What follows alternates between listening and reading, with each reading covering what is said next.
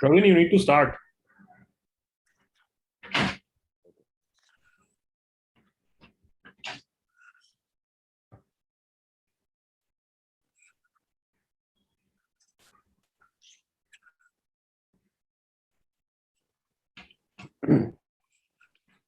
Well, hello, welcome, ladies and gentlemen. Thank you so much for joining in. My name is Ravin, and it is truly a pleasure to welcome you here to the 21st edition of Exchange for Media Conclave, the meeting ground for global thought leaders and industry experts from the marketing world to discuss the changes, trends, and experiences dominating the industry. In the past, we have received immense support and participation from stalwarts like Mr. Mark Reed, Sir Martin Sorrell, Mr. Martin Andre, Mr. Carter Murray, Mr. Stephen Allen, to name a few. At home, we have had CEOs and MDs of brands as huge as Hindustan Unilever, Godrej Group, P&G, and many more participating and enlightening us at the e4m Conclave. Hence, we invite you all to our flagship event. It's time to bring out the conference for which we are absolutely excited. We have Dr. Anurag Batra, Chairman and Editor-in-Chief, Exchange for Media and Business World, for the welcome address. Dr. Batra, I'll hand over the screen to you. Good afternoon. How are you? Thank you so much, Ravin. The Exchange for Media Conclave is a flagship knowledge insights platform where we bring thought leaders from the globe. For the last 18 years, we've done it physically. Last 2 years, we've done it virtually, or shall I say, in a hybrid mode. And today, we have the Exchange for Media Conclave. We are discussing what's happening in the digital economy. And to be very specific, first of all, I hope and pray that all of you are safe, your families are safe, you're taking all the precautions, and you continue to stay indoor and safe as much as possible. Today, Exchange for Media, for the last 21 years, has been the homepage of marketers, media planners, buyers, media agencies, advertising agency executive, communication executive, brand owners, business leaders, to know what's happening in marketing, media planning, advertising domain. This year's theme of the Exchange for Media Conclave is Agile Marketing in a Digital World. And our legacy marketing practices at stake, do they need to be reinvented? We're also looking at how has the pandemic really made sure that these fast-paced digital transition happens even faster. And is the marketing Bible being rewritten? I can only say that we have a lineup that is enviable. We have Mr. Daryl Lee, who's the global CEO of IPG Brands. As the keynote speaker, we have Mr. Adam Gerhart, who's the CEO of Mindshare as a keynote speaker. We also have thought leaders from India and business leaders who are, leading their organizations and building business and brand. We have Ms. Divya Karani, who's the CEO of Dentsu in South Asia. We also have Mr. Arjun Mohan, who's the CEO for India for Upgrade. We also have Mr. Shalin Katral, who's the MD and CEO of Lenovo in India. We also have Mr. Shashank Srivastav, who's the Executive Director of Maruti. We have Mr. Vivek Sharma, who's the CMO of Pidilite. We also have Mr. Shivam Ranjan, who's the CMO of Motorola. We have Mr. Siddharth Butalia, who's the CMO of AirAsia. We have Ms. Sujata V. Kumar, who's the head of marketing of Visa. And last but not the least, chairing that particular session, we have Ms. Vaishali Verma, who's the CEO of Initiative. Now, I've already said that pandemic is making sure there is a digital transformation. And I want to give you two stats, which are a couple of months old, but I'm sure in the last few months, those stats have become even bigger. The numbers have become even bigger. Before the COVID, the global e-commerce market was 16% of the overall commerce or retailing or market. In the last 19 months, it's become almost 12% more. 12% more in the last 20 months. So from 16%, we've gone to 28%. From 16% in 20 years, another 12% in 20 months. So you can see the adoption of digital, and no longer brand building is important. What is very important is commerce, and the D2C commerce, the digital direct to commerce, direct to consumers, or digital to consumers is growing. A lot of new D2C brands have come into the play, and they are really gaining traction like never before. The second trend I want to say is that because of pandemic, Indians saved a lot. And they also went to the stock markets. So the stock market saw more people betting their luck on stock market and investing in the stock market than in the last few years. So it grew from 1 crore investors, we went to 2.5 crore investors. So it's 1.5 crore investors being added. And those numbers are moving numbers, they mean even more. So clearly, these numbers show that the digital trading platforms also played a big role in these new investors coming to the stock market. The point I'm trying to make is that there is a whole new world, to borrow that song from The Lion King, there's a whole new world, and it's a digital world. For the last 10 years, we've been talking about digital economy. The true digital economy has arrived. Today, digital spends are almost 20% of the overall spends. Over the next 3 years, they're likely to become between 40 to 50% of the overall spends. And within these 40 to 50% digital spends, 60 to 70% will be programmatic. So clearly, digital is growing in a way that we never imagined. I also want to say that the more the digital grows, I was reading the traffic in the physical Walmart stores in the US last week. I mean, while the e-commerce is growing, the overall retail experience is not going anywhere. And let's talk of a country like India. We are not an either or country. We are an and country. While there's e-commerce that's growing, there is also physical retail. So the key word is hybrid. I think I also want to say that the more the contactless economy grows, the hybrid economy grows, the virtual economy grows, the value of human touch becomes even more important. So experiences, brand experiences that combine the best of both worlds, digital for convenience and efficiency, and physical premium for experience, will thrive in the future. Also, the marketing dollars are being stretched. Digital has a beautiful way of being able to measure its efficiency. I think that's something that marketers are adopting more and more. So we have today's speakers involve media agency CEOs that work with a plethora of brands, brand owners in categories like, adhesives. Pidilite, Fevicol is a venerable brand. Maruti is a category leader in auto.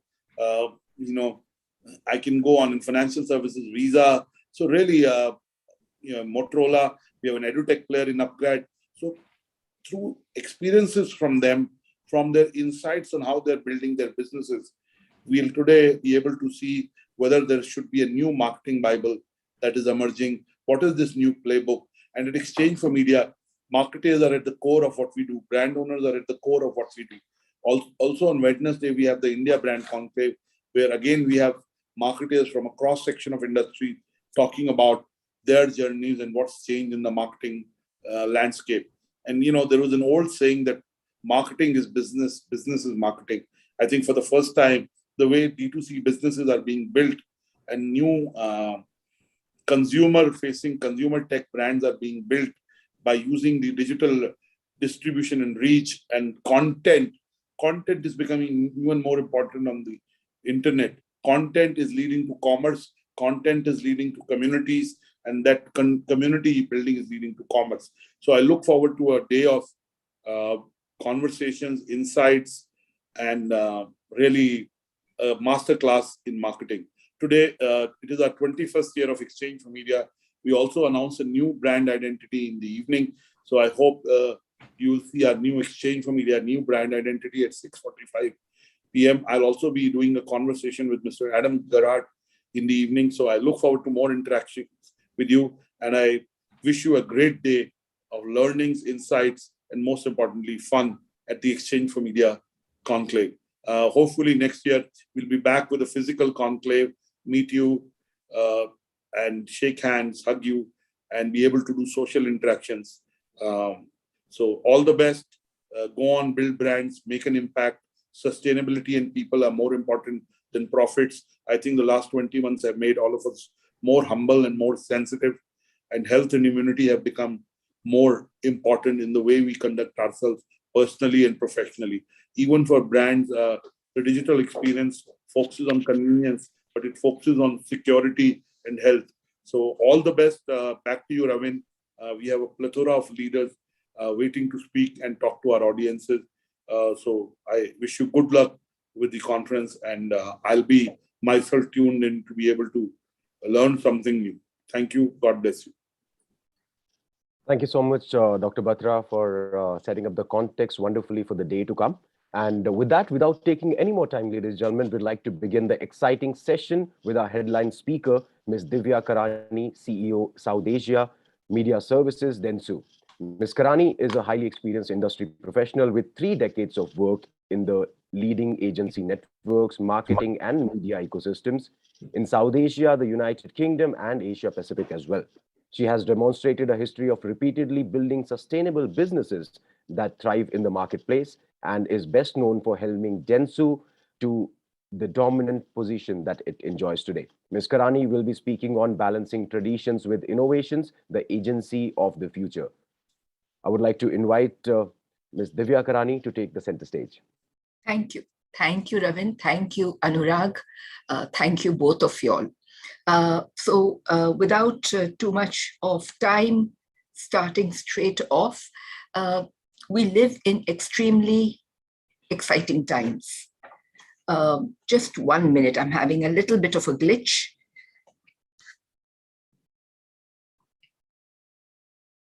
Yeah.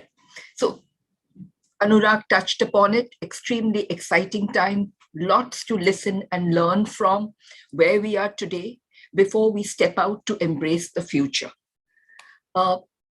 We mentioned balancing, we mentioned tradition, flipping the word tradition to a few constants. And these constants have held good 30 years ago. They hold good today, and I dare say perhaps will also do so for the next 30 or perhaps next 3 years. So I've handpicked these constant, very mindful of the various trends that are there. The first one is consumer centricity. Having our consumer at the center of all we do, stitching up holistic consumer strategies centered around delivering exceptional consumer experiences that respond to their ever-changing need is what we are all about. The second one, of course, is storytelling that engages consumer attention as well as gets them to participate. There's no going away from it. Stories sell. Great stories build brands.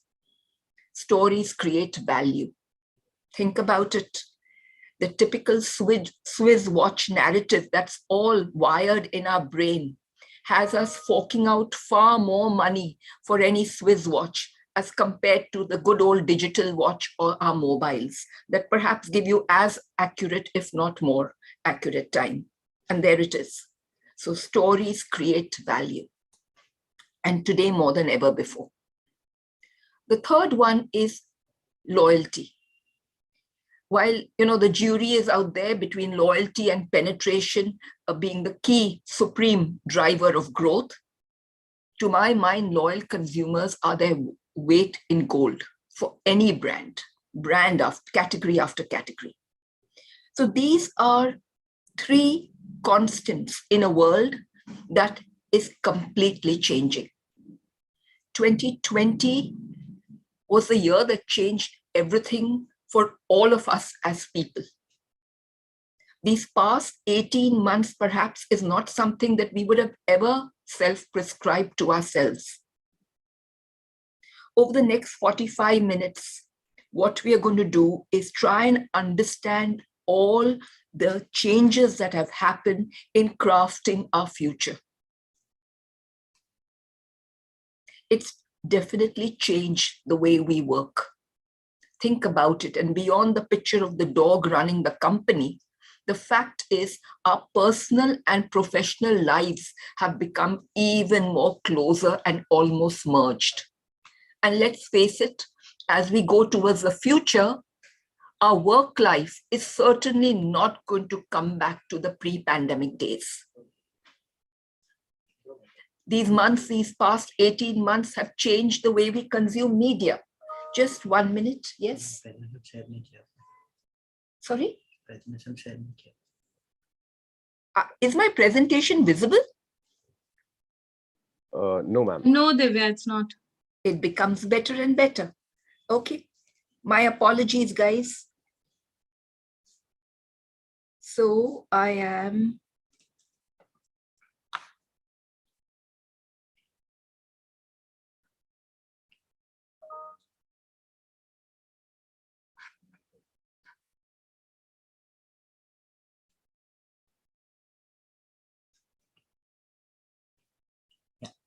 Okay. And kudos to you guys. You all kept quiet all this time. Ma'am, we were having a great time listening to you. Thank you. But sometimes, and more often today than ever before, pictures speak far, far more evocatively than perhaps any speaker. So can you all see my screen now? Yes, it's visible now. Yeah, just, and when you say it's visible, there is a problem I have. Yeah. So we spoke about the fact that the way we work has changed, right? We also spoke about the fact that what and how we consume media has changed, and forever. Think about it. We today live our lives in media. It has changed the way we consume news, the way we form opinions, with the way we form worldviews. It has changed the way we entertain ourselves. It's changed the way we romance. It's changed the way we socialize, interact, the way we eat, sleep, and drink. Undoubtedly, today, media is the single most important pivot of this change. These 18 months have changed the way we shop and buy. Look at the way our purchase decision funnel in itself has morphed various shapes. And sometimes in certain categories, I wonder if there's a funnel at all. These 18 months have also changed our understanding of justice and equity, right? Both here in India as well as around the world. It's brought home the power of networking like never before. The fact that consumers today expect brands to take a stand and walk the talk is undoubted. And lastly, it's changed our language. It's changed our terminology. It's changed concepts and thoughts that we never even had before. I'm Zoom fatigued. I am 100% sure, so are all of you all. So most importantly, I do believe it's changed our values and priorities as well. And that is something that perhaps is here to stay, in addition to all these changes that we've just walked through. And therefore, we've now truly lived in the age of an empowered consumer. A study done 10 years ago, where all the different touch points the average consumer was interacting with, found that 2/3 of these touch points were brand-driven, advertising, direct marketing, in-store experience, promotions, and so have you. The same study done today has found that 2/3 of these touch points are all audience driven. Think about it. Think search. Think about marketplaces, social communication, communities, reviews, blogs, influencers, and so have you, right? There is a fundamental shift from a brand-led world where we had captive audiences, sitting ducks for forced exposure, all scripted and marching to the marketeer's agenda, to a consumer-led world where it is with your permission opt-in culture, rich experiences are getting aided and abetted by marketeers to drive the consumer's agenda. And therefore, it's all about listening, engaging with your consumers to do so. What in essence we are talking about is a shift from changing consumer behavior, where marketing success was changing the consumer behavior and tracking it, and we all have our trackers with us, right? And swear by it, to changing brand behavior in today's world. So how do we change brand behavior is a question we need to all ask ourselves, right? So changing brand behavior is changing the way we go to market, the way we use media and tech, the way we live up to consumers' expectations, and these are ever evolving. So if I may, living up to the expectation today and perhaps anticipating the expectations tomorrow. That is what the call is. And paradoxically, when we actually reached out to and did our annual CMO survey, we found as much as 42% of our CMOs were unsure of whether consumers would ever return to the pre-pandemic behaviors. And at the same time, we found that only 12% of CMOs are using new strategies that are different from previous ones in times of crisis. The challenges that marketeers today face are acute. They are grappling with increasing competition every day, and this does not necessarily come from within the category. It comes from new startups. It comes from spaces which perhaps did not exist yesterday. And at the same time, this in parallel is going hand in hand with consumers becoming increasingly intolerant of advertising and continuously weaving out what they want to engage with, what they do not want to engage with. Why? Because simply there is an information overload coming at them.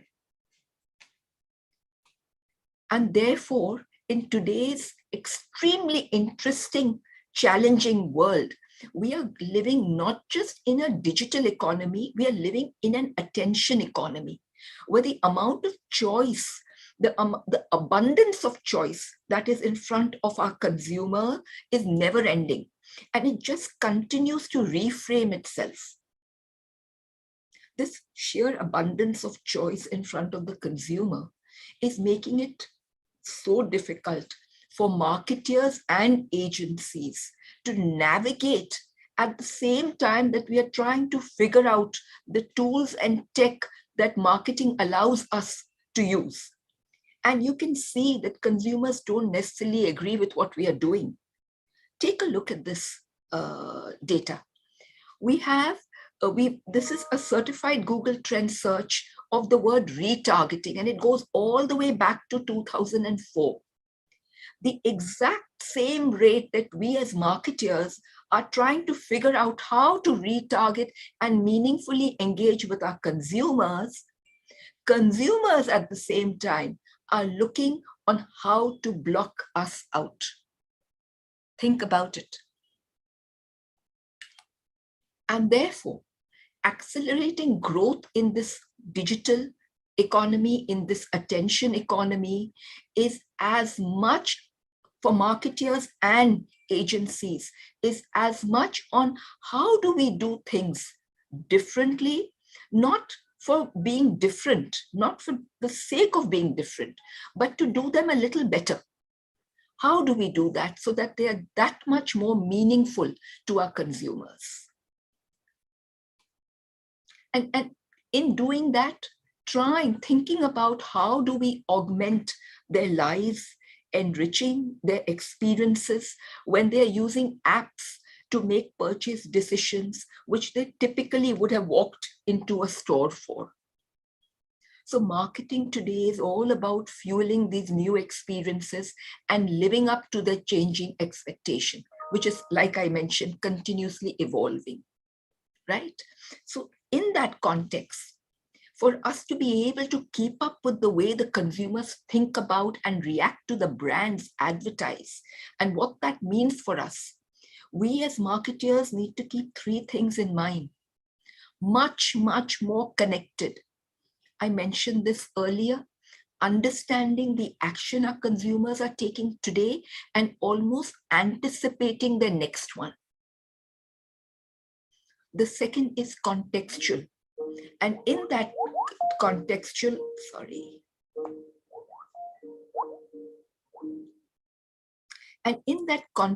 and this was exactly, look, it couldn't have been better. There was a call from my office. So here I am talking to you guys, and there, whatever important thing that's happening, my office has reached out. Now, if for an instant or two, if there was a ad that was served to me when I'm speaking to you all, just think about it. So engaging with our environment in the way and our consumers as they live, breathe, and act, contextual, and most importantly, personalize. How do we show our consumers that we really are listening to them? How do we offer value in their day-to-day lives? How do we understand their motivation and then celebrate them for knowing them? How do we do that? These are the challenges. And in very many ways, we know our world has changed, and dramatically so. But when we talk about change, just 1 minute again, when we talk about change, to say everything is change would in very many ways be an understatement, right? We've just walked through that. But it would also at some level perhaps be an overstatement. Why? Because as we speak, things are continuing to change, and dramatically so. And in certain cases, the velocity is only going to increase. So if I may, I would not use changed, I would not use changing, I would use change in continuum. And the way brands are talking with more purpose, with more equity, with more justice, the new environment in which our brand and marketers are getting involved in, the new platforms that they are creating and that are uplifting the whole consumer experience is what is needed to respond to them on their turf. So 5, in doing that, there are 5 key catalysts. So if you talk about, instead of themes, that come to mind. We all know about new media habits, right? The time spent with digital has, of course, surged and is going to continue to do so. But the point is, it's not just an increase in time. It's also it's also the fact that consumers are that much more leaned in, that much more connected, that much more engaged with digital, more than they ever were, right? And then what are the ramifications of that? If you take a look, our new normal means new standards of engagement. So video chat and live streaming have become the norm, and it enables one-on-one, it enables all of us in a group, it enables all of us in one network. The second key call out is gaming. And gaming, the gaming is on fire, but it's not just the die-hard gamers that are exponentially increasing. It's also amongst some, perhaps a more sedate, larger populace with freemium offerings. I was looking at the numbers at Ludo commands, and they are large. So there it is. Cut to our lives. I spoke about the fact that we live our lives in media, right? Romance, entertainment, it is out there. We are all new standards of engagement. Consumers today are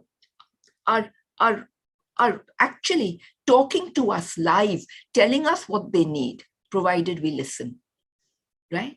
So it's all about delivering experiences to them that is meaningful. And therefore, to that effect, it is delivering virtual experiences that supplement or in fact, at times even surpass reality. And before you know it, maybe tomorrow I will not be using my computer and all you guys will perhaps have that Oculus on and you all will be actually in the room with me, right? And therefore, moving on from there, the next trend that we have, which is all about omni-commerce. Now, much has been spoken and written about this. The fact is that the pandemic has collapsed into 3 months or perhaps even shorter, what might have taken a decade. I say 3 months because it happened very quickly, right after a couple of months into our lockdown. Look at the way India is topping the chart. Of course, it is a base effect as well, but topping the chart as far as e-commerce sales growth is concerned. And it's spanning across electronics, across household goods, across groceries, essentials. Digital wallets and payments have also kept pace in tandem. So today, digitally connected consumers are increasingly wanting to shop where and when they choose, and now expect to shop where they swipe. And this picture, to my mind, actually sums it all. We are truly living in the digital economy. The other bit on this e-com is the rise of social commerce. Retail brands today seamlessly connect social engagement to e-commerce, and the ones that do it right and do it well will win. There is no two ways about it. But the amount of time that we spend on social, the context is just right. So you're connected, it's in the right context, served right there and there, and it's a win-win-win. Moving on to this example is acutely captures what I've just described. This is an example from Korea, where consumers are swiping and shopping during their commute, and by the time they reach home, the product is delivered to their home. And therefore, preparing for live commerce. Now, we're talking about merging live streaming with live commerce, and this has proved to be extremely, extremely popular. And I believe in Singapore, it's gone through the roof. So that's what is there. I won't even say it's on the horizon, it's already here. And therefore, the third catalyst, the expectation, and we touched upon it very briefly earlier, the expectation from brands. So brands today, brands today have no room to hide in very many ways. Consumers are demanding, and therefore brands should step forward and stand up for both equality and I would say equity as well. And brands that issue a statement in support need to follow it up with specific concrete actions. Else they will be labeled as exploitative. So there, like I said, no room to hide, but instead forget hiding. If we look at it as an opportunity to stand for who and what we are all about, it actually is an opportunity to engage with our consumers. And we spoke about loyal consumers, increase their loyalty. So that to me, this is what this opportunity accords. And consumers expect it, and brands are doing so. They've stepped up in almost unprecedented ways right at the start of the pandemic. And brands that do this, and do this for real, stand to benefit undoubtedly. Brand purpose is almost evolving into universal activism. The other call out is that once we've done it and we walk the talk, it is a commitment for the long haul. But it is a win-win. That is also there undoubtedly. And therefore, the fourth catalyst, and we've called this creative problem solving, a little different from the storytelling, while that still holds true and good. But creativity today, we all know, is the biggest, most actionable driver of brand effectiveness. But this is creativity and a little more.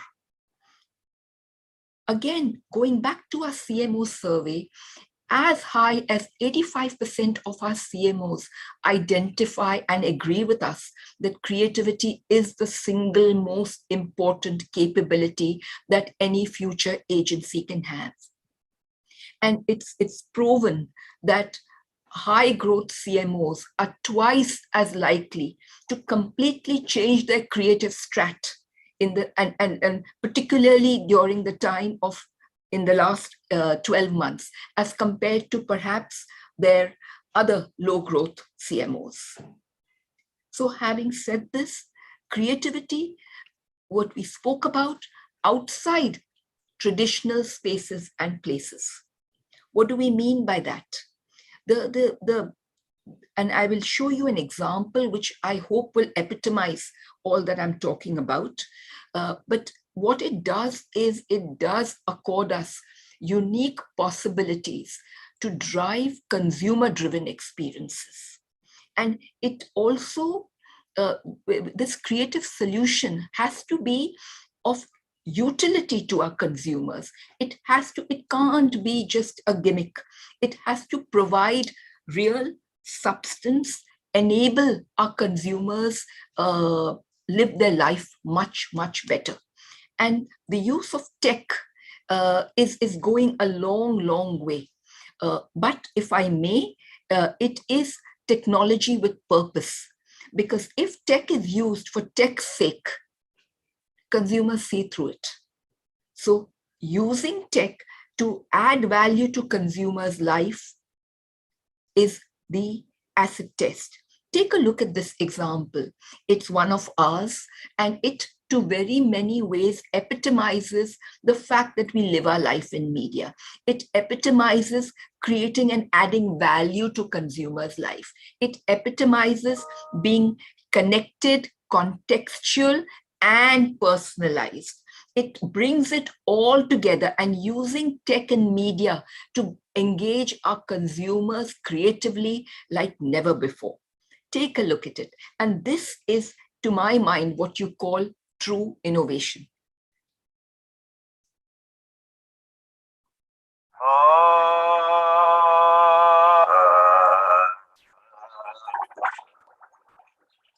Instagram have come out with the best feature audio messages.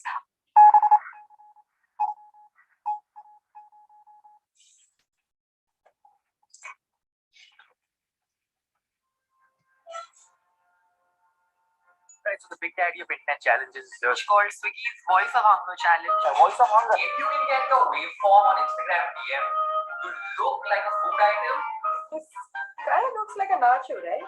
1 kebab, 2 kebab, 3 kebab, 4 kebab. आपको उनको DM करना अगर उनको पसंद आ गया. To win a year's worth of food vouchers from Swiggy. Free food tastes better.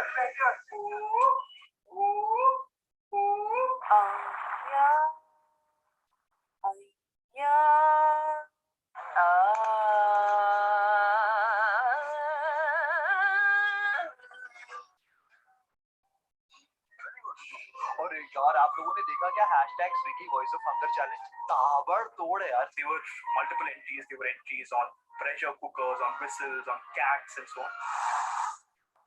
According to the brand, they've been receiving an average of over 50 DMs per minute.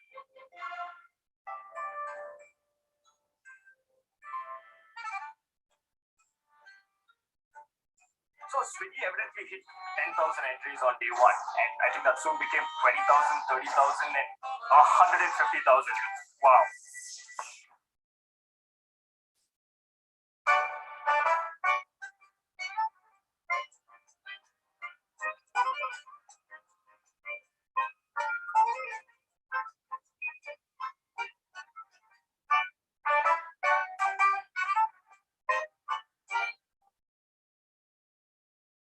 What this case does is it brings alive the fact that we managed to catch the most expensive currency on social media, which is our Gen Z's attention. We spoke about the attention economy. We had them actually participating in the program. And you saw the numbers, and then the numbers apart, the work speaks for itself. So when I called out an innovation, this to my mind is just that. Cut to our last one on loyalty. We spoke about the fact that loyal consumers are worth their weight in gold.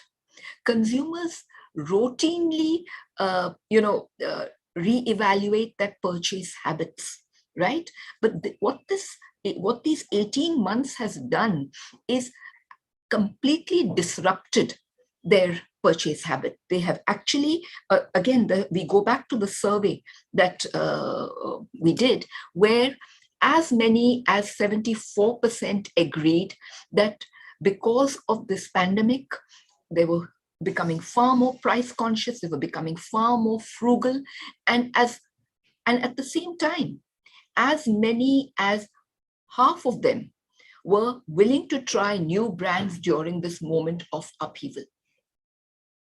So brands that approach this disruption with a mindset of strength versus, survival will be able to actually ensure and seek out opportunities that they can use to their advantage and bring home real value in the consumer's life. So all that we have spoken about in the past half an hour is ensuring disruption is as much a time for opportunity as it is a time for change. Think about it, consumer journeys. We've moved from curated by brand to curated by consumers. Consumers' expectation, we've moved from a market at me to a market to me. The way brands are built, we've moved from an advertising down to an experience up. The remit of marketing leaders, from being stewards of brands, they are now stewards of growth. And as far as role of marketing is concerned, and it is what if, it's from changing consumer behavior to changing brand behavior. So how do we do this? We speak a lot about innovation, and obviously everyone is talking about innovation. But the problem with innovation is that it is really easy to spot. That Swiggy example, I don't think anybody on this call today will refute that it is an innovation with a capital I. But the point is, it's not so easy to define, and it's that much more harder to produce as a habit, right? So if you get it right, innovation does drive brand value, it drives brand growth, it drives a competitive edge. It actually is a magnet for talent as well. But this is provided you get it right as a habit, not just as a one-off, right? So how do we do that?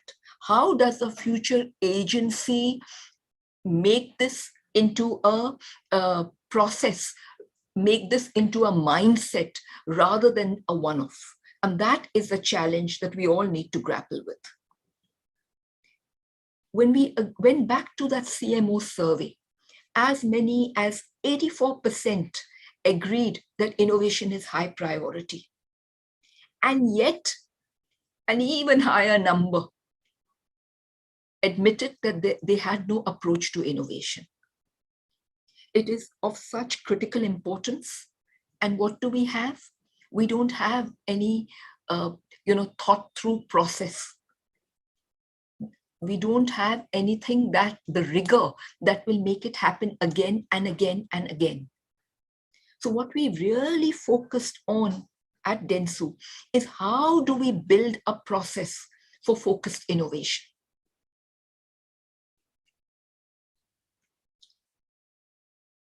Take a look at the way we used to innovate earlier.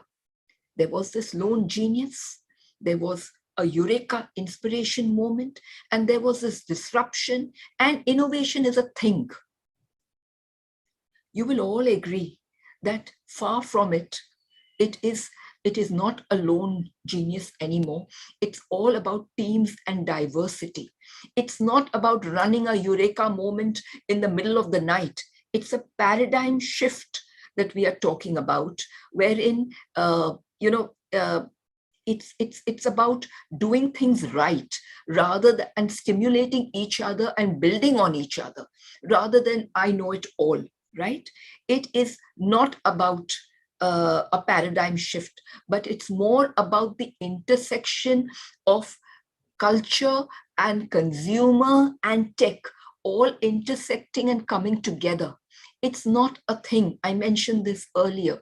It's a process and a mindset that we all need to inculcate. And that is what we have done. And having said that, it's not yet over. We are in very many ways competing with ourselves. And agency of the future really needs to think that it means competing at the rate of learning. How can an organization learn faster to understand their consumers and therefore, instead of reacting, preempt and serve them what they next need? That is a distinct call out. And what it definitely does is innovation drives a performance culture. It is transformative in ideas that affect outcome. It definitely has a business focus and a real-time understanding of results, which perhaps was not there earlier. And this is what helps all of us, marketers and agency, meeting consumers' needs, met and unmet needs, as well as unmet business needs, both. It is a coming together of consumer and business and, marching in tandem rather than one after another or one scripted to the tune of another. So the agency of the future is all about maintaining a state of constant self-disruption, staying ahead of the curve, moving faster than perhaps the ecosystem is. And that is what the agency of the future is all about. I'm excited. I just hope all you young guys are equally excited. Thank you. Thank you so, so much. Thank you. Thank you so much, Ms. Karani. It was truly an enlightening experience to hear you talk about what the future is going to be. And on behalf of everyone involved, I would like to thank you for your valuable time.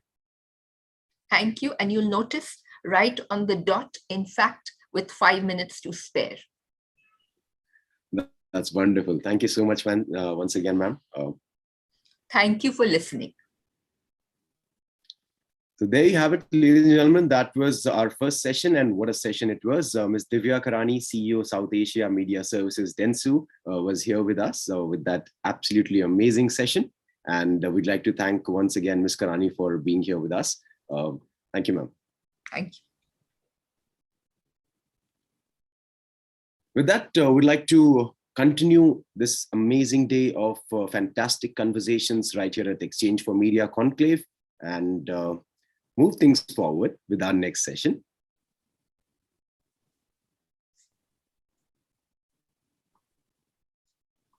All right, there we go.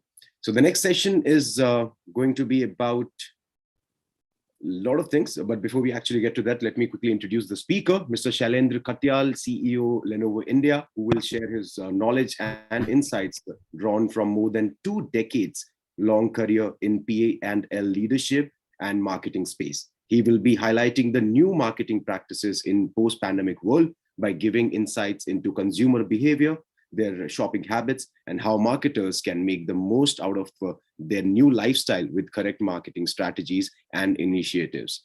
It's going to be an amazing session, and I have a fantastic speaker, Mr. Shailendra Katyal. I'll hand over the screen to you, sir.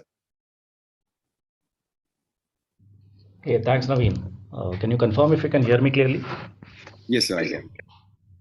Okay, so you'll be helping me put up the charts? The team will do that, sir. There you go. Okay, so let me know when the screen is up. I can see it. The screen is up, sir. Okay, so thank you, Raveen. Thank you for having me on this program. I'll start with maybe a couple of caveats. The title does look a little heavy, and I've been out of active marketing for a while now since I moved on to business roles. But I continue to be interested in the topic. So what I'll share is more my observations, and the liberty that I've taken is to take maybe a longer term view, because you get perspective only if you're not reacting to the immediate, but you're taking a longer horizon in which to look at trends and changes. So while the title does say it's a post-pandemic world, what I'm looking at is maybe a 10 to 15 year kind of horizon on how things have changed and how things are likely to change in the future. So with that disclaimer, if I can have the slide move, please. Yeah, so a lot of us are facing this question, right? What really has changed in the last 2 years? What is the new normal? What is the post-COVID world?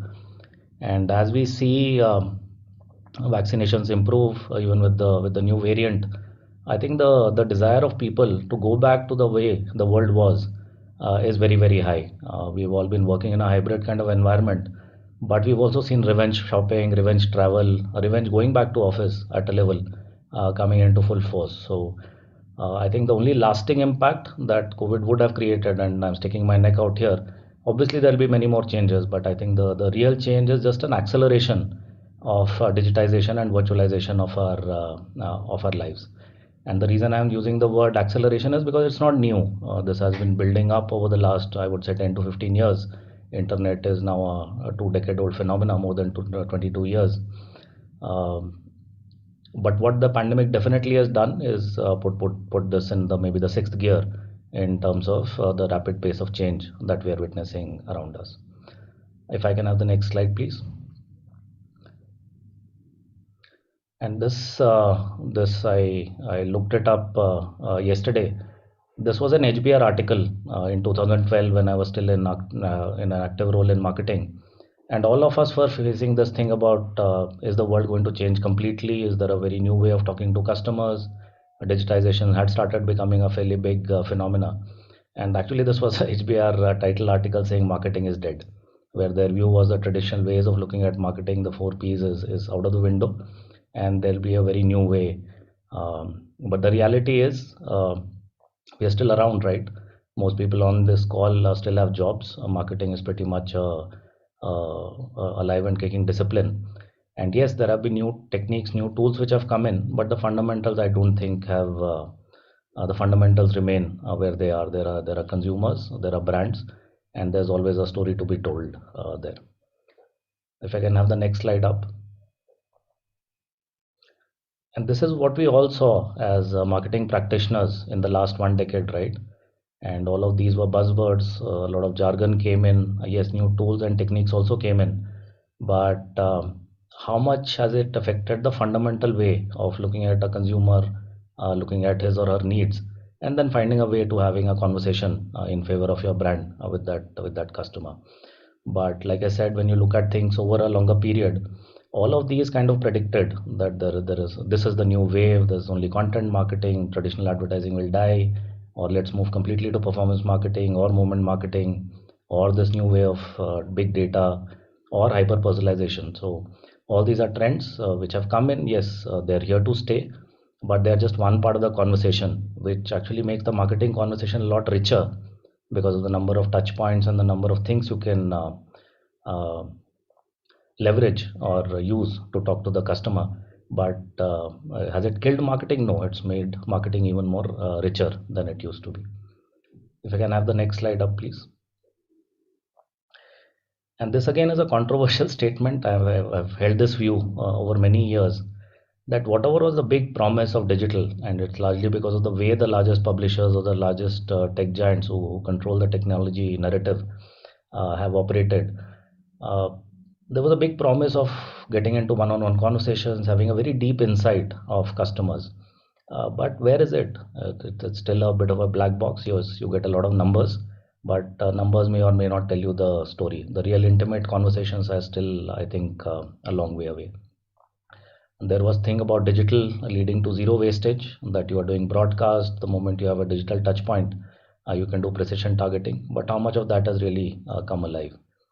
And then there are these new topics of data privacy, and digital actually was supposed to be the most trustworthy source of information, right? Because belief and trust in traditional media was dying out, and people felt that with social media, the citizen journalism, the accountability of content and the trust on content on digital will be a lot higher. But we've all seen that also change very quickly over the last few years. If we can go to the next slide, please. Which is leading me to this, and this is not a new statement. This, I think, is in the early part of 19th century, 20th century, which is half the money I spend on advertising is wasted. The trouble is that I don't know which half, and I still find that very, very relevant when we look at marketing ROIs, etc. There would be a lot of data, but is it really very clearly measurable on what is working, what is not working? There's still a lot of subjectivity, despite all the talk of performance marketing being available at your fingertips. If we can move on. So I started with the view that fundamentals have not changed. There are consumers and there's a problem, marketing problem to be solved. Yes, obviously using new techniques and tools. But what has fundamentally changed, and if you look at the two charts on the right, by and large, the world is a lot more prosperous. A lot more people have been lifted out of the poverty zone. There's more spending power, and almost all of them, almost the entire world is now digitally connected.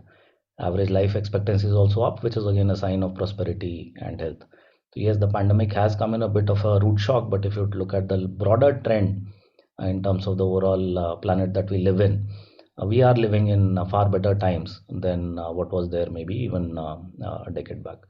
And with all this digital device proliferation and the internet, obviously all of us are spending a lot more time on, maybe 8 billion people are using far higher media and screen time than what they used to. And there is an information overload, which makes the task for marketing that much more challenging, right? Because you're spending a lot more time on the screen, but you're also getting bombarded with a lot more information. And on the bottom left of the chart, you would see the amount of data getting created. And there's a new term that I learned, zettabytes, which is a million terabytes of data. And look at how the graph is growing exponentially. And people say that every 2 years, almost the entire amount of information that is available on the planet is doubling. And the third big trend, and like I said, these are more pointers. These are not a comprehensive list of all the trends that we are seeing around us. But this feeling about moving from permanency to transiency, that is a definite trend and a lasting one, I would say, which is broadly called Uberization, that the young people don't want long-term ownership. They want to live more in the moment and have more experiences rather than getting caught up, which is changing consumption patterns that people would spend a lot more, place a premium on travel experiences versus long-term asset ownership. If we can go to the next chart, please. And obviously, we've not seen the end of it. This is what is coming. On the top of the chart is what you see is it is a live thing from my counterpart, the country head of Japan, who did a virtual avatar meeting with his team. So the monthly business review, which is a lot more interesting than having a boring Zoom call. Data exists, tools exist, platforms exist to do it even today. And with 5G, 6G coming in, and this topic about a metaverse, the fact that there'll be a lot more of digitization and virtualization of our lives and this is likely to change very, very quickly. It's not a 5-year out or a 10-year out trend. I heard Bill Gates talk about it, I think a few weeks back, where he said almost all meetings will turn into virtual avatar kind of meetings in the next 2 years. And that's how fast the change is coming. And obviously, we've heard what Facebook is transforming into over the last couple of months.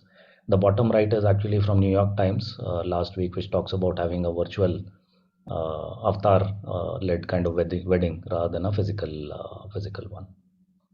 This obviously will make, and you can visualize right now, if people will spend a lot more time on the medium, but how do you talk to these customers, because you're talking to their virtual selves and not their real selves? How does advertising look in the metaverse? This is a topic that we'll all grapple with over the next few years.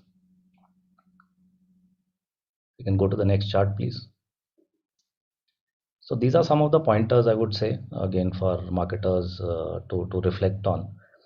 We see the world having a lot more conflicts, and in my entire experience, brands which solve a conflict or at least have a point of view have far more lasting impact and lead businesses profitably. And I would say that the world is giving you a lot more opportunity now, because polarizations are increasing and brands can always help choose sides. We've seen that when brands take stands, the loyalty and the affinity towards the brand does go up.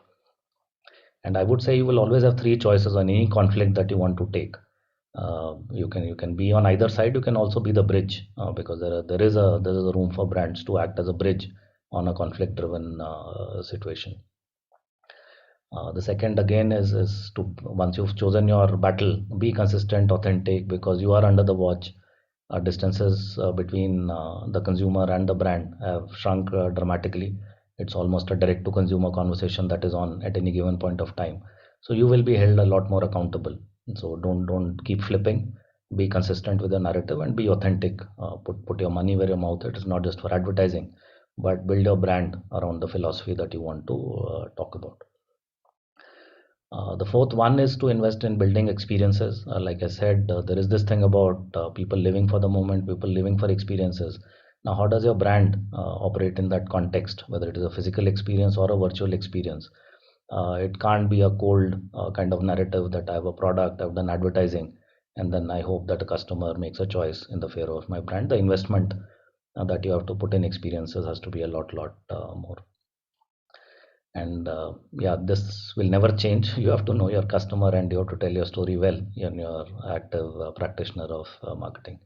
And this sums it up, right? The more things change, there is change both in terms of the environment, the consumer, the medium in which we communicate with the customers. A lot of that will change, but the fundamentals of building a good, solid brand with good customer loyalty will always remain. You can go to the next chart, please. So I started off with that slide from HBR 2012 saying that marketing is dead. In my view, lazy marketing is dead because the environment has become a lot more difficult, a lot more clutter, a lot more competition, a lot more disintermediation, all that is live around us.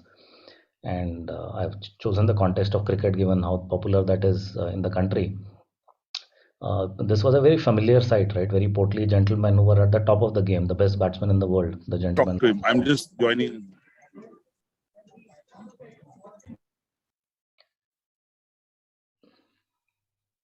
Sorry, can I continue? There was a... Yes, sir. Please go ahead, Mr. Batra. So on the top is a picture of David Boone, one of the persons at the top of his game. a very explosive batsman, but that was his level of physical fitness, and that is what a lot of marketing was, right? Which was kind of make a couple of TV commercials, ensure that the brand doesn't change too much, and then you got into very large market share kind of monopoly kind of positions. Obviously, the market is a lot more fragmented and there's a lot of change, which means you have to be at the top of the game. And I did hear the previous speaker also talk about it on the pressure on agencies to remain ahead of the curve, which means that you have to upskill, you have to learn something new almost every day. So it's almost becoming like people in the IT world, right? Software developers. They can't rely on one skill set because the tools, the applications that they work on change every year, if not faster. So constant upskilling, building new muscle, building new ways of competing in the market is kind of a given.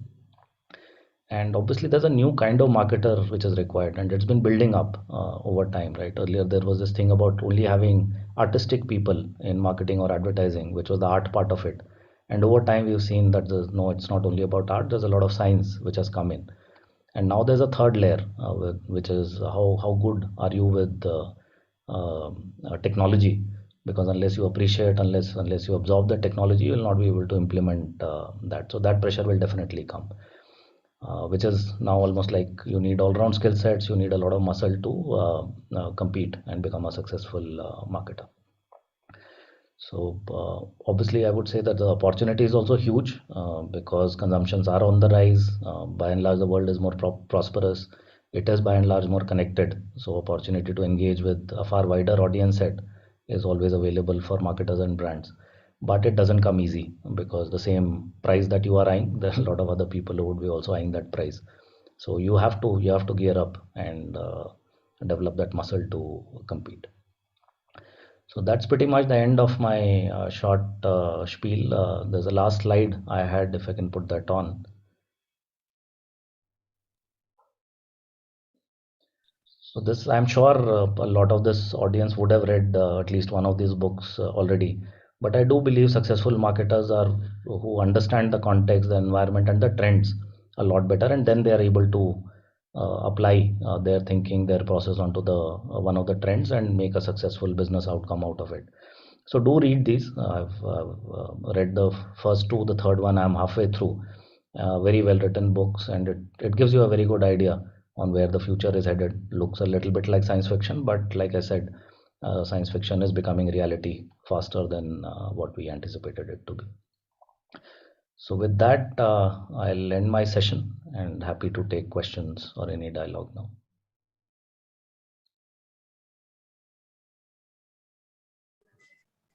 Shailendra, you did a fab job in bringing a perspective for business owners. I won't say just marketers and brand owners, because you're really, as I said in my opening address, that marketing is business, business is marketing. How you build the Lenovo brand, and the brand stands for a lot more than just the product. And I admire you for the fact, because I'm a book alcoholic, and I end every presentation and every interaction with a book recommendation. So I'm glad you did that. And I got to know about Mr. Jalan's book, which I don't. The rest too I read. So clearly you added to the commerce part. And again, I've been following Lenovo India's journey for a while. And you were appointed during the pandemic when Rahul quit. Now, during the pandemic, schools, offices, cinema halls all came home. Technology became a bridge to conducting your life, conducting your business. Tell me, how did Lenovo rose to the challenge and make itself relevant to all the stakeholders and step up its game? Yeah, so great question, Anurag, and I don't think we were unique in how we responded because the first thing that the pandemic taught us was to be empathetic, right? Because business definitely took a backseat. It was more about ensuring that our employees, our extended partners, their employees, their families are kind of taken care of. So I do believe we were empathetic. We were not. We were first prioritizing the care of employees, whether it is medical, whether it is insurance, whether it is even arranging for oxygen cylinders, because we had a globally efficient supply chain, and when the country was going through shortages, we were able to provide that care to our employees. On the business front, yes, that also became a dire need, right? Our products almost became essential commodity because to remain productive or to attend school, you needed a device, and devices were in short supply at that time because the supply chains were kind of disrupted. So we stepped up our game there. We created new, while online always was an option. A lot of people wanted the comfort of buying from their neighborhood store. So their entire omni-channel approach, doing a video demo, ensuring that there's a touchless kind of end-to-end purchase model that we were able to create even for our neighborhood stores. I think that was kind of unique. And we also did that thing about bringing the store to you, where we rented vans with the latest products and took them to a lot of communities. So multiple fronts, I would say, to enable the customer to buy a product, but more importantly, I think the fact that we came across a very empathetic brand protecting jobs, no layoff, no partner got impacted, their earnings were protected. With zero revenues, we've paid salaries, we've paid partners their incentives for a quarter or so, both in the first wave and in the second wave. So I think that's what gives me a little more joy that we were there. We've contributed to the community. We spent almost $1 million on hospital bed extensions and getting oxygen cylinders for not just the employees, but for the larger community in multiple states as well. Shailendra, use the word compassion, use the word care, use the word community. I think pandemic taught us that profits are important, but they will only be useful or relevant if we take care of people in the planet. You know, the earth sustainability has become a very important issue. Now, two more things have happened. A lot of businesses have gone D2C, right? A lot of brands have gone D2C. Now, how is Lenovo kind of exploiting that and leveraging this D2C bandwagon in a very deep way? That's my first question to you. And second is SMEs initially saw the burn of, the businesses coming to an halt. But the growth in the last 6 months have also from SMEs. So how are you serving the SMB or SME segment? That's my second question. And my first question is, what is Lenovo India doing to really, in some way,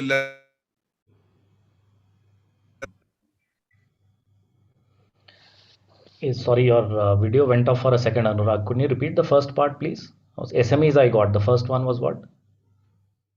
First is the D2C revolution is happening, the direct to consumer, the digital to consumer. And again, you're a technology brand. You're a brand that, I know in your school segment, because we had Business World who worked with you, you created a website where all the stakeholders in the education ecosystem can come and really find resources, if I may use a platform that is selfless. So you clearly believe in building relationship directly with your community and your consumers. So how are you leveraging the D2C phenomena, and how are you serving the SME and SMB? Yeah. No, great questions again, Anurag. And on D2C, it's not new to us because we've had a brand store, Lenovo.com, alive from, I would say, the 2013-14 period. So we are used to selling to our customers directly. But yes, they have other channels of buying as well, right? They can buy from e-tail, they can buy from our Lenovo exclusive stores, they can buy from Chroma, Reliance, etc. So that's one of the things available for customers to engage with us directly. And we do believe that we'll follow the customer, that whoever wants to buy directly will allow them access, and whoever wants to buy from a route of their choice, we will not prevent access to our customers. So in that sense, while D2C I know is the flavor of the season, we have to be clear from a business point of view. What is the logic? Is the logic to become more efficient? Is there a cost efficiency to be had? By and large, we see it is more or less the same whether you go through a partner, because there's a cost to serve when you want to do D2C.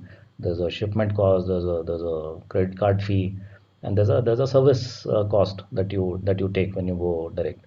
So if it's making business sense to move a large part direct to consumer, one would take that. Otherwise, I think one has to follow the consumer in terms of their buying patterns. And by and large, consumers are, I would say, turning omni-channel. It is not necessarily one way or the other, that I'll only buy D2C on online. People have a hybrid life and they want a hybrid shopping pattern as well. The other logic is of, if you want more intimacy, you want more data, and that is again, you can do experiments, etc., with your loyal community That is one, I would say, smaller role that is there with D2C. But D2C is not our only play. It is maybe about a 10% reality for us. On SMEs, it's again a great question. The level of entrepreneurship in India is increasing despite the pandemic. We've seen earlier we had one unicorn in 10 years. Now we have a unicorn a week. The count has crossed 300. So a lot of entrepreneurship, a lot of, I would say, good money, good capital, chasing good ideas. And we are partnering very strongly. A lot of the unicorns, we've been with them right from the first laptop that they bought when they were a two-person shop. So that's again to the point that you made earlier. We believe in relationships, and SMEs need a little more than just laptops or tablets or phones that we're able to sell to them. They need an IT partner because their needs also scale very quickly from having two laptops to needing a data center to needing managed services. So the entire suite of products which goes into their overall IT spends, I think we are able to partner with them. And then we have very innovative models like device as a service, where a lot of startups don't want that capex, they want it in OpEx form and they want other services to be loaded. So the fact that we've taken a lead there and we are able to offer our entire bouquet of products and services on a pay-as-you-go model, I think that again is a differentiator for us.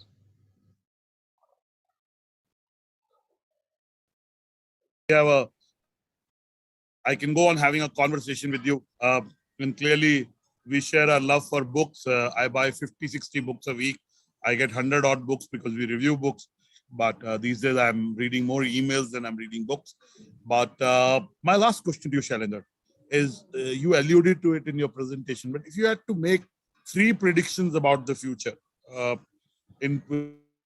relevant to marketers, in terms of a new playbook, in terms of a the next 12 to 18 months. And we know these days, we know that we don't even know what we don't know. I mean, we knew that we don't know some things, but now we know that we don't even know what we don't know. So what are your predictions, or let's say trends? Sometimes predictions can sound very mega, but what are the trends that you believe will become bigger and bigger? You outlined some of them in your talk, but as we wrap up, give us some of the trends that you believe will be relevant to building businesses and brands from scratch. Yeah, so I think I covered most of my thoughts in the presentation. Maybe I'll repeat myself. I think the world, while it is getting more connected, is getting more polarized, right? Whether it is geopolitical, whether it is religious, whether it is community driven, or just an individual's point of view. And one can see it as a problem. I also see it as an opportunity that you can be a conflict resolution provider as a brand. Take a stand and build your brand around it. I think that would be one. This constant upskilling, I think, will be a need for marketers to really adopt. It's not about just doing one more digital certification online. How do you truly embrace the new technologies and take a lead there? That would be the second one. And the third is, I think, always good to refresh rather than getting caught up in jargon or the latest wave or the latest buzzword. What are the true fundamentals of knowing your customer well and doing your 4 Ps around that? Because to that extent, classical marketing has not changed. It's pretty much what it was. So again, maybe I'm referring back to going back to school, read up a lot more, upskill a lot more before you get into practicing the art. And, in my view, there are 5 lessons we learned from the pandemic. Those lessons are first, never say never. In business, don't say this is not possible. It's just that we may not be coming from a point where we are not open. Now we know that anything can happen. I mean, working from home, I know Lenovo gave flexibility and gives flexibility now also to its colleagues in Bangalore. I've been to your office in the past. I came right in the middle of the pandemic to meet Rahul, and I know.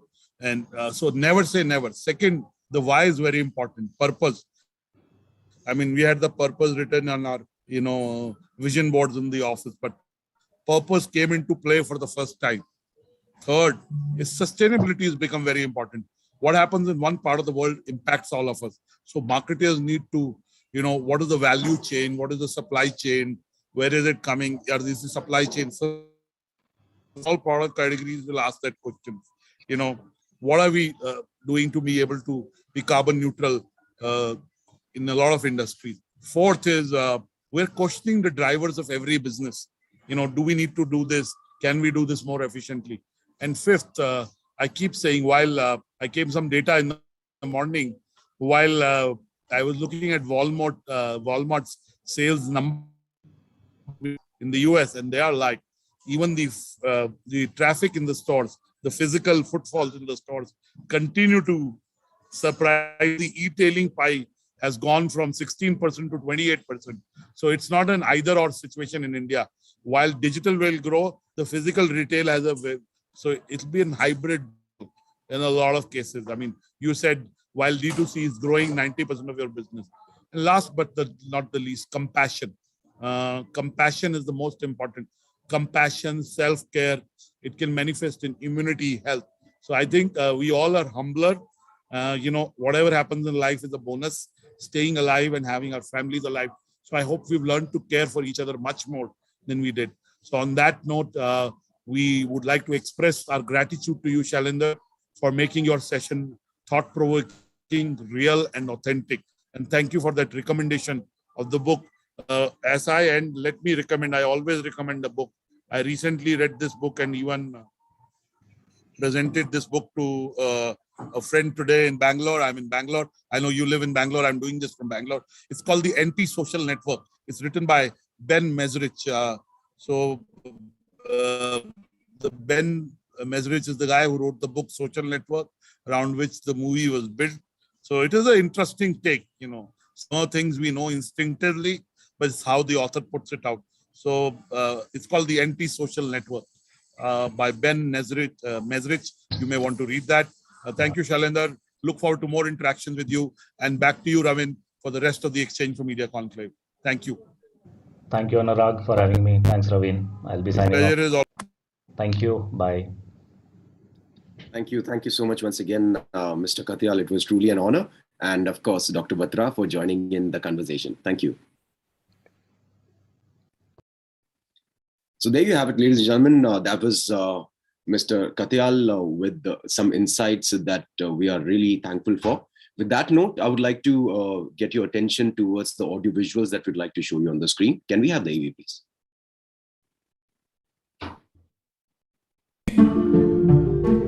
कुछ सपने सोने नहीं देते। तराशे जाएंगे सपने, पंख दिए जाएंगे आपकी सोच को। ये एक बाइंडिंग नॉन नेगोशिएबल ऑफर है हमारी तरफ से। दिल खोल के सपने देखो और फिर जी जान लगा दो उन सपनों को पूरा करने के लिए। Are you okay with 80 crore? 10% पे 50 lakhs। तेरे तीर की ताकत कमान में है, देख तेरी उड़ान आसमान में है। मैं Vivek Bindra, founder and CEO badabusiness.com। How's the stable? जो जीता वही सिकंदर। Sit. Good news today पर। Exchange for Media, a name synonymous with the latest news about the advertising industry in India. The Exchange for Media Group, set up in 2000, has the most credible media platforms covering the entire advertising, media and marketing domain with its highly acclaimed digital, print and on-ground assets. The group's flagship news portal, exchangeformedia.com, reaches over 6 lakh subscribers who are the first to receive breaking news in the industry. The buzzing website not only covers the news but goes beyond the obvious to bring in a fresh point of view. Impact, the weekly news magazine from the group, is the most widely read business magazine in the advertising trade, with in-depth analysis and news-based features providing perspective to key happenings in the industry. The monthly Pitch magazine provides a ringside view of events unfolding in the marketing landscape, along with media and advertising. Another monthly magazine, Realty Plus, is a market leader in reportage on the real estate industry. Today, Exchange for Media is not only a leading publisher in the domain, but owns the IP of more than 50 events spread across Mumbai, Delhi and Bangalore, making it a powerhouse of information and knowledge sharing. Exchange for Media has curated and launched some of the most successful IPs across marketing, digital, TV, print, radio, mobile, OOH and PR. the Impact Person of the Year, Exchange for Media Conclave, Indian Digital Marketing Awards, Tech Munch, Pitch CMO Summit, India Marketing Awards, Primetime Awards, Indian Content Marketing Awards, Golden Mics, NBAR are some of the group's top-notch events, in addition to niche, bespoke events and roundtables curated especially for discerning clients. Exchange for Media events attract stalwarts as speakers, along with a loyal audience comprising of leaders, trendsetters and opinion makers. They are the perfect networking platform for the entire media and advertising industry. No wonder Exchange for Media Group publications and events have high credibility and reach and are the destination of choice for agency, brand and media professionals across the industry. Exchange for Media. BW Business World presents a rich legacy of curated events that enable conversations on policy issues in India. Because of the state of our cities, we have no option but to build smart and resilient cities. Digital India is more for the poor, underprivileged and the deprived. Covering a range of topics, BW Business World events look to create a strong narrative around smart cities, digital India, healthcare, Swachh Bharat, human resource issues, education, banking and finance, among others. The world is fast changing. Best practices are available now on the net.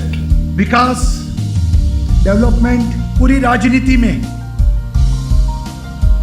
ये focus बन गया है. BW Business World events provide a speaking platform to the voices that matter. Smart से ताल्लुक यह है कि हम जो बेसिक एमिनिटीज हैं उसको हम चुस्त दुरुस्त करें. You don't have to be a technologist. You need to understand how technology influences the world. Mahatma Gandhi was a great man. He was the leader of the freedom struggle. We believe that e-governance and IoT will play a very, very important role. BW Business World is an excellent exhibition platform that helps you showcase your services to the right audience. To be a part of our legacy, write into us at partner@businessworld.in.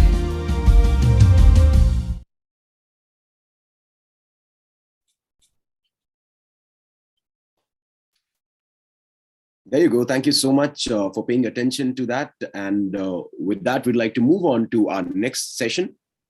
After two enriching sessions, we have a panel discussion on pandemic impact, emerging challenges, and opportunities for CMOs.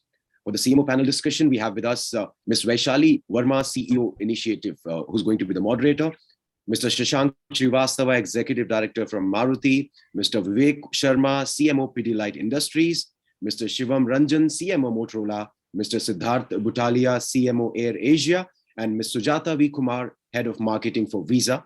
I'll hand over the screen to the panel discussion, and Ms. Verma will be taking charge from here. Ms. Verma, over to you. Thank you. Thank you so much. A very good evening and a warm welcome to all our panelists for this evening. The topic for today is how are we agile in the digital world?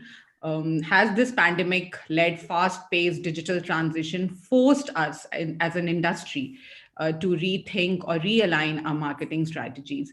There were various challenges. There has been varying degree of impact felt by different sectors and different industry. And today I'll start by asking Mr. Shashank Srivastava, CMO at Executive Director Maruti. Sir, marketing plays a vital role in stimulating demand for goods and services. And of course, there has been, challenges faced at the value chain, and there have been, all of us know that auto sector went through challenging times in the last 20 months. Would you want to share how did you, adapt your marketing strategies during the last, a year or so? Yeah, so thank you, Vaishali, for having me on this panel. I'm looking forward to a great discussion today. For your question of how COVID has affected our marketing outlook and strategies, I must tell the audience here that for the first time ever in the auto industry of our country, we actually had zero sales in April 2020. That was really shocking. And in fact, that sort of changed the entire outlook, not only towards marketing, but to consumers and business in general. So I was just hearing the previous panel talking about the known unknowns and the unknown unknowns, the black swan events. And this was that unknown unknown and that black swan event, which actually really made a difference to the way we think. So for auto sector, of course, when it became zero, the sale, we took it in a rather positive way, and we said this is actually the power of zero. And the power of zero is that you re-examine everything, assuming nothing. At that time, we really didn't know when the auto industry will bounce back. Fortunately, it did after a couple of months. But at that time, we didn't know that. And we saw a complete change in the consumer behavior as well, which as marketers, we will have to be very cognizant of.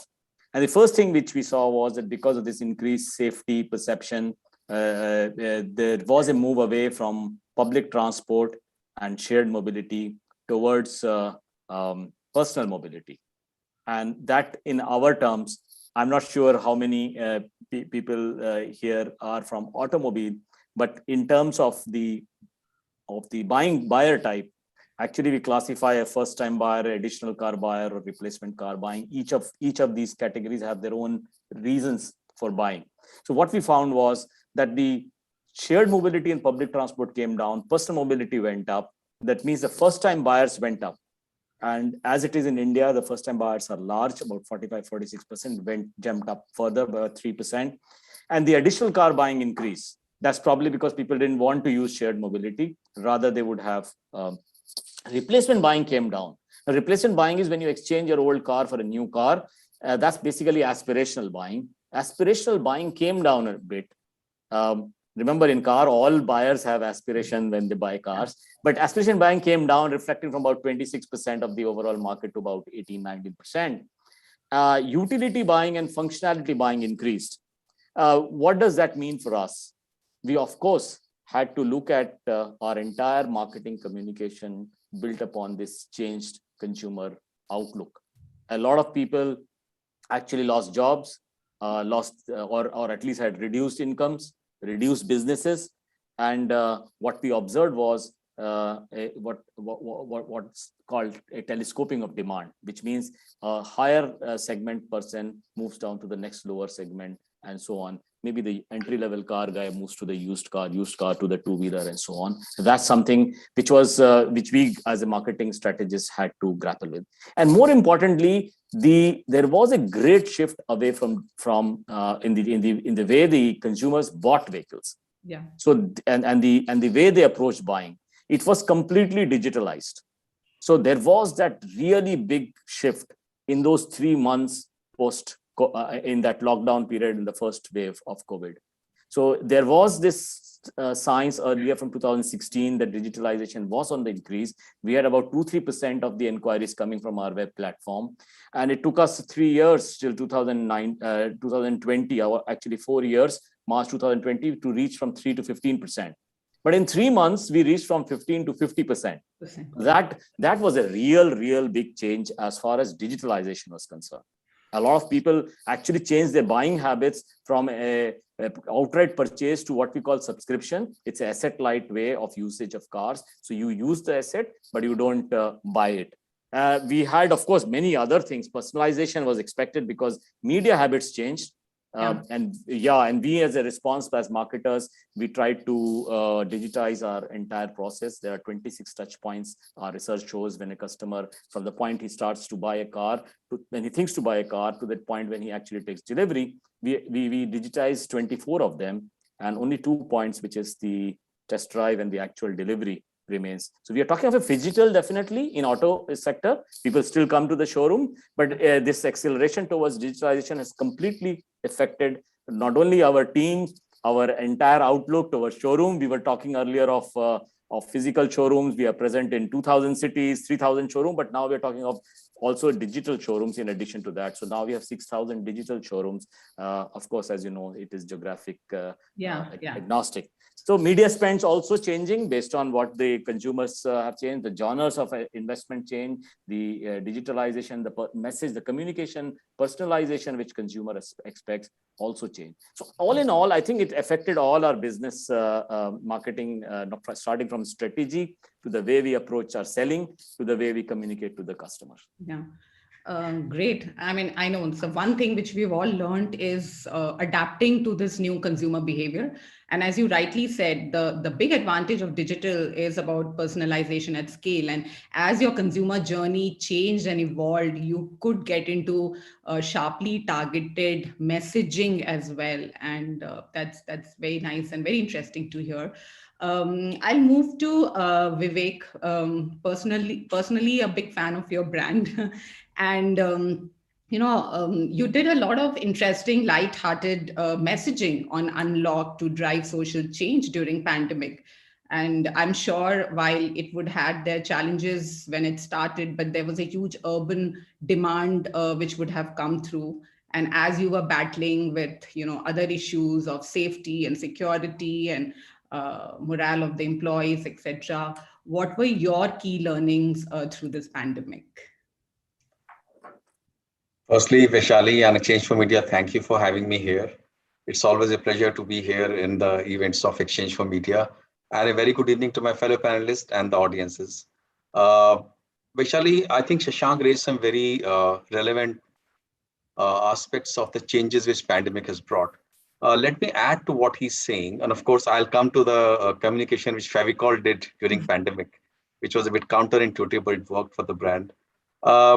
So just to underline what Shashank said, the consumer has become far more digital in his behavior, her behavior, more value conscious. There are obviously explosion of touch points, fragmentation of touch points, more towards touchless economy, more health conscious, etc. But there are changes in other aspects of marketing mix which I would like to bring forth, which actually has impacted marketing processes and marketing approach. First is that his channel has changed. We have seen more consumers actually participating in e-commerce. They become more comfortable with a digital approach of brands. And consequently, there's been a rise of D2C approach and D2C direct to consumer brands. Second is, in our industry, we have consumer and B2B businesses both. In Favicol, waterproofing, adhesives, we have something called intermediaries, contractors, end users, plumbers, carpenters. And we saw a change in their habits also. So they also became more digital, but we had to support them in this time to get them businesses because their businesses were shrinking.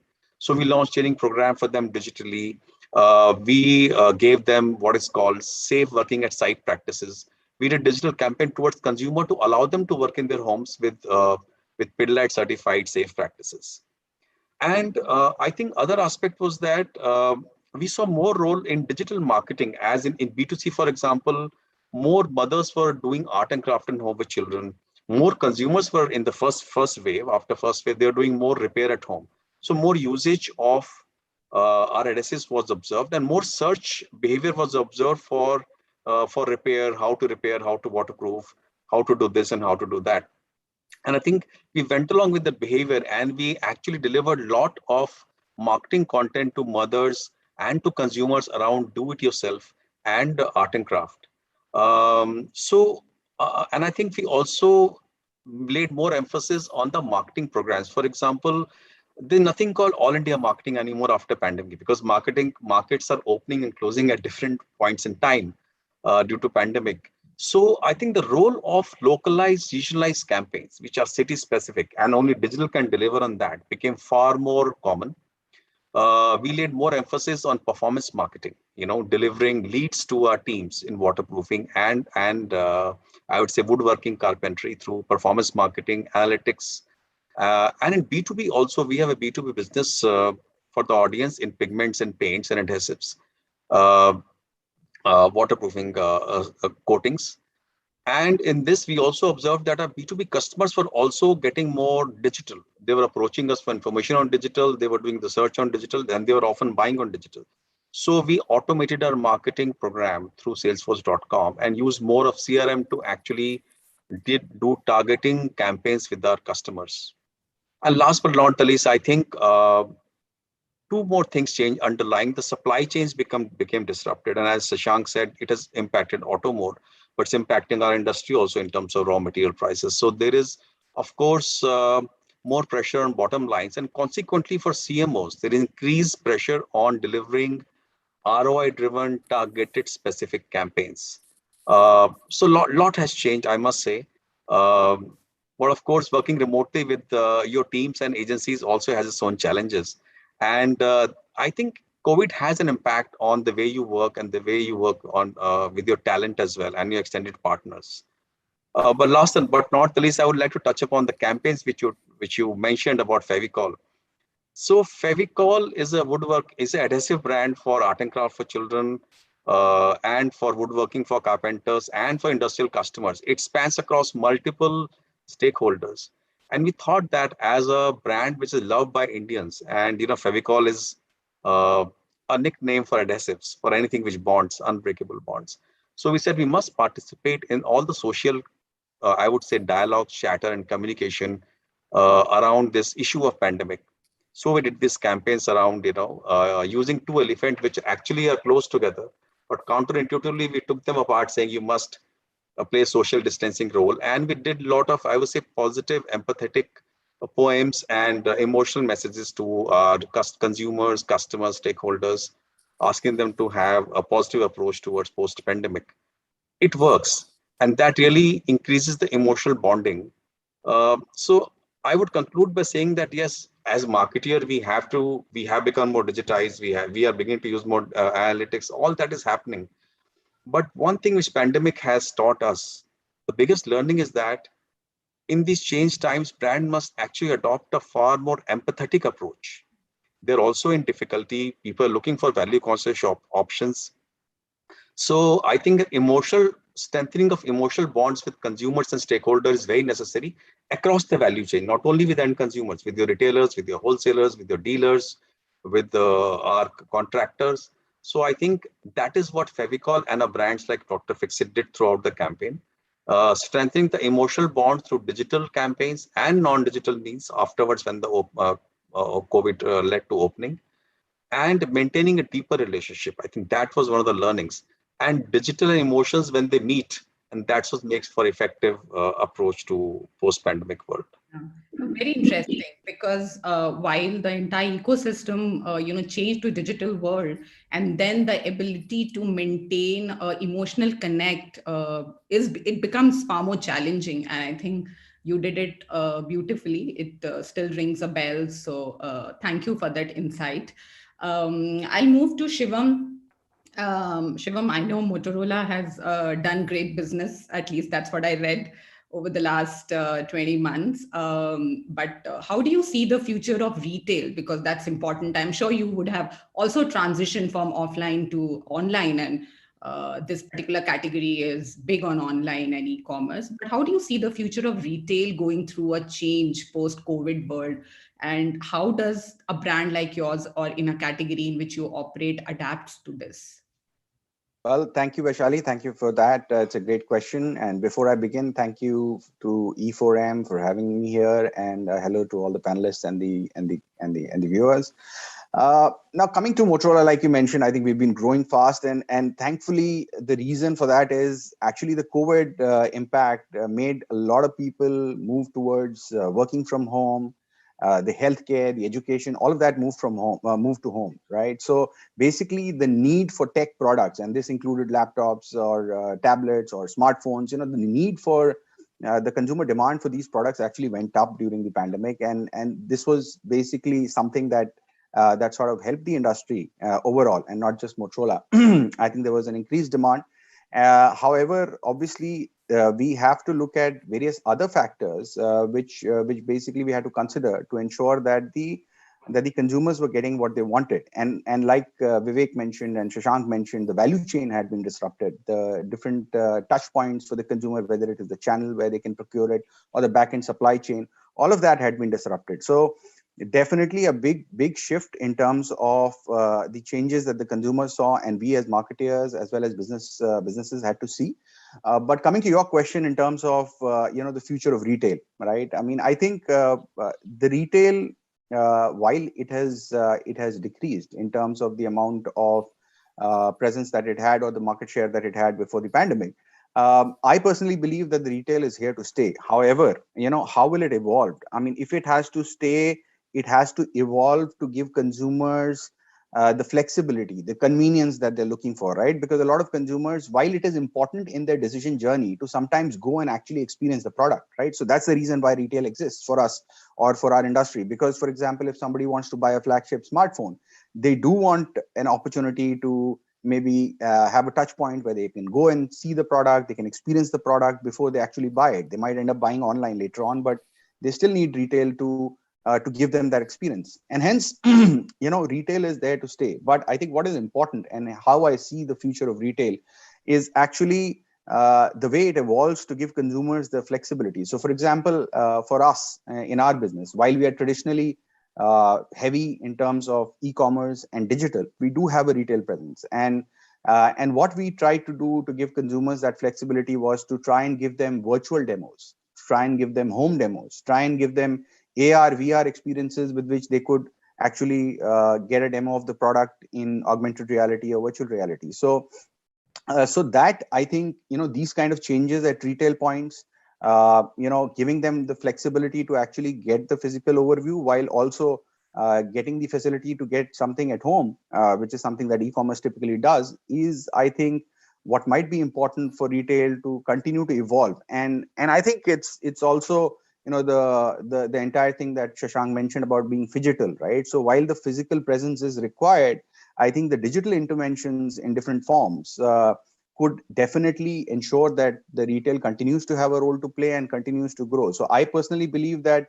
in our industry, the retail is there to stay. While the shares might change, while, of course, during the pandemic time when there was a lockdown, there was a massive shift in terms of share that went to the e-commerce portals. But as you see, over the period of time, the share is normalizing to quite an extent. And while there is still a skew, it's reduced by a significant margin. So with that, I think it's important for retail to evolve to ensure that there are those healthcare, those hygiene metrics that are taken care of to give people the confidence to actually come and visit them at the touch points, to give consumers the flexibility and the convenience to actually get the same experience from their homes or get the products delivered from home. The O2O aspects are also important, where they can work with online stores to get the delivery done. But I definitely see the future of retail, and I continue to see that it will be an important channel for us even in the future. Yeah, no, absolutely. Completely agree and very well spoken. And I strongly believe that it will coexist. The share might keep changing, but it will coexist. And one of the insights which we are picking up from consumer is about brands which gives them a lot of flexibility, ease, convenience. So in the consumer journey, to a certain extent, yes, the search and the behavior of digital will happen, but the last mile, that touch and feel, which as a consumer we are so used to, it's not going to go away. So great. Sujata, I'll come to you. There's been, a massive tech innovation, which we've all been reading, which is VR, which, whether it is AR, VR, whether it is AI, machine learning, and it's all enabling a better consumer experience, right? How has been your experience at Visa, and, what have you adapted to, and, want to share anything from your learning in the last 20 months? Yeah, sure. Thanks, Vaishali. Just wanted to check you can hear me properly. Yeah, it's all fine. Sure. Yeah, great. So as my co-panelists have talked about prior to me, all industries, and I think every brand has seen a huge change in the past 20 months. And I think the change has been as pronounced for us, because you would know, and most of you know, that India has been largely a cash-driven society. We did have demonetization where there was a slight change to cashless, but then we saw that it came back. What the pandemic did is it actually necessitated people to move from cash to cashless, because we had an extended period of lockdown, which was not there in any other part of the world. So suddenly people were stuck in their homes, not able to meet or go out, but needing to purchase things and needing to buy things. And therefore, there was a huge adoption of online and e-commerce. Now, interestingly, in India, we're one of the few countries where even when it was e-commerce, largely purchase was by cash. You will know a lot of brands actually started cash on delivery when they launched in India, which didn't happen. But of course, that had to come to a stop. Therefore, what was the role of our brand was to facilitate the customer's journey, but also to sort of alleviate all the worries they had. They had huge amount of worries about the safety and security of their transaction, the convenience. I mean, we're the country of WhatsApp forwards. So there were all sorts of forwards going around that, this can happen to your money and that can happen to your money. So I think, we used a lot of tech, we used a lot of the things you're talking about, but basically it was for three things. It was to tell consumers that feel free to make your purchases, whether it's offline or whether it's online, in a cashless method. Number two, your transactions are completely safe and secure, and every transaction is encrypted. And number three, you'll actually find that it takes much less time. It's much more convenient, and you will find the purchase experience very, very, favorable for you. And true to that, what we saw is growths that have been quite unprecedented in the last 18 months. Both in e-commerce growth as an industry, payments via e-commerce, and as well as, when you go to face-to-face at outlets once the pandemic and the lockdown was lifted, people moved away from using cash even at face-to-face purchases and preferred to use cashless methods. So I think, the role of the brand, which every brand you're talking about within our panel, it's to understand what change is going on, keep pace of the change, and adapt your brand to suit their lives. Because the moment you answer a need that they have, like for us, it was, we can't go anywhere, we can't do anything. How do we continue living our lives? How do we make purchases? We had loads of millennials who were stranded in one city and old parents in another city who have never been ever able to use digital payments. So we had to work with them. So we did a lot of education videos. We did a lot of partnerships with merchants, partnerships with our issuing banks to ensure that all consumers were able to understand the safety, the security, and make payments to get what they want, and just be able to lead their best lives during this period. Yeah, very encouraging. And I think a lot of brands, which comes to my mind, navigated this journey very well in terms of how-to videos, which is help consumers navigate through this shift, right? And when it comes to payment, you're always, very guarded, and there is a lot of apprehension. So that's great. Very nice to hear that. I'll come to Siddharth. Hi, Siddharth. Good to meet you again. Travel has been one of the most impacted industry, and yours is a young brand. And while I think business traffic is crawling back slowly, what has been your experience and learning, and how did you adapt to your change in marketing strategies in the last few months? Thanks, Vaishali, and pleasure to be on the panel with some stalwarts from the industry. I must give a shout out to Vivek and the Pidilite team. I started my career in advertising at Ogilvy, working on the Pidilite account, and a lot of the good work that we've seen, in the past couple of months, including some of the entries in the awards, have been some fantastic work again by Pidilite, and it just drives that sort of consumer insight and sentiment learning home. I mean, travel, as you said, has been really one of the most adversely impacted industries globally by this crisis. 2020 saw about a 60% decrease in travel. So 2019 flew globally 4.5 billion passengers. 2020 went to 1.8 billion. And we saw some major shifts in macroeconomic drivers. China became the largest domestic market for air travel in 2020, which is a good indication of the size and scope of a domestic market. And in India also, we pivoted significantly into relying predominantly on domestic, which became an advantage for us in many ways, as was the lack of a reliance only on the corporate sector, because as you said, that has been crawling back a lot slower, whereas VFR, first-time travelers, holiday makers, actually recovered a lot quicker in terms of their trends of travel. What also happened is that the speed at which a lot of new norms got accepted, which is something that Sujata spoke about in terms of digital payments, has seen the same thing in terms of digital engagement, not just in terms of booking behavior, which at least in the case of airlines has been largely digital for a few years now, whether through the direct channel or through online travel agent partners. But things like web check-in, which used to be at 30 to 35%, suddenly moved up to nearly universal web check-in, which gives a lot more data and insight from the period of the booking to the period of the actual travel, to be able to personalize communication, to be able to upsell ancillary services, seats, meals, etc. The other thing which happened is because of the regulation across the board, the amount of data and nature of data which was getting collected, including personal information, whether it was health and contact, declaration related information, to the kind of information that we have now on our consumers that we never did, which includes postcode information. We always knew which destination people were flying to, but I never knew where they were going to stay before they were flying, once they get there. Has enabled a lot more personalization even in the ATL media strategy, because you now know down to a postcode level or a house residence address level where the individuals are staying and how they're traveling, how often they're traveling, etc.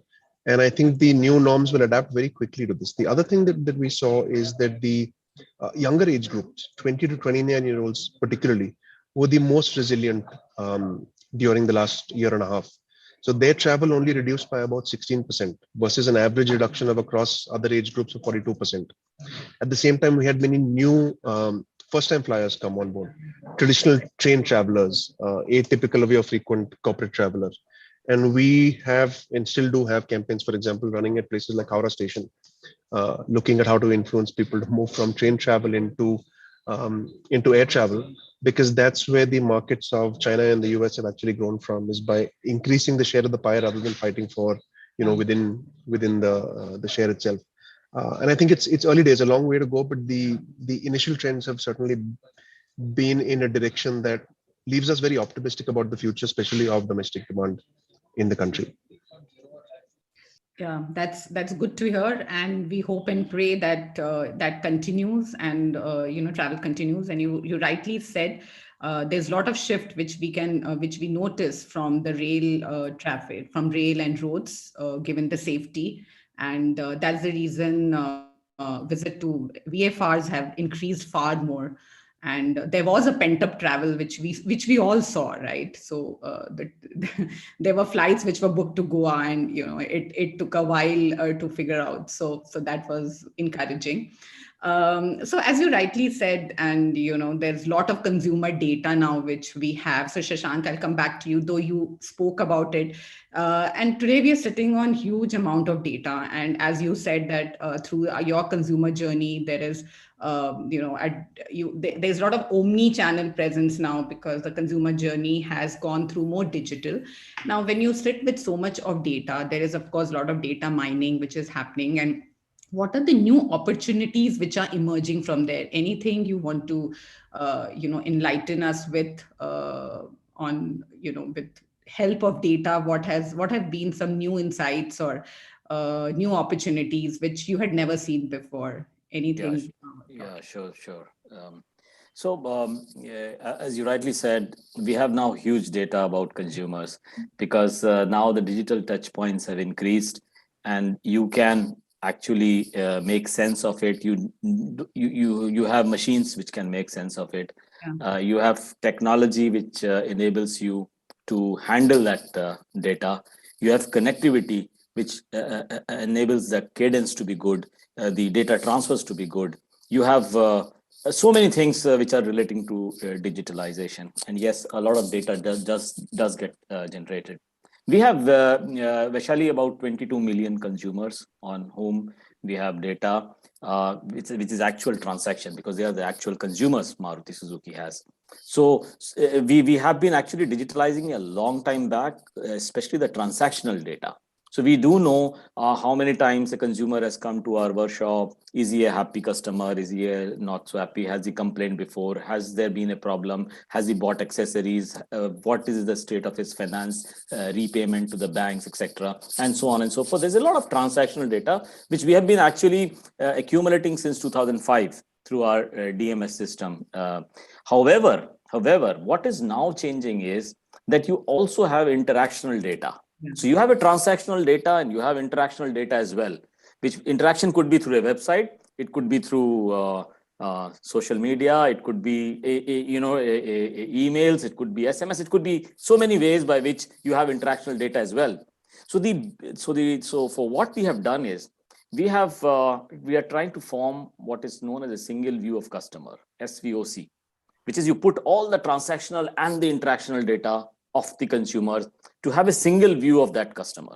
And that's great because and I can tell you, a lot of you asked for how it has helped. I can tell you so many things in which data analysis has helped.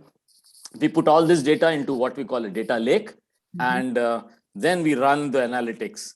And you have advanced analytics based on AI, ML. We have even through our connected Suzuki Connect, we have data on the individual cars as well, which means of course, there are data privacy issues, which we cannot use them for individuals, but as cohorts, we can. So we know how many times a car is being braked or how many times it has accelerated, how much fuel it has been consuming, and so what is the speed at which it is, which driver is driving, and so on and so forth. So what has been done? Well, these things are not just relating to marketing. It could be relating to design as well. So for example, we know in India, if the number of times consumers apply brakes are a lot many. So you might actually want to use a material on the brake pads, which is different from what you would probably use in some other place. For as an interesting, this was done earlier in a mechanical way and not the digital way. Long time back, when Maruti Suzuki was introduced, we found that the horns were failing. And a team from Japan, from Suzuki, came and said, what is happening in India? Why they are failing when they are not failing in Japan, Europe, etc. So they went around, they found Indians use the horn too much. And it was not designed for that sort of. So the material was changed. That was based entirely on observation. But we have now digital data. We can have, for example, predictive servicing. We know that this guy has been using the vehicle for so long, his brake oil is coming down. We know that. We even know the fuel level, for example, of cars. So you can actually not only design vehicles, you can also have predictive servicing of vehicles. There are other ways. You have actually sensors which can process the retina movement on a real-time basis. You can tell whether the driver is distracted. So if you're sleepy and you're on a highway or wherever, you can actually get a alarm saying that your retina move. I mean, it's dangerous to drive while you are distracted. So some people are distracted because they are sleepy. Some others are distracted because they are looking around. And both ways you can actually be warned that this is, so you can have actually safe driving because you have now data on the radio. You have, of course, many other things. You have intrusion alarms, you have geofencing, you have predictive maintenance, as I said. You can even monitor tire pressures, telling them when they have to put, in the tire itself. And of course, for marketing, this data can be used for ad suppression. It can be used for personalization. There are thousands of uses, and we are just starting. Yeah. And and the uses are as ordinary as a geofencing, which means if your car moves beyond a particular region or area from where your house, you will get to know that it has moved. So if for example, my teenage daughter, if she takes the vehicle, my geofencing is on. I know she says, I'm going to Munirka, I stay in Vasant Kunj, it's about 3-4 kilometers, it's fine. But if she goes beyond that, I know that she's on the way further than what she said she will take the vehicle for. So of course, these are all data which can be used immensely across the chains, supply chain, logistics. You can have weather predictions, which direction or which the truck should go, carrying your material should go the shortest route, when there are predictions of rains, where there is road blockage, and so on and so forth. You have immense usage, and we are just starting, Vaishali, and I think going forward, we'll have thousands of uses, which will be really, really good for the customer on a very personalized basis. Yeah. No, I mean, that's very interesting. And thanks for sharing some anecdotal stories there, how the importance of data is not only in marketing, but of course, design and deep research, which is available on product, innovation as well. So that's very interesting. Vivek, consumer expectation is evolving, as we are saying, right? They are wanting brands to come to them, brands which is engaging with them. You are one of the most trusted brand. And what do you do beyond that to engage with the consumer? It's the most loved brand. So what are the challenges you face when it comes to, going beyond what you're actually doing? How do you elevate that? Okay, that's a very generic way, but let me give this answer in context of brands like Fevicol and Dr. Fixit. So what are consumers expecting of brands in this change scenario, and what they normally expect? Of course, they expect brands to be delivering the proposition the right way, respond to them, etc. But of like 3 or 4 things which we observed is that the first thing which nowadays consumer want is that access to brand has to be very easy, because pandemic has often made brands accessibility difficult. So we have to ensure that somehow, whether our distributors are ordering online or retailers are ordering online, the brands are physically available where they are supposed to be available. That's one. Second is, as I said, in many segments and categories, consumers have become value conscious. So we have to make sure that we are actually present at the right price points, where brands can be accessible to them. In many categories, we have seen what is called down trading to lower priced SKUs. But having said that, I think more so in these pandemic times, consumers are expecting brands to be more listening. So the role of marketers actually for us is to, and we have also done the same, is to invest more in listening tools and to ensure that with the partners and within the company, there are structures and people whose job is to listen and to actually respond to consumers. And that, so ORM, online reputation management, is becoming more important. And that expectation actually has, I would say, galloped and gone very high in these times than in normal times. So listening is one.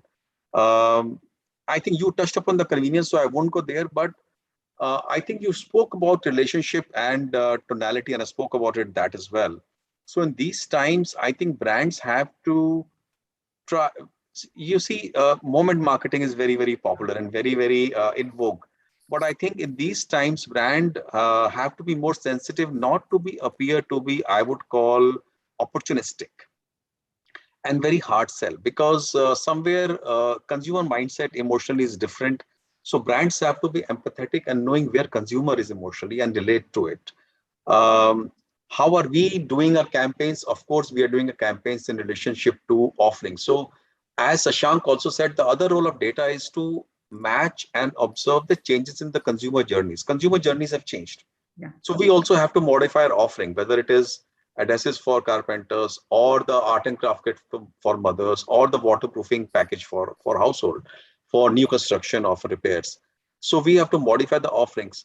We are doing the campaigns which are far more regional, far more need specific, but at overall level, we have actually upped our social media presence, where we are saying that brands not only have to convey their proposition, they also have to have a dialogue with consumers on an ongoing basis about issues which concern them, which may or may not be brand related.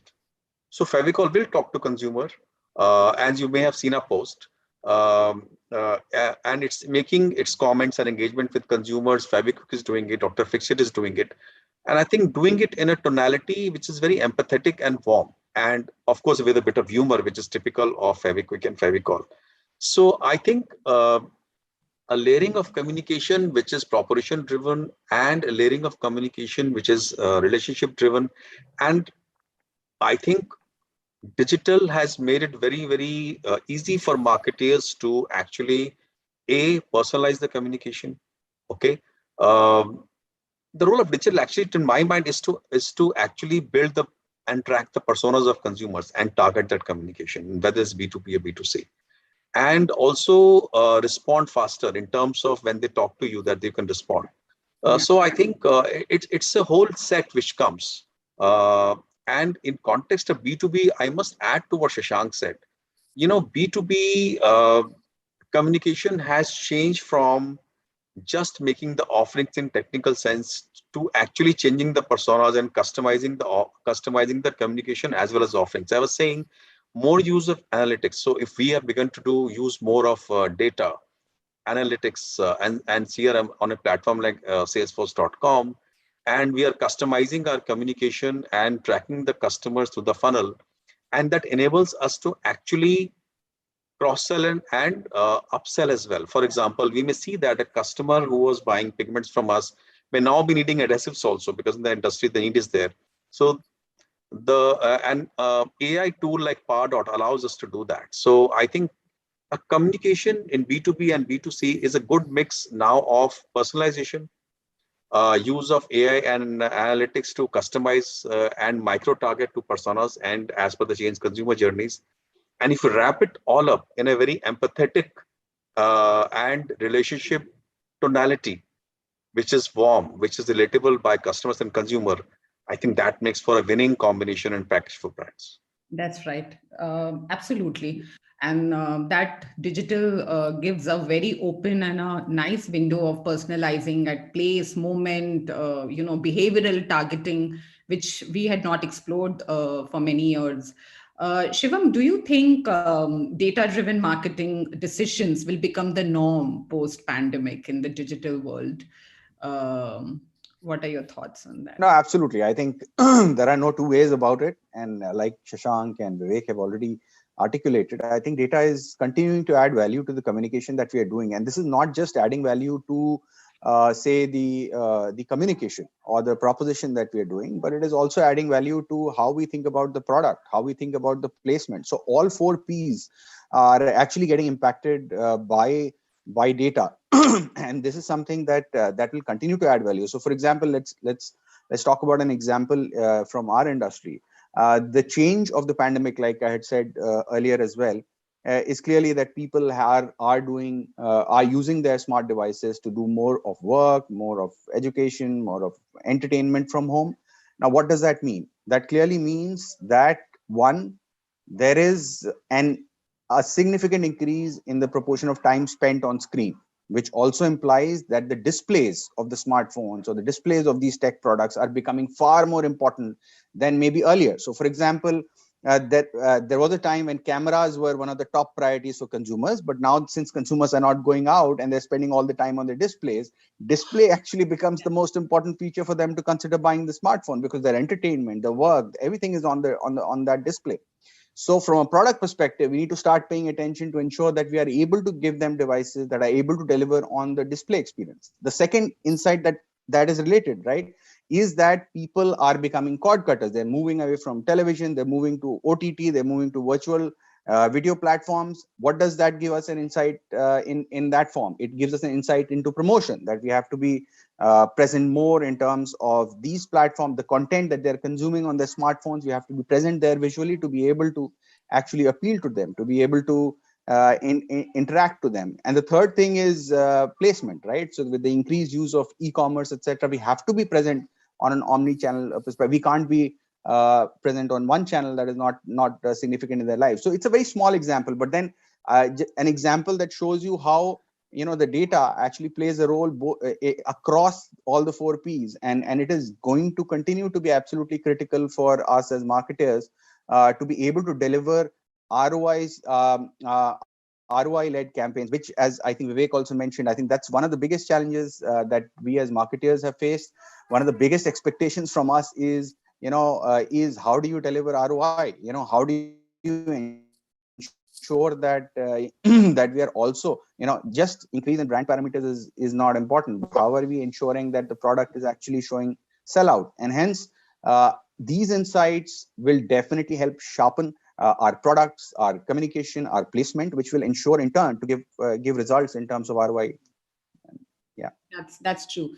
So Sujata, we're talking about data-driven and ROI-led marketing, and of course, when you look at the consumer journey for the top of the funnel, there's always a television and a digital kind of a convergence.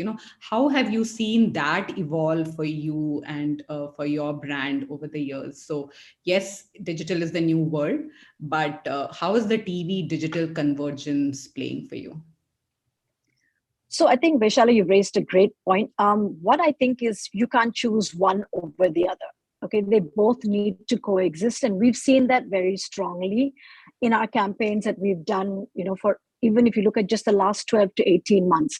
I think the role that TV plays in giving you awareness and reach can't be met by any other media in the large scale in such a short time. So we continue to definitely look at TV to get that initial reach and awareness. However, it's not one or the other, it's omni-channel, it's all channels. And what we do is we then, more for just awareness, it's TV, then we go to social and digital where, number one, you can go into more details because there's so much more targeting that you can do. So we, look at different messaging for different consumers, different target groups. What you can also do on social digital is actually do retargeting. So you can do a primary targeting of communication on TV and follow it up with much more details, much more relevant content to that specific person that you're talking to. So I think that both go together. I'll give you an example. So for example, when we just, we launched a campaign just now all about cashless confidence, we talked about the fact that, anybody can go cashless. So that was what we talked about at that point on TV. However, how to target people, whether it's someone who's wanting to know how to use a debit or a credit card, that takes time. Or if we're going to look at, does someone want to travel and what do they need in help for traveling? Which stage are they in their travel journey? All those can be done through, through digital. But I think the basic 2 points that I really notice is, number one, the consumer is a distracted consumer today. No matter which form you're using or which media you're using, they are on multi-screens at all points of time. So to assume that they will sit and watch your message when it comes on, it doesn't happen anymore. And therefore, the importance and the need for quality content is all the more key. Whether you do it on mass media or you do it on social and digital, quality content, great content is still key. And then you can choose the different methods to reach them through their purchase journey. Yeah, absolutely. Interesting. Siddharth, I'll come to you. And, so within the digital pie, we see most of the spends or ad spends happening, at least on videos and display. And as you, for you, there are different kind of cohorts. One is a business traveler, and then there is the fun traveler, the vacation traveler, and I'm sure you're doing different communications. How has that changed? So is the mix kind of changed over the last few months and it has gone more mass, given that you're trying to, win share from the non-air travelers? So has that impacted the digital mix, or it's the same right now? It has impacted the mix, and I think the nature of travel, the kind of concerns and the uncertainty around travel have also changed the conversations that are happening. We saw in the immediate aftermath of the first lockdown in 2020, about a 7x increase in social media engagement. Mm-hmm. Part of that was driven by the fact that they just want enough people to take calls. Contact centers, cancellations, people with multiple changes in regulations by states, etc. So we took every opportunity to actually introduce at that time a new AI conversational chatbot that was able to address most of those queries. We have the chatbot engaging now, not just on on the website and on the mobile application, but also on WhatsApp and on Facebook Messenger. So that at least a lot of the support-related conversations are managed very differently. But each channel is very different. We still see a lot of support-related issues raised on Twitter, for instance. We see a lot more engagement of video, like you said, on channels like Instagram. Correct. And we've pivoted for a lot of the brand communication that would historically have been done on television to channels like Instagram, especially with younger consumers, because the engagement is higher. The shareability is a lot higher. We've tried various new techniques like branded stickers as emojis that have done phenomenally well from an ROI perspective.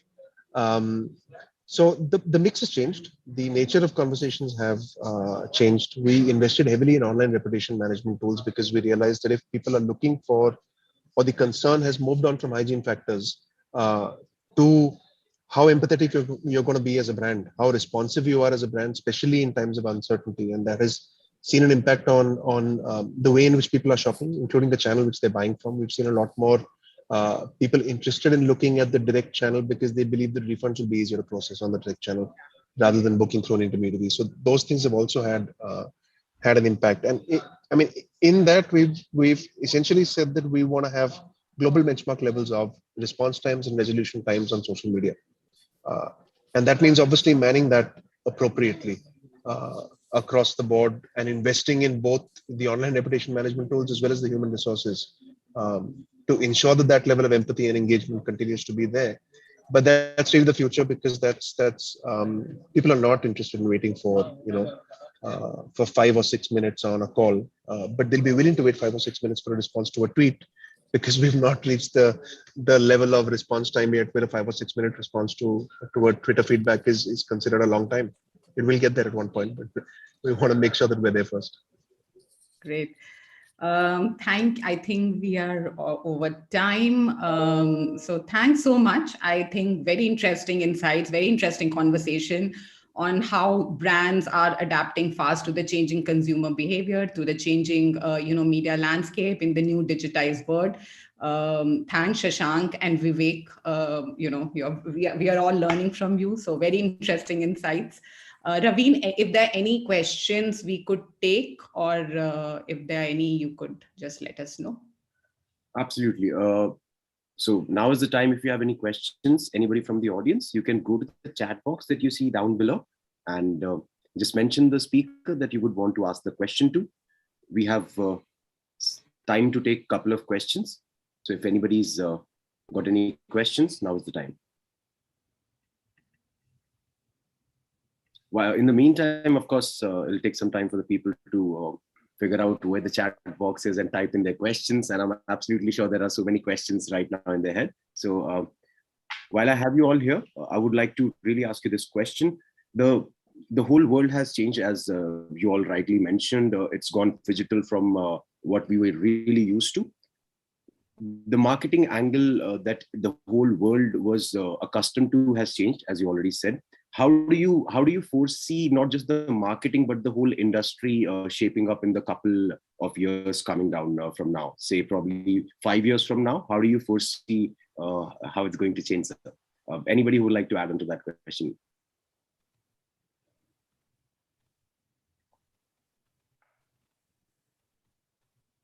Well, I think I can start. I think that's. Yeah, sorry, go ahead, okay. Sujata. No, I'll just do quickly. So I just say that I think there are a few trends that have started that will continue. One is we'll see that a lot of brands that have offline retail presence will move to online. So that's one thing that will happen. I think there's a huge phenomenon in buy now, pay later that's coming up, which we are seeing going to influence a lot of people's spending, purchases and how much they think they can spend. I think the people will be looking at offer-based, where can I get the best offer? And like I said, I think they're going to look at what fits in with their changing lifestyles the most. So those are 3 to 4 points. And Shivam, hand over to you to continue. Yeah, thanks, Sujata. And I think I was going to say that, if we had that kind of a silver bullet that could cut across industries and predict the future for 5 years, I think we would all have loved to have that. But unfortunately, we don't. So it's a tough question, Raveen. And I think, frankly, my view is that every industry, and there are people from different industry across panels here, has seen the impact of pandemic in a different way. And all of us have definitely adapted or reacted to it in a different way. So yes, I mean, there are changes that we are seeing across different industry, in the way we market, in the way we develop products. And I think I spoke about it. I think Shashank and Vivek also spoke about it. That it's just not, I mean, the changes have not impact just the way we communicate with consumers, but also how we develop products and where we place them. And hence it's holistic, and it will continue to evolve over the next few years. But yes, like I said, differently for different industries, and hopefully in a more positive way. So yeah, that's it from my side. So I have a small question. There was a report recently that said that advertising industry in India will grow annually around 6 to 8% annually.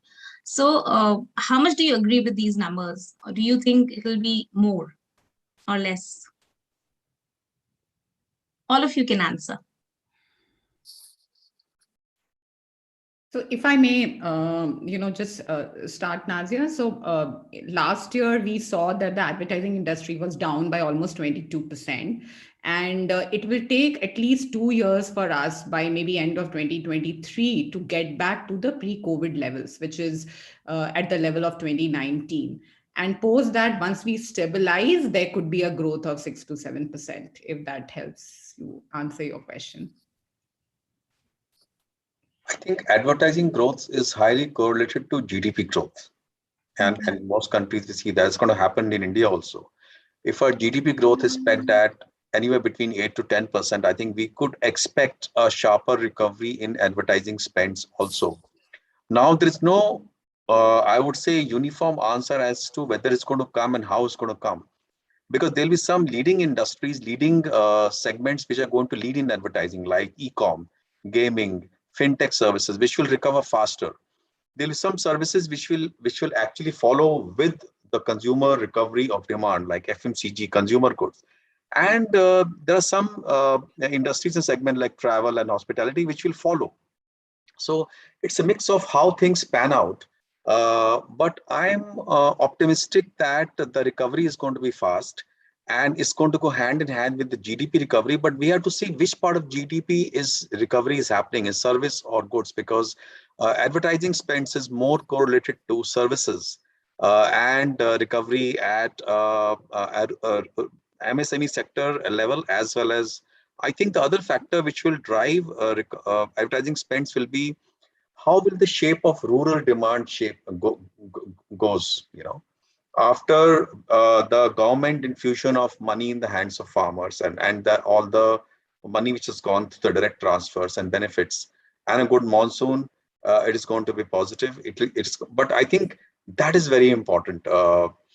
Equally, I think brand owners and brand manufacturers have to go hand in hand in ensuring that the offerings at the right price point and the distribution and supply chain actually matches the sentiment and the shape of the recovery. So I think there's no straightforward answer to it, but I think we can assume that the recovery is going to be around this zone and maybe more.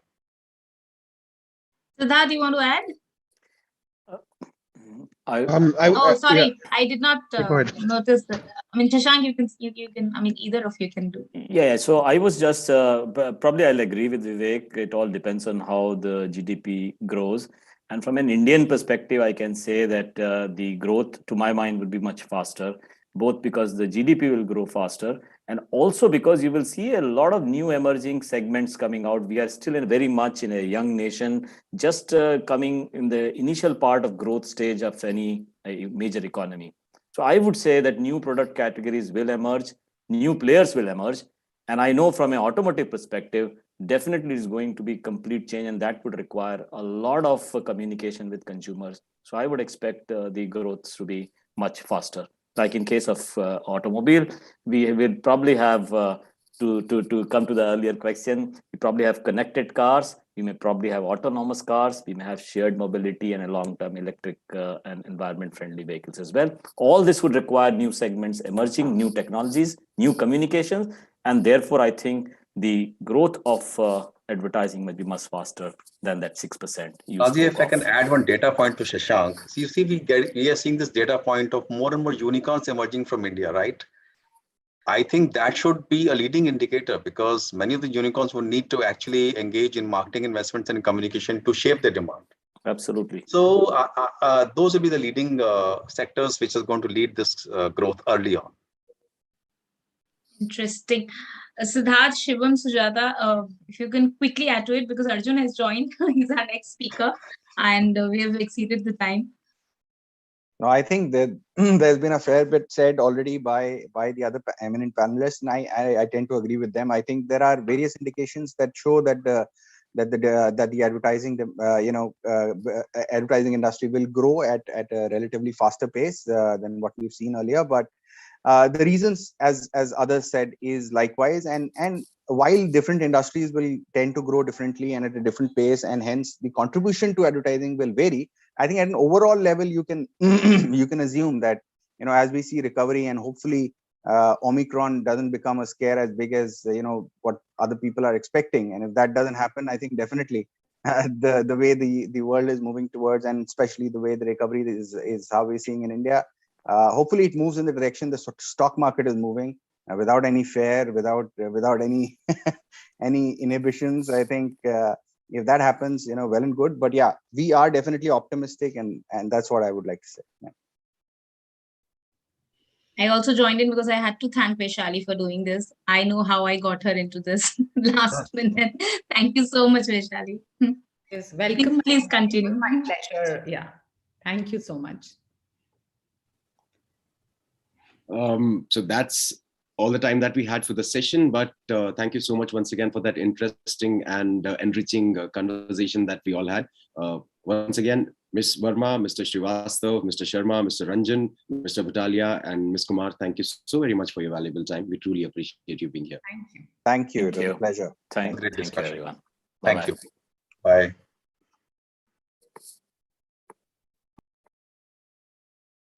Thank you so much for all the viewers as well who are joined in here. Before we move on to our next session, I would like to show you this partner AV. Can we quickly have the AV on the screen, please? Can we do the AV later? Because Arjun's already waiting for some time now. All right. We can run this later, please. Yeah. So we'd quickly move on to the next speaker. The headline speaker is Mr. Arjun Mohan, CEO of Upgrad.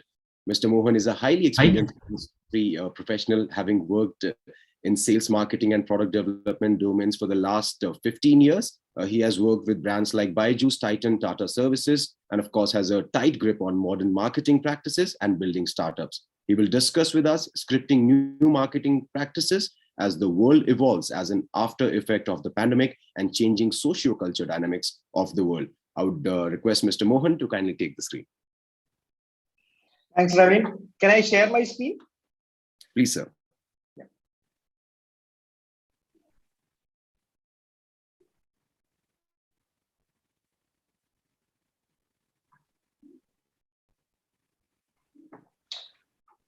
Hi. Yeah, is my screen visible? Yes, sir, and you're audible as well. So clear. Okay, so I can start, right? Yes, sir. Good evening, everyone, and thank you so much for this opportunity. I will not take too much of your time. I know there have been too many sessions going on. Possibly all of you guys are already saturated with all the marketing yet. So what I'm going to do is give you a light view of what we have been doing at Upgrad.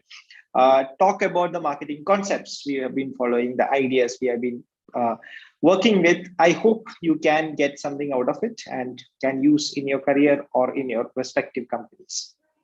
So quickly to speak about Upgrad, we started out in 2015, launched the first program in 2016, which was in entrepreneurship. Moved on to understand that people in India don't believe in learning entrepreneurship. So hence diversified into more of tech portfolio, including data science, ML, technology programs, digital marketing, so on and so forth. Actually, if I look at the way Upgrad has grown, I can divide the entire company into two parts, or the time of growth into two parts. From 2015 to 2019, typically, we were completely focused on building our product. We are a company which is obsessed about our customer, and hence it took us multiple iterations before reaching to the best product possible. So we did not go out expanding our reach or acquiring too many customers till the time we were really sure about it. So that's what we did till 2019, 2020. It is actually in 2020 that we started scaling the business in a big way. Once we were confident about the product, that's when we went out and started really doing marketing. So that's the phase when Upgrad's marketing starts, and that's what I will talk more about. As you can see, till 2018, we had hardly 10,000 learners. Our base increased to 1 million in 2020, and we have already crossed 2 million this year. So that's the power of marketing. Yeah, so let's talk a bit about what marketing we were doing and the concepts or what we believe in. So our marketing largely is focused on 4 dimensions.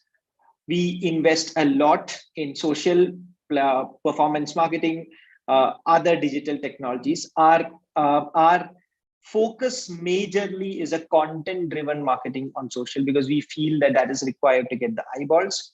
We do a lot of TV, but not as much as a large-scale brand in India does. We have a very clear strategy on what we want to do on TV, and hence we cohort doing it. I'll speak more about it when I come there.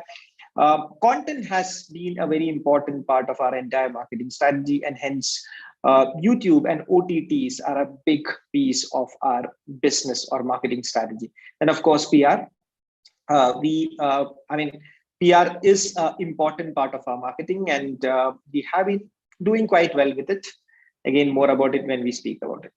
So to start with, if I speak about content, the social media strategy for Upgrad has been content driven. We did the social media or content in two ways. Number one is we associated with a lot of content creators and tried to place our product as part of the story these content creators use to communicate with their customers or with their viewers. So fundamentally, the approach or the insight we are seeing is that people today are moving away from just seeing ads, and there's so much of content around them that they really don't want to spend their time seeing blank ads. As a result, if the brand is not ready to write itself into the stories a particular viewer likes to hear or view, it's very difficult to get yourself noticed. And that's what we have been doing with these content creators. We've been always very clear that we want to take a lighter view of things, but at the same time, we want to be educated with associated with educated content, and we don't want to deviate too much from the education which we represent. So two parts. One, as I mentioned, we have got associated with a lot of content creators, Filter Copy, TVF, lot of individual creators. One example given here is Dhruvrati. So what we do is we do high quality content videos with them, which typically is the style they follow to get to their viewers. And in that video, we ensure that our product also comes in. So the placement is very, very organic, very, very relevant, and as a result of which we have been able to get good traction through it. And as we moved on in this strategy, we became more ambitious. And then we decided that let us, rather than just doing content with creators for their channels, why don't we start investing on an IP? So hence we started working with this creator Be Unique and worked on an IP called as the Office Canteen. Now, Office Canteen is a proposition of taking a very light jibe on what happens in your office, the office politics and what people typically do, so on and so forth. This is the same theme which we have been using for our TV ads. I'm sure some of you at least would have seen our donkey ads, where we give a lighter side of what happens in office around the idea or around the insight that office politics is something everyone feels is curtailing their growth. So we did a series with Be Unique, and it has been a 3-episode web series, extremely successful. So we've been able to reach more than 8 million views, and we have seen the traffic and the sales go up by disproportionate level. So one of the insights about doing such thing is the fact that we do understand that our TG predominantly is present on the internet. And today, our TG has got so much of content to consume that they consume only very customized personal content, which they think works for them. So you can't really do carpet bombing or mass market advertisement to reach to them. So that's been the reason why our strategy around it. Now coming to TV, the most premium advertising inventory available in this country. Moment you go on TV, there was a time when people in this country thought that, okay, this is a big brand, now I can trust it. In my view, all those days are gone. TV has become pretty much, it is definitely a medium which will give you a huge reach, but it may not be really the right medium to get to certain niches of audience. So the approach we have been using for TV is quite simple. We have been focusing on huge properties, properties which doesn't have online equivalent. And hence we are fairly sure that this will give us reach across the country.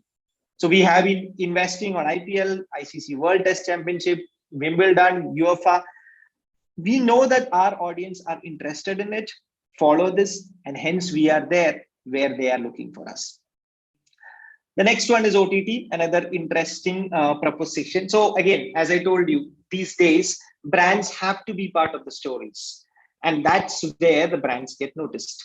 So this has been one of the things we are focused in. Along with creating our own content on OTT, we have been also associating with large, high free or a property which has potential to reach very, very large number of audience. So we have tied up with Shark Tank India, the version of world famous series, which is just going to start on December 20th.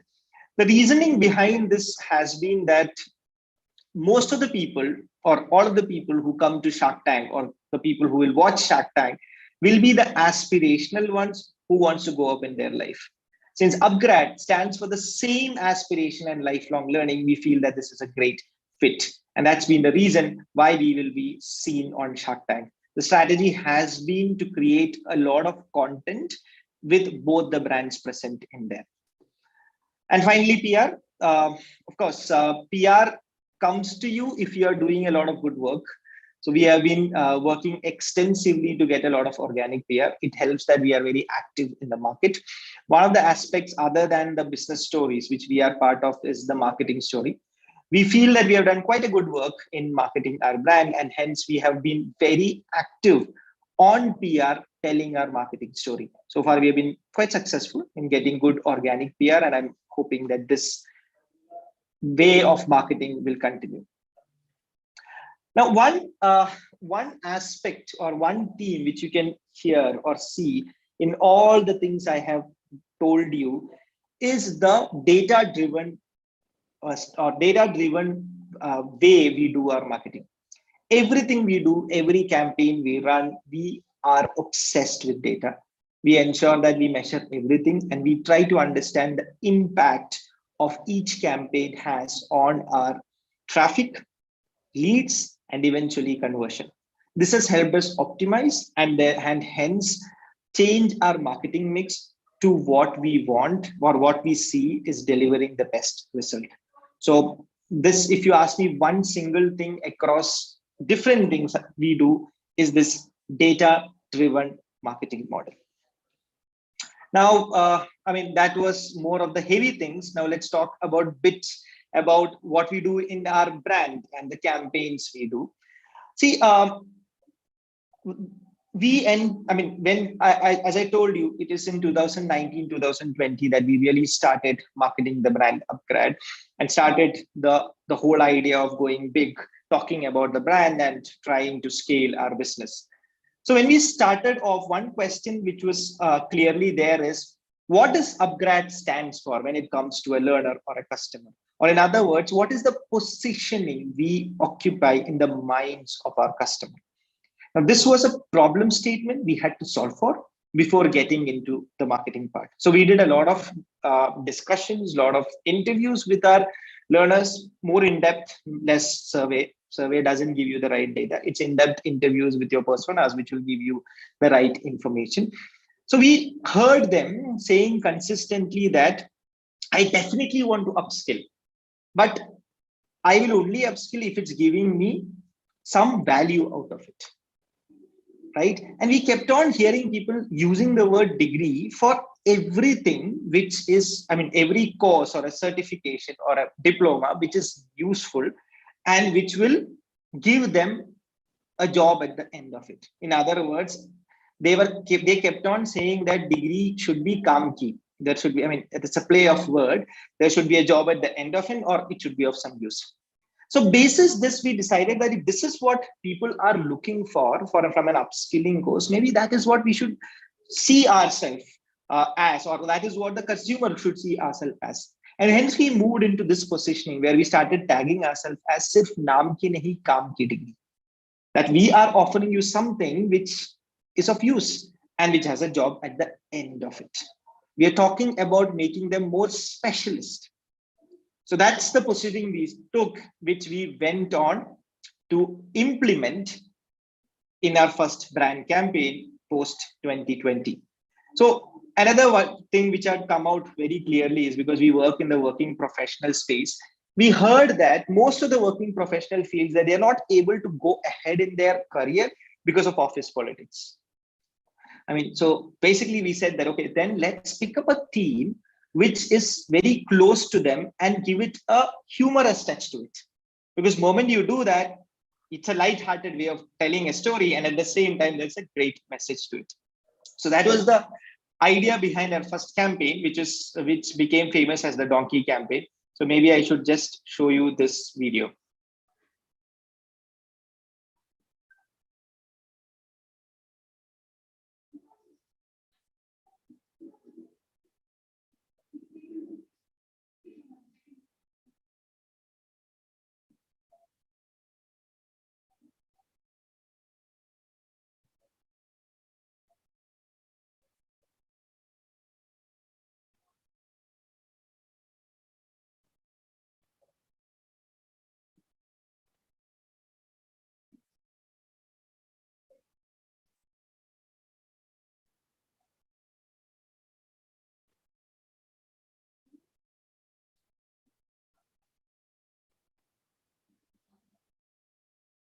So I'm sure that at least some of you would have thought that your boss is an ass and doesn't know anything. So that was the idea or the insight we got from, and we did this campaign. Went out quite well, worked well for us because there is a smile to it, but also see the message, right? You're saying basically the protagonist is telling you that don't worry about all these things. You will go ahead in your life if you upskill, because that's all that matters finally. So this was the first campaign. Sorry. We followed it up with a sub-brand campaign. We also realized that if we want to build a big brand, we need to be associated with the existing brands in higher education. So we decided that the way we want to go ahead is that we want to work towards bringing all the master's program online in India. Now it's simple, right? Think about it. So the working professionals in India start working immediately after their bachelor's. Every year, a successful person starts making more and more money. He or she wants to do masters and it upskills you in a very different manner. It helps you go up in your career. But to do that, you have to take a break in your career, a risk which most of us don't do that. And as a result of which people get saturated or people get hit a ceiling after some time because they don't have the upskilling which comes with the masters. So this is a proposition we worked as a subset of our upgrade brand, where we said that we want to also develop the brand Upgrade MBA. So Upgrade MBA was the next campaign which we did. Take a look at it. We took a very different stance to it.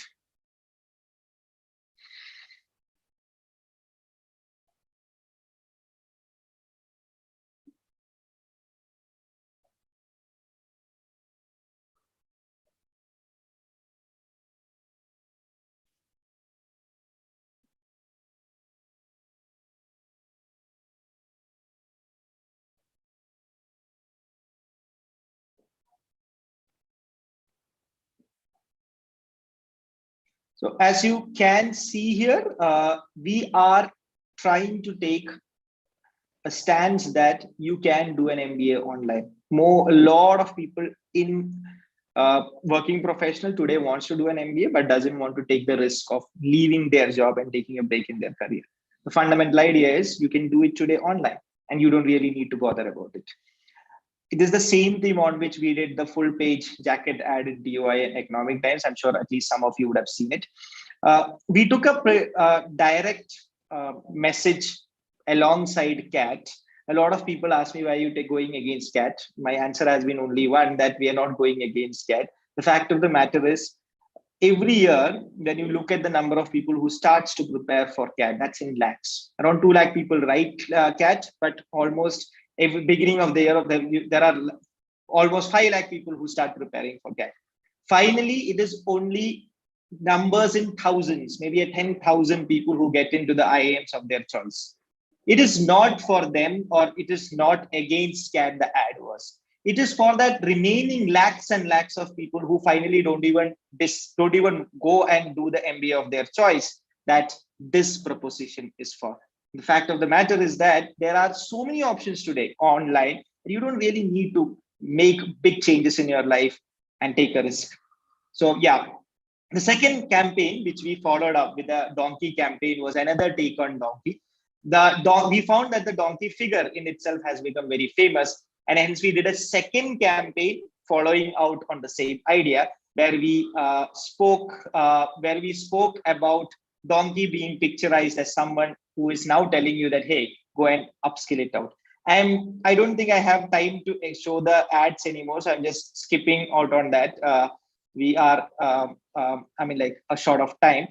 Post that, again, the sub-brand strategy, we launched a product in the degree space, and we did a campaign for upgrade degrees. Again, the same strategy. We saw that there is a huge market sitting there for degrees, especially after the new education policy allows a bachelor's and master's degree to be done online, which we wanted to tell to the students who are now stuck because of Corona that don't worry about it.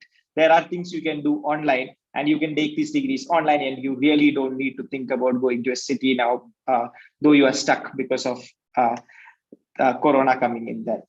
I'm again not going to skip all this. So this is the latest campaign where what we realized is that after 1.5 years of brand building, we saw that the idea of online education and upgrade awareness have been on a high. So we thought that it is time to move to the phase 2 of brand building, where we talk more about the upgrade proposition and what is the USP we bring to the table.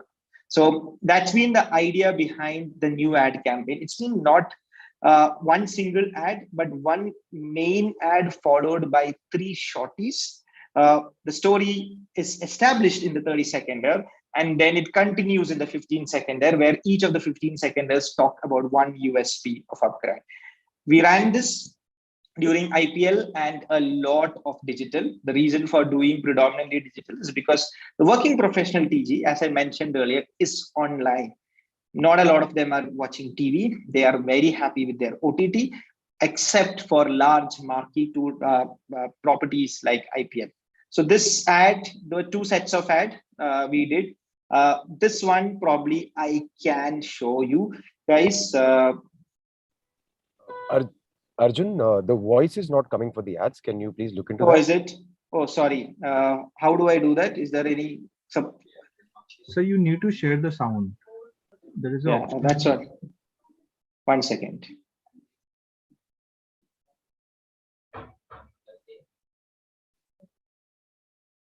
Just give me a minute.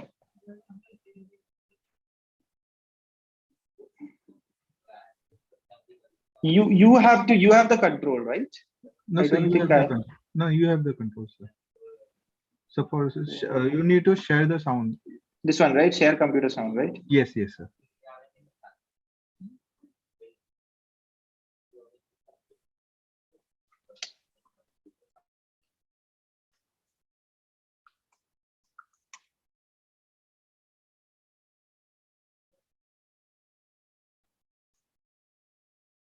But there's some installation I need to make. I don't think I can do it. So anyway, so I'll rather share the deck. You can share the videos. So you do want me to play the PPT? Yeah, if you can do that. These last two videos, if you can play, that'll be great. I think that's all I have. This is the latest campaign. Okay, sir. So on the deck, we are talking about slide number 31 and 33, I think. Okay, sir, I will play it, sir. Yeah, just do that. No, I'm just stopping to share. Yeah.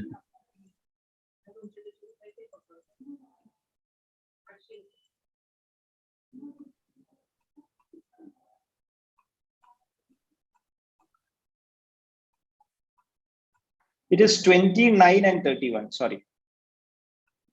Slide number 29 first and 31. Okay, sir. Yeah.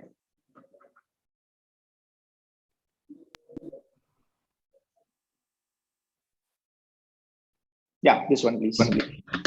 अरे show ही नहीं। Oh hi. Long time.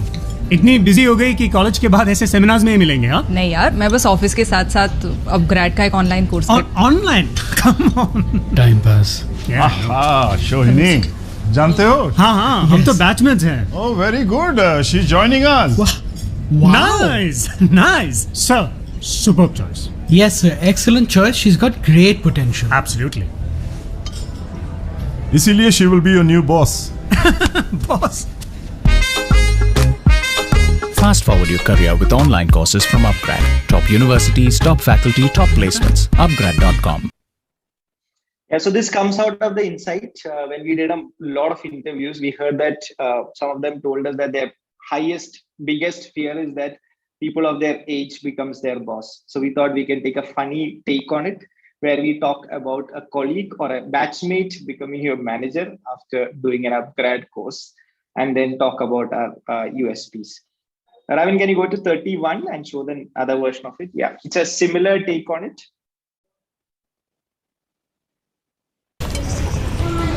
Matthew sir London में? Yes sir. छुट्टी है ना? First time ना? First time. It's a favourite city. ये तो यार सेटल होना चाहती है ना? ये मैथ्यू बहुत हार्ड वर्किंग है। ऑफिस के साथ अपग्रेड का एक ऑनलाइन MBA कर रहा है। उसका कुछ हुआ? कुछ ना?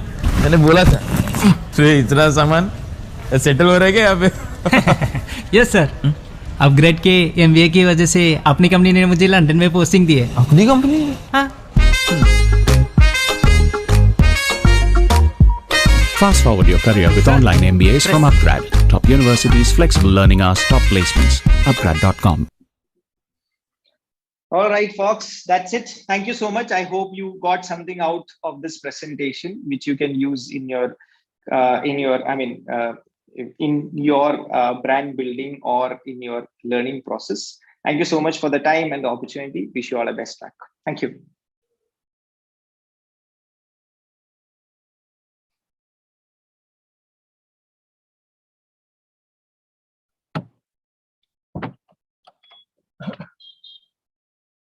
Thank you so much, Mr. Mohan. It was truly an interesting conversation. Thank you once again for giving us your valuable time. We'll quickly move on to show you this partner AV that we'd like to get on the screen. Can we please have the AV on the screen?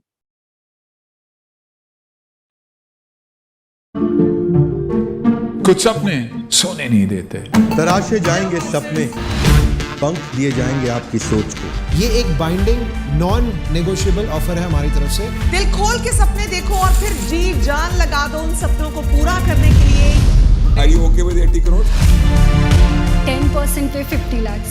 तेरे तीर की ताकत कमान में है, देख तेरी उड़ान आसमान में है। मैं Vivek Bindra, founder and CEO बड़ा business.com। How's it stable? जो जीता वहीं सिकंदर। Good news today पर। Well, this is India's biggest reality funding show, Horses Stable. Jo Jeeta Hoy Sikandar on Good News.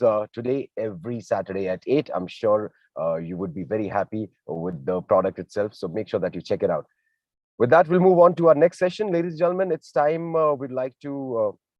all right, we have a few other AVs before we actually move on to the next session. Can we have the AVs, please?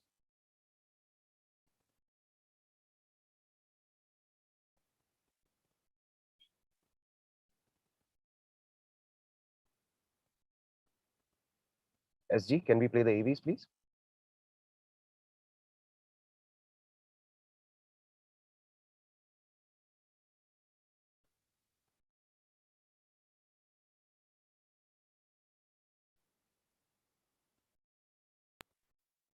Exchange for Media, a name synonymous with the latest news about the advertising industry in India. The Exchange for Media Group, set up in 2000, has the most credible media platforms covering the entire advertising, media and marketing domain with its highly acclaimed digital, print and on-ground assets. The group's flagship news portal, exchangeformedia.com, reaches over 6 lakh subscribers who are the first to receive breaking news in the industry. The buzzing website not only covers the news but goes beyond the obvious to bring in a fresh point of view. Impact, the weekly news magazine from the group, is the most widely read business magazine in the advertising trade, with in-depth analysis and news-based features providing perspective to key happenings in the industry. The monthly Pitch magazine provides a ringside view of events unfolding in the marketing landscape, along with media and advertising. Another monthly magazine, Realty Plus, is a market leader in reportage on the real estate industry. Today, Exchange for Media is not only a leading publisher in the domain, but owns the IP of more than 50 events spread across Mumbai, Delhi and Bangalore, making it a powerhouse of information and knowledge sharing. Exchange for Media has curated and launched some of the most successful IPs across marketing, digital, TV, print, radio, mobile, OOH and PR. The Impact Person of the Year, Exchange for Media Conclave, Indian Digital Marketing Awards, Tech Munch, Pitch CMO Summit, India Marketing Awards, Primetime Awards, Indian Content Marketing Awards, Golden Mics, NBAR are some of the group's top-notch events, in addition to niche, bespoke events and roundtables curated especially for discerning clients. Exchange for Media events attract stalwarts as speakers, along with a loyal audience comprising of leaders, trendsetters and opinion makers.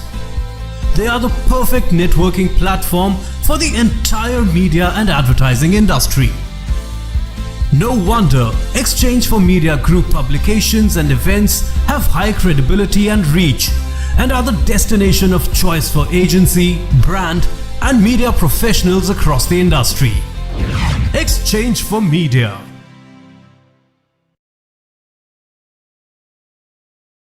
BW Business World presents a rich legacy of curated events that enable conversations on policy issues in India. Because of the state of our cities, we have no option but to build smart and resilient cities. Digital India is more for the poor, underprivileged and the deprived. Covering a range of topics, BW Business World events look to create a strong narrative around smart cities, digital India, healthcare, Swachh Bharat, human resource issues, education, banking and finance, among others. The world is fast changing. Best practices are available now on the net. Vikas development पूरी राजनीति में ये focus बन गया है. BW Business World events provide a speaking platform to the voices that matter. Smart से ताल्लुक यह है कि हम जो बेसिक एमिनिटीज हैं उसको हम चुस्त दुरुस्त करें. You don't have to be a technologist. You need to understand how technology influences the world. Mahatma Gandhi was a great man. He was the leader of the freedom struggle. We believe that e-governance and IoT will play a very, very important role. BW Business World is an excellent exhibition platform that helps you showcase your services to the right audience. To be a part of our legacy, write into us at partner@businessworld.in.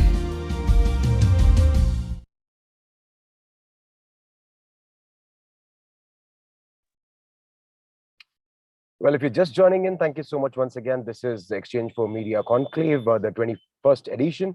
And ladies and gentlemen, it's time we introduce our next key speaker, Mr. Adam Gerhart, Global CEO Mindshare. He'll be shining a spotlight on the topic of good growth in the age of transformation, how to grow your business and change the world for the better. Mr. Gerhart's exposition today will draw from his experience of more than 2 decades in marketing world, during which he's helped build and grow several big clients' portfolios across a range of global brands. He will be emphasizing the importance of sustainable business practices, making commerce more inclusive, and the need to support diversity and inclusion across parameters. It's truly an honor to invite Mr. Adam Gerhart on the screen. Sir, over to you.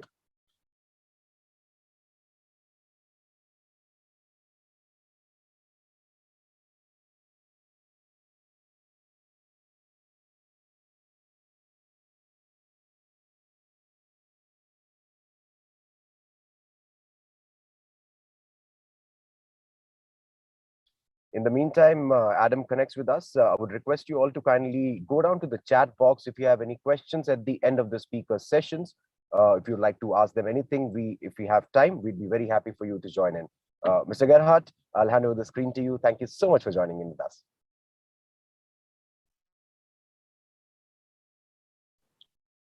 Adam, you have to unmute yourself so that we can hear you. There we go. Can you hear me okay? Yeah, perfect. Wonderful. Good evening, everyone. Thank you for having me. Truly an honor to be with you today. Today, I was hoping to share with you a vision for the future of growth and for our industry. It's a vision that hopefully gives rise to the profound changes that we've seen in the media landscape around us, but also the changes that we're seeing for our society and the planet. And it's a vision that delivers what we believe as professionals, that media and marketing plays a critical role in shaping the world around us. Can everyone see the slides okay? Yes, it's visible. There we go, perfect. If we move on to the next slide. Excellent, okay, great. It really begins with understanding the idea that growth used to be about scale and reach. And the idea was quite simple. We used to focus where our consumers were spending their time. We used to reach them with the right media, the right message, and we did it in spades as an industry. We helped brands scale and go global. In other words, that's how we delivered growth. Target the right people with the right message at the right time. It was incredibly simple. If we move on to the next slide, though, the biggest difference that's shaping the world around us today, though, is that the biggest and the largest concentrations of consumers are no longer just in geographies. More and more consumers are concentrated and defined by global digital platforms. And these digital platforms are changing the rules of growth every single day. They've collapsed the sales funnel, they've changed the infrastructure required for business, and they will redefine what it means to grow in a new world economy. So geographic expansion is only one means of delivering growth, but our ability to deliver growth sustainably in the future is more and more driven by the fact that transformation will be dominated by these platforms and the impact that they have on our consumers' lives. Next slide, please. Brands today, interestingly, are either being born from this digital transformation or they're having to adapt to it. And if we look at the companies out there that are delivering expansive growth, they're actually harnessing both. And there are many companies out there that have brands that were built for the platform age and brands that are emerging from the platform age or adapting to it. Take Nestle, for example, with Kit Kat and Nespresso. Nespresso is incredibly rooted in understanding their consumers in a D2C or digital economy. Kit Kat, on the other hand, was built through brick and mortar retail sales. But more and more, it's starting to flex its digital muscles to understand how it can leverage these platforms for growth. But interestingly, not all brands are adapting fast enough. Soon, they will start to pay the price if they don't adapt. And the latest view is that in the next 3 years, 50% of Fortune 500 companies will be replaced completely because of their lack of growth and understanding of the impact that these digital platforms have. So in a new world era of transformation, you have to become adept at harnessing the role that these platforms create and understanding consumers and how they're behaving as a result. And if we move on to the next slide, if you need proof about the urgency at which things are changing around us, just look at these three charts. They're incredibly telling as to what's happening in the world around us. The first is that the time between innovation and adoption is down as everything has been compressed and accelerates. In other words, speed to market has never been faster. The second, at the same time, margin volatility over the last couple of years is up threefold in the last 50 years. And it's because of this disruption and disintermediation that's becoming more and more commonplace. And the third one, and arguably most importantly, the connection between scale and profitability has been broken as businesses start to harness the age of platforms and transformation. And their ability to grow at breakneck speeds is now unparalleled versus anything that we had seen in the past. If you take those three things and we move on to the next slide, we start to understand that there are a new set of rules for growth that's starting to emerge in this era of transformation that's dominated by platforms. These new rules are specifically different to the world in which we've lived in historically, and they're starting to redefine everything around us. And in the future, growth has to be able to live beyond a single moment. In other words, looking at lifetime value over just short-term sales, because quite honestly, anyone can grow in this new digital economy, but they have to be able to grow sustainably and responsibly for the future. Growth also has to live and deliver beyond a single sale, because everyone will be able to optimize faster and better in this new platform age. That means that winning with these platforms means building consumer trust and aligning with the values that are most important to them in the future. And then the third dynamic that's starting to emerge is that growth in the future must then live beyond a single platform, because much to the chagrin of any one of these platform owners that are out there, we don't live in a single platform world. And yes, there are platforms that are dominant in each local market or by geography, but the reality is no platform today fulfills every single consumer need that's out there. If we move on to the next slide, what we start to see is that actually, there we go, thank you. What we start to see is that those dynamics are further accelerating what's happening in the world around us. And there's new dynamics that are compounding this platform era that we're starting to see. COVID, infrastructure issues, healthcare, societal unrest, you name it. And what it's leading to is even greater time on these platforms. People are spending more time than they ever have before. If you look on the left-hand side, today, 85% of consumers in India say that they're spending more time on devices than they have ever before. More time on devices means more time on platforms. And what we're starting to find is that that is explosively growing as a result of COVID itself. And on the right-hand side, what we're starting to see is that it's starting to reshape consumers' views and expectations of the world. As just one example, 77% of consumers in India only buy from brands that they trust. That's up from 68% just a year ago. And in large part, it's driven by platforms, it's driven by COVID, and it's driven by what we're seeing in the world around us. And if we continue to move on, what we start to realize is that the role of the platform has become even more pronounced. It's where people define themselves. It's where they find cohorts and people that they can align with. It's where they form views, shop, act, share, all in new ways. And so brands have to start to understand these new rules of growth and new rules of consumer engagement that's been brought about by the changes that we're seeing today. And if we continue moving on, all of this, the infrastructure changes, new consumer behavior, platform dominance, it means that you must embrace the fact that there are new notions of growth, and conventional notions of growth are completely out the window. If you move on to the next slide, please. And what we start to realize is actually not all growth is created equal. And that becomes really important in an era dominated by transformation. Because what we start to see is we have to realize that there needs to become less of a focus on growth and more of a focus on what we call good growth. In other words, that's to say business growth, which is enduring by unlocking new consumer demand. Growth that is diversified, so we aren't just reliant on a single revenue stream or a single product or SKU or any sort of one-dimensional factor.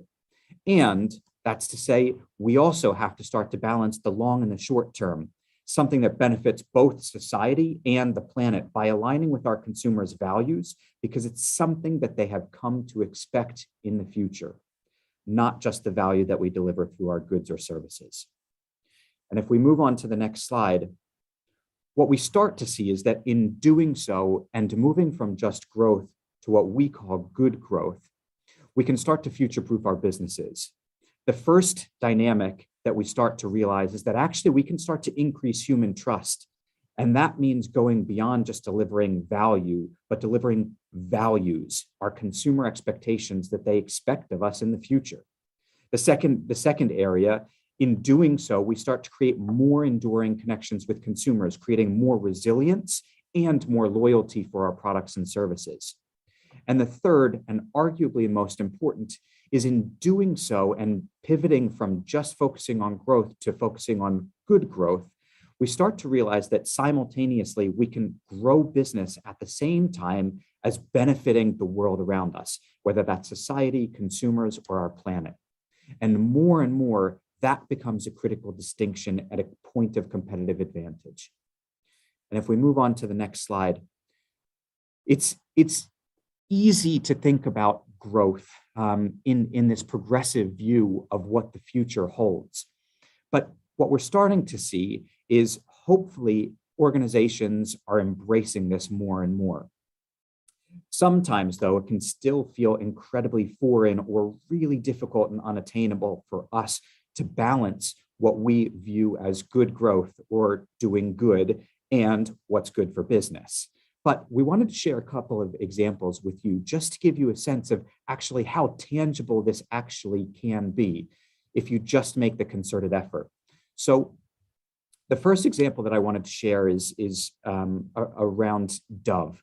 And rather than just presenting this to you, hopefully we'll play a video in just a second, and the video will speak for itself. So we'll move on to the next slide, and we'll share just a quick view of how Dove delivered on good growth. India, a country where 90% of marriages are arranged. They say marriages are made in heaven.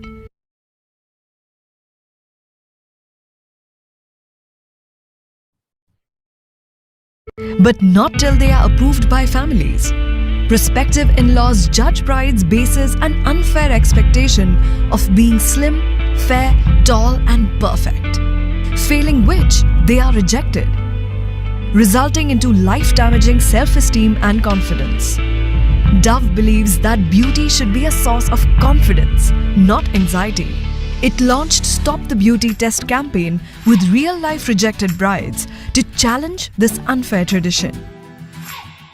Due to regressive matrimony ads and social media conditioning, 631 million women in India are forced to adhere to just one type of beauty.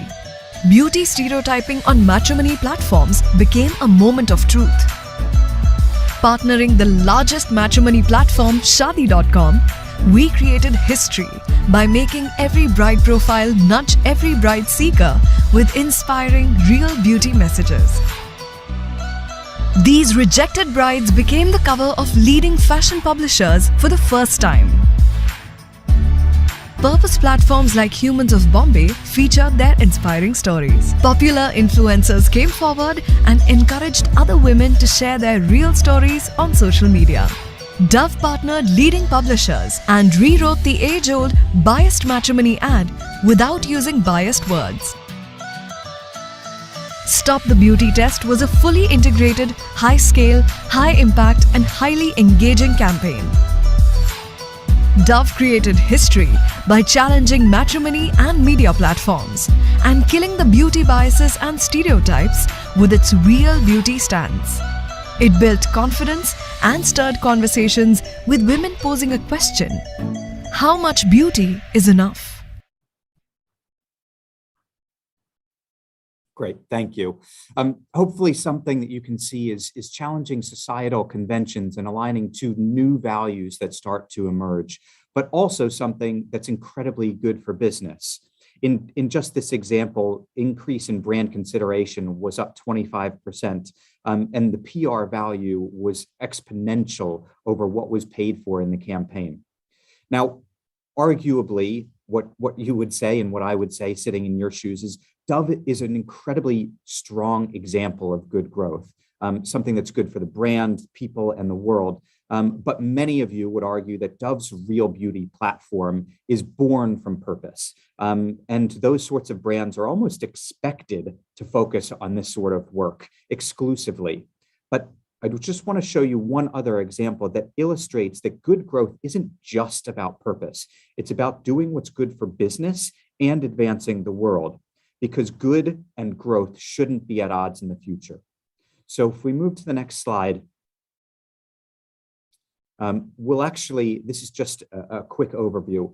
I think in the interest of time, we'll skip this one and go straight to the video that does a much better job of telling the story than I do.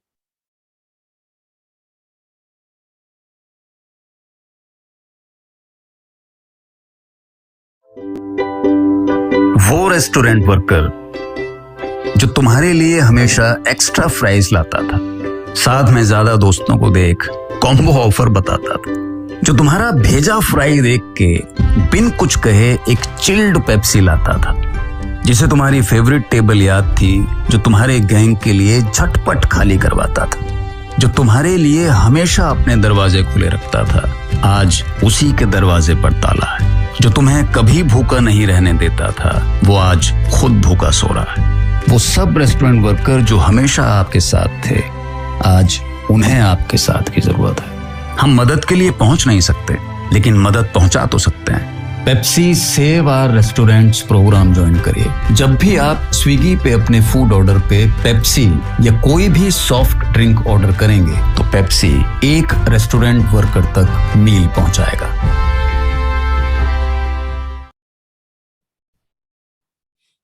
So a really simple but elegant example of how you can do what's right for the world and advance society around us, but also something that benefits business.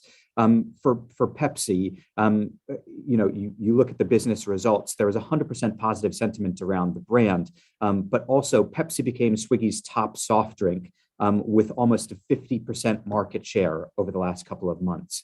You look at the intersection between doing good and good for business, and more we start to see that these two concepts are no longer at odds in the world today. And so if we move on to the last slide, I just wanted to end with one simple thought, and that is that both of those examples are illustrative of the work that we're doing and a responsibility that we believe we have as an industry to help deliver a new form of growth for our clients, one which delivers lasting impact for business, but also for consumers and the world around us. And we believe this is the future of growth. This is what we call good growth. Thank you very much.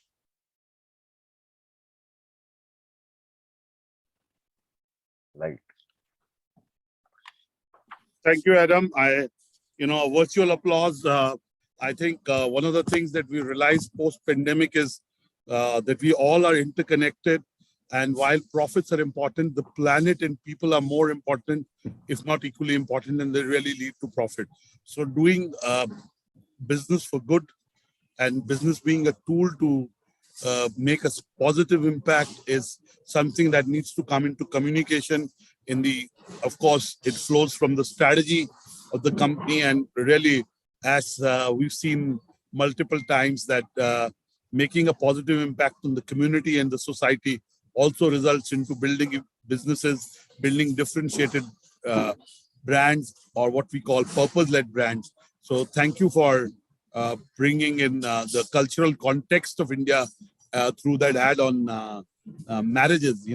Clearly is in some way trying to make a social change through communication is also a very important role. It's not just about brand and content and sales. Now, let me ask you, Adam, first of all, thank you. We've done this virtually. I hope we can host you in India soon, and you can meet and do handshakes, and we can get you the Indian food, while UK and US both have Indian food, but what we will have here in India is really authentic.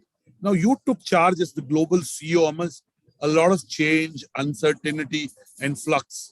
What made you sure and more optimistic about the future, which you then could kind of funnel down to all your colleagues? Because when you took over, immediately after that, clients went on a pause. The budgets, at least temporarily, got slashed. There was so much anxiety. There was so much uncertainty. So you took over in a very difficult period and studied the ship. What are your top lessons, and what did you do to make sure that it was business as usual, but not business as usual? Great question. Yeah, it was certainly a time of tumultuous, kind of marketing impact. I think the first thing was to start to try and empathize with all of the stakeholders in the situation, whether that was clients whose budgets were cut by the board, the CEO, whatever the case may be. It's not something that they wanted either. So to put ourselves in their shoes, to lean into our people and to understand what they were going through on a personal level. And I think the fact that you're able to try and bond with people over their personal circumstances, their professional circumstances, is a great means for understanding how to best address things moving forward. And what you start to realize actually is you have to get comfortable with change. This is a huge moment of uncertainty, a huge moment of instability, you can argue, given the fluidity and the dynamic nature of the way things are unfolding around us. And I think as soon as you start to realize that change is the only constant, in particular now more than ever, it enables you to start to see some of the light and the positivity through what is arguably an otherwise really dark and challenging time at the moment. And for me, I encourage our teams to see the opportunity in everything. And as I start to think about, and as we started to redefine our vision for the organization around good growth, you quickly start to realize that no other industry arguably has the scale or the potential impact that we do. And when you start to realize that, you start to embrace the notion that actually we can make a much more meaningful impact to the world than just thinking about the brands that we serve. And that for me is what's incredibly exciting. And hopefully that creates a virtuous circle of positivity and optimism for everybody involved.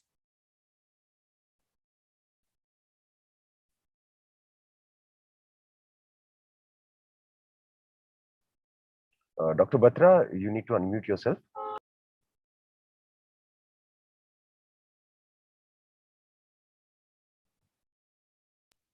We can't hear you, Dr. Batra. Can you please unmute yourself?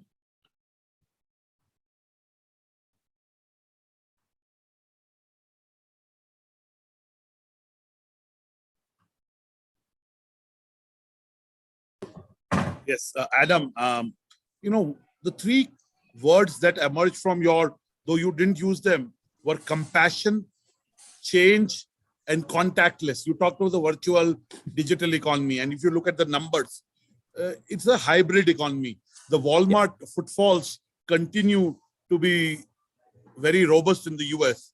That's a market that you know well. Now, the word hybrid and the word D2C are being used in the same breath. Retail is becoming omni-channel or phygital. It is becoming hybrid. Whereas there are brands that are pure D2C and are really becoming very important for consumers. So how do you straddle both these worlds, the hybrid world and the purely D2C world? I think that the one commonality that they both have is that in trying to support and serve those types of brands and businesses, the industry as a whole has moved from scale to precision, now to permission. And what we realize as a result of that is that we have to shift our focus as marketers and advertisers from being less oriented towards aggregation of data and actually much more focused on the application of data. In other words, understanding consumers, what they will allow, the type of information they will share with us, how we can best serve them. And so we start to see things like user experience or user journeys coming much more to the forefront of our consideration factors. But equally, one of the areas that we're leaning into very aggressively is data ethics. And I think whether you're D2C, whether you're omni, it doesn't matter. The next frontier that our industry is going to grapple with is what are the ethical applications of data? Just because we can collect information on consumers doesn't necessarily mean that we should. And so I think we will start to see much more data by design, or data that we are collecting only if it is in service of consumers and only if it is permission-based. And that becomes true whether you're in the US, whether you're in India, whether you're in Australia, anywhere in the world, because the scrutiny that consumers have placed within the industry now is calling everything into question. And it's part of what's contributed to the massive erosion in trust that we're seeing around the world between consumers and brands, or even consumers and governments, for example. The way in which their data and information has been handled hasn't always been transparent, but more so, the value exchange hasn't been there for them. And so start to think about data ethics far more readily and how we can best serve consumers in the future, regardless of D2C, omni, whatever type of retailer you happen to be. You know, we started Exchange for Media 21 years back, and about 10 years back, I wrote a piece that every media planner needs to be a digital planner. Okay, I wrote that piece maybe 10, 11, 12 years back. I can't well say ahead of your time. Yeah, I mean, I had hair then, Adam. But I only remember that. Now, as I said in the morning, in India, 20% of the spends are already digital. And over the next 3 years, they will be between 40 to 50%. That's what we can estimate by being where we are. And out of that 40%, 70% is programmatic, right? Programmatic is growing hugely. Now, that also brings issues of, you talked about ethical data access, democratization. Security is a big issue. Bots is a big issue. Of course, technology is also coming to help in terms of minimizing ad fraud. As the growth of digital grows, there is also a parallel universe, for a lack of better word, let me call it the meta universe. You know, your identity on digital, the rising importance of NFTs, you know. I mean, if you look at NFT and meta, they point towards a different direction. Now, what are clients? You work with some of the most venerable businesses and brands across the world. You talk to their CEOs, you talk to founders of businesses. What are the top 2-3 trends that you see which will accelerate this balance of digital growth with ethics? You know, we know that digital is going to grow and grow, but how do you, I mean, there is debate about data privacy. There's a debate about benefiting from data. There's a debate about how much of digital is good, because young millennials are spending too much screen time and they're not spending enough time in football fields. They're not spending enough time in having real conversations. So give me a sense of what are your top 3 predictions, or what are the big trends which will balance these out? So I think certainly, you know, the push towards ensuring that we're putting consumers first, along with actually the balance of digitization of everything that we're seeing, it becomes a critical component to every discussion that we're having at the moment. But actually, it goes kind of back to what I had said earlier, where if we start to really understand consumers and their expectations and ambitions from brands, we can start to better serve them.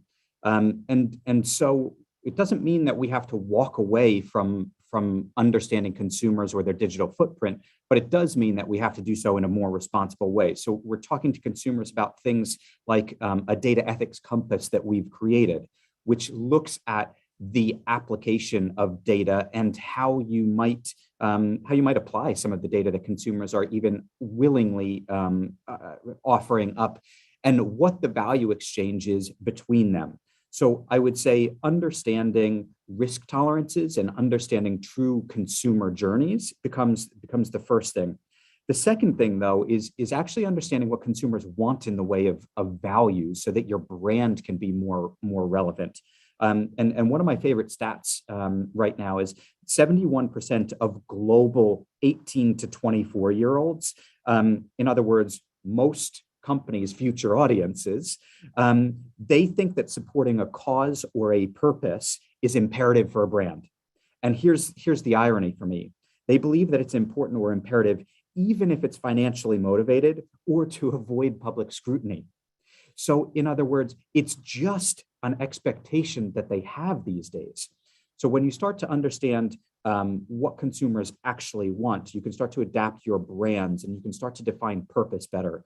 In doing so, you can better serve them with more relevant, more meaningful experiences. You can start to think about the application of data and how you best leverage that to unlock more meaningful dialogue with them. And then I would say that the third, as a consequence of that, is actually how do you create a more meaningful feedback loop so that you understand what's working not only for your business, but also for consumers. And I think there's going to be a facet of listening moving forward, understanding consumer sentiment, understanding brand trajectory, which comes much more to the forefront of conversations as we move forward in exploring some of the trends that, as you say, are going to be unlocked through the aggressive shift towards programmatic and digital acceleration as a whole. My last question. One is, Adam, you talk to these founders, business owners, CEOs, CMOs. Now, how does Adam keep himself equipped or in some way understand what's happening in the future beyond meeting these people? What do you do as a leader, as an individual, to be able to understand consumer behavior, to understand trends? That would be interesting to know. I think for me, on a personal level, the biggest thing is seek inspiration everywhere. It doesn't matter who you're talking to. It doesn't matter, what your agenda is. Find people from outside the industry even to bring internal stimulus to what we do, an application to what we do. Just over the weekend, I was going for a walk with my daughter. And she mentioned something that just triggered a moment for me, and I said, we have to run back to the house. I need to write something down. And she said, Dad, why are we moving so quickly? And I said, I don't want to lose this thought. And it was just something that a 4-year-old said to me that triggered an idea about what good growth in the future might actually look like for a particular client that we're working with. So, I would say I wish there was this sort of silver bullet, so to speak, as to where to find inspiration. But I think it's really just being receptive and open to the types of conversations that we have, in particular, those that are outside of the industry, because all too often we find that we are too introspective and too consumed by our own agendas to actually look at what consumers or the world around us are expecting of us.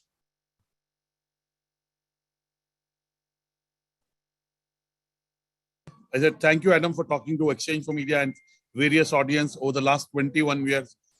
We've been the homepage of CMOs, brand managers, and media planners. And we've tried to decipher what's happening in the business of media, advertising, communication. So thank you for talking to us. And we look forward to hosting you sometime in India and, kind of shooting a few beers. At this point, I must tell you that Exchange for Media, we believe that we need to bring in a new identity, brand identity, and we would request you at some stage to help us unveil our new identity. While we are Exchange for Media, and this is our 18th year of the Exchange for Media Conclave, we are mostly called by people as e4m. I mean, that's easy. So at some stage today, we'll unveil a new brand identity. And our ambition is to be in at least 3 markets over the next 24 months, 18 to 24 months. Because as you know, in Southeast Asia, we are read a lot. So we want to get into markets like Indonesia, Malaysia, Thailand, and take our product offering, our editorial platforms, our face-to-face initiatives, our community initiatives. We don't call them awards, conferences. We call them community initiatives. So at some stage, Ravin will cue us all to launch the new identity. Our editor, Ms. Nazia Rahman, and my co-founder, Mr. Naval Ahuja, are also on the broadcast, and so are our audiences. So I'll hand it over back to Ravin for taking it to the next conversation, and we'll bring you in for launching our new identity. So I'm grateful to you for your time, for your insights, and no wonder your clients swear by you. There's some of the marquee names. And I can tell you that one thing, Adam, looking at your profile, the age of the global CEO mindshare keeps getting lesser and lesser. You're possibly the youngest CEO. I can say I've interacted with every past CEO in the last 20 years. And clearly you're the youngest. So that is in tune with what's happening in the marketplace. I do have the gray hairs to show. Thank you very much for having me. Truly an honor, as I say. Congratulations on 21 years, and I look forward to helping you as you expand and hopefully doing so in person at some point in the not so distant future. Thank you so much, Adam. Really you. appreciate and thank you for that anecdote from what your daughter said. You know, I have an 18-year-old and a 14-year-old, and sometimes they say things and it makes you think. Mr. Shashi Sinha, who's the chairman of IPG Brands in India, has also joined. Thank you, Mr. Sinha, and I'll hand it back to Ravin. Thank you, Ravin. Bye, Adam. Cheers. Thank you. Thank you so much, Dr. Batra. And of course, we'd like to express our gratitude to Mr. Gerhart for being here. Thank you so much, sir. It was truly an honor to have you join in the conference. Thank you. So I'm sure there's a lot to ponder on with the conversation that you just heard from these two amazing gentlemen. And on that note, we'd like to take things forward. We are all set for the big reveal, as Dr. Batra just said, which we have been waiting for some quite time now. It is the moment that we launch our new logo, a labor of hard work of all the team members at e4m. And of course, it has been a long time due. And right now is the time that we all are about to unveil the strong vision to bring the community insightful journalism and platforms for the industries to mingle and learn from each other. Launching this new logo will be our special guest for the evening, Mr. Daryl Lee, who is the global CEO of IPG Media Brands. He will be joined by Mr. Shashi Sinha, CEO, IPG Media Brands India, Dr. Anurag Batra, Chairman and Founder of Exchange for Media Group. Of course, Mr. Naval Ahuja, the co-founder and director of Exchange for Media Group, and Ms. Nazia Alvi, editor, Exchange for Media Group as well. Along with this, of course, we'd like to request the person behind this amazing opportunity to tell us a little bit more about the logo itself. Ashwini has designed the logo. I'll request Ashwini to kindly say a few words. And then, you know, Ravin, it's not just about the design of a logo, it's a brand identity. And who could, better than Ashwini Deshpande of Element Design, she and her team have taken a lot of effort, worked with Naval to do this, and it has passed through all kinds of checks, including astrological checks, Mr. Sinha. It's been shown to astrologers and numerologists and people like that. So we'd like to get Ms. Ashwini Deshpande to be on screen and share her vision and how she and her team were able to come up with this. Ms. Ashwini Deshpande. Thank you so much, Anurag. I think it's been a long journey, and I hope that we've reached a really good point today, and seems like the great day to unveil. So when we began this whole discussion with you and Naval and Sunil and of course my team members, we were kind of, where do you begin? Because you have been pioneers, leaders in the industry. You've been sort of an epicenter of sorts for the ad, media and marketing industry. So what should your branding be? What should it convey? What should it do? And how does it stand the test of time? Because you've had your visual identity, I think, for more than 18, 20 years. And you have been a very, very progressive group with very, very amazing progressive initiatives. But somewhere along, the branding didn't move forward. So many a times when a brand looks at itself, every 4 or 5 years and keeps refreshing, it's much easier to do the next step. But for this brand, which in its mindset and actions had moved way forward and had not really reflected that in the visual identity, it seemed like a big challenge. So we said, what does E4M stand for? And to simply put, I think you just said it yourself as well. You are the enablers of connections, of communication among ad media marketing communities. So basically, it's an enabler brand. So how do we make it really look like an enabler brand, feel like one, create a tone of voice, and so on? Of course, you're the focal point of starting so many discoveries, insights, and connections. A progressive tech platform. Of course, we are all digitally native today, and every brand that starts will have its first interaction with its users on some screen or the other. So we are a digitally native brand. So how do we look like that? The difference here is that you're not just a tech platform. You are a platform where people and culture matter. where connections are not just email IDs or designations or company names. Anurag, you, Naval, Sunil, all of you know people personally, and you have actually tracked people's progress personally. So how do we bring that alive into the identity? And well, there were many such challenges. And of course, we are in a different age now, so digitally native, minimalist, easy to extend with properties, co-branding, easy to go with sponsor logos, all kinds of things had to be considered. Easy as a long and short form, whether you call it exchange for media or like people lovingly call it E4M. So all of that put together, I think we've tried to do something which is vibrant, connecting, friendly, reliable, and of course gives a sense of being global, because as you just mentioned, you're expanding your horizons and the logo has to stand the test of geographies as well. So what we have, of course, is something that it looks simple enough and friendly enough and yet global enough, and I believe it should stand the test of time for years to come.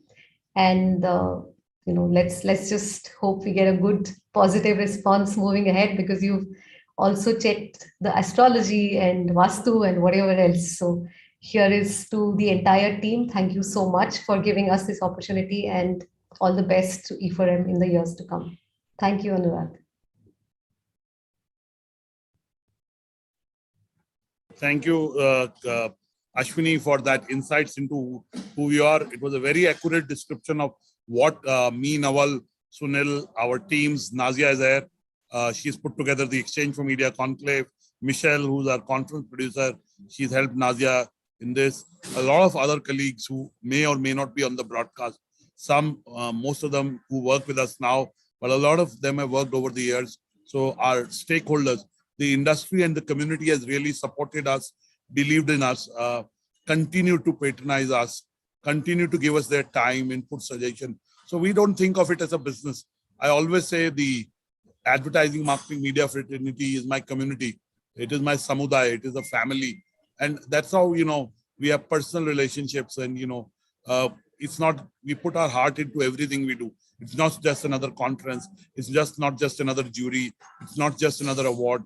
We try and put in that extra, because really it is our community. So thank you so much for bringing that word of the enabler brand, the tech brand, the connector, the knowledge platform, and most importantly, the word community. So yes, we are called E4M. So thank you for doing what you've done for us at Exchange for Media and being the leader in this space for the community. So thank you so much, Ashwini. Elephant Design has really, all the clients that you worked with and all the brand identities that you've created have gone on to build businesses. I hope this signals our leap into a next league and our next phase of growth. So thank you so much, Ashwini. Naval, really, Naval is the one who got this done. So Naval, it'll be nice if you said a few words. I actually want to thank Ashwini for being patient with us. I'm sure you have clients who have, faster turnaround time, companies that you work with who are far more nimble, who are far more, responsive. Having said that, I think COVID played a big part in the delay. The branding, the identity has been sort of, in pipeline for more than a year. One of the things I want to add to what Anurag said, and Ashwini and her team have brought it out very beautifully in the new identity, is the fact that we stand for binding the community together, and you can sort of overestimate the role of a brand or an identity, or underestimate it. The fact is that that is the first thing that your sort of audience, people you're interacting with, people in the community interact with. And what Ashwini and her team have beautifully done is that they brought out that facet, that aspect about Exchange for Media, E4M being a sort of community platform which binds everybody together. It is contemporary, it is new age, it is we really love the identity, and it kind of completes the trioca for us. A few years back, we rebranded and relaunched Impact. Subsequent to that, Pitch, our marketing magazine, was the identity was redone, and now we are kind of in some ways finishing that project with E4M. The idea also is to, moving forward, make it simpler and crisp, and also have the URL as e4m and not keep it at exchangeformedia.com, because the community now knows e4m. So thank you, Ashwini, for putting the hard work and really putting up with our tantrums and the delays. I do hope that this kind of signals a sort of fresh post-COVID relaunch for all of us. Thank you so much. Thank you so much. It was a great pleasure. Wonderful. So Nazia, back to you. Yes. I think with that, we are ready for the unveil. Can I please request Nazia to take over? Daryl, can you switch on your camera and then we can have the AV. Ashwini, I want to thank you for that bold red color. This signifies that our journalism is also going to get bolder and braver in the coming years. Looking forward. And, yeah, definitely. And you've also kept it very rooted. And so it carries both. I mean, the traditional thing that we have been doing for all these years, and then going forward, we'll be doing much. I mean, the first thing that I look at it comes across as a very bold logo. And that's what, that's the message we want to give out to people, that our journalism is also going to get bolder and braver. So if Daryl, can you join in?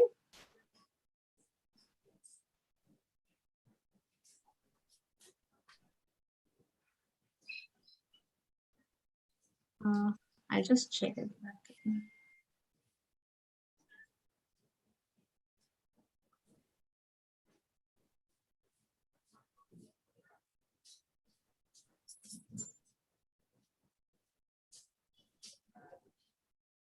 In the meantime, we get Daryl connected. I would be very happy to request you all to kindly use the hashtag, that's e4m Conclave, and spread the word around. You can tweet it on your social networks, on Instagram, on Facebook, and let the world know that this conversation was happening today. And I'm absolutely sure you've got a lot of value from the conversations that we've had, the discussions that we've had. So use the hashtag and let the world know that you were a part of this amazing, amazing virtual event.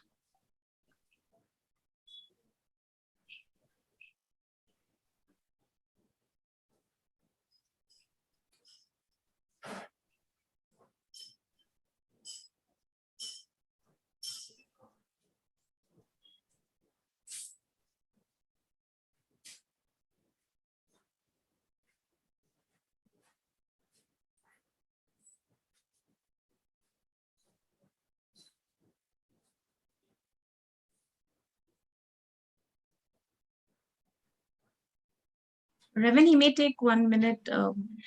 You want to run partner AVs? Do we still have any left? Or should we launch? In the meantime, we're waiting for Mr. Lee to join in. SG, can we have some AVs, please? The partners AV.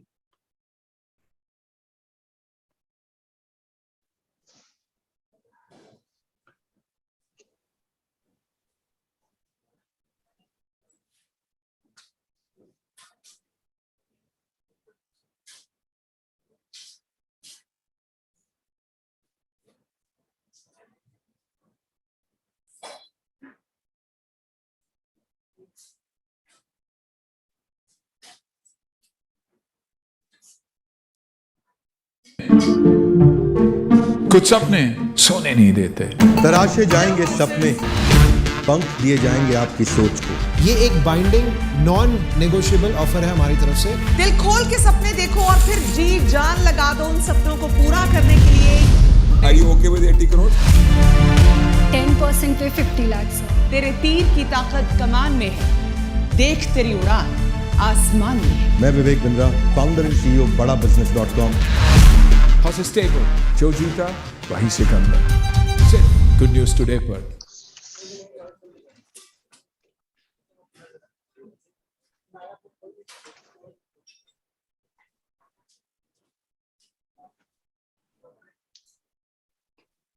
Hi, Daryl. Thanks for joining.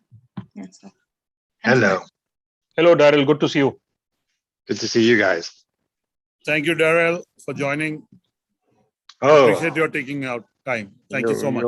You're welcome. Whenever Shashi asks me to do something, I say yes. Thanks for that. Thank you very much.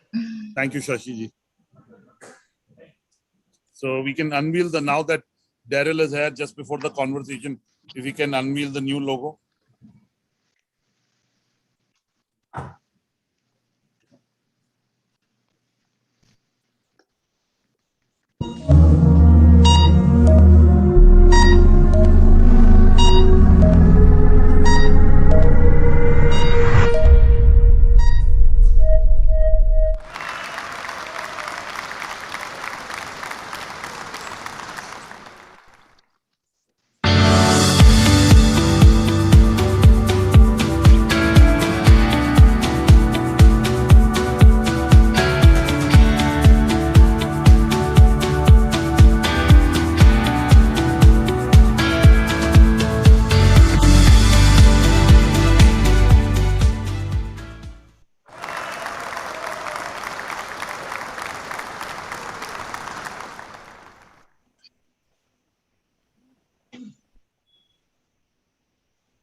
Thanks again, Ashwini.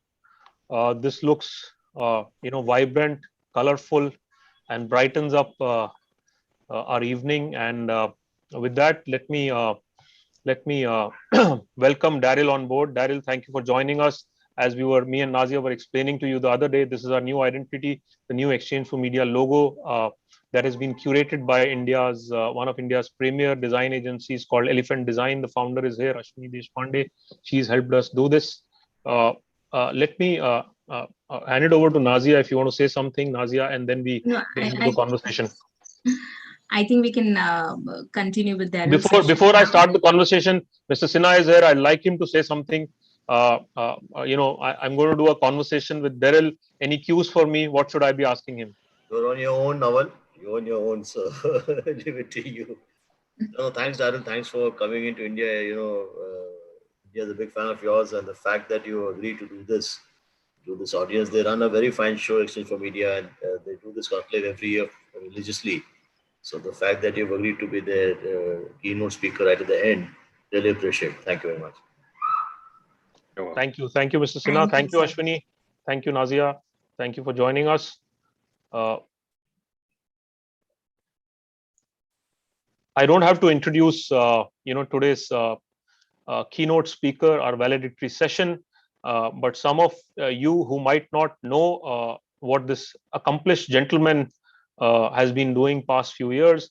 Daryl Lee is currently the CEO of IPG Media Brands. As you know, IPG Media Brands is one of the largest media investment conglomerates across the world. It's part of the Interpublic Group.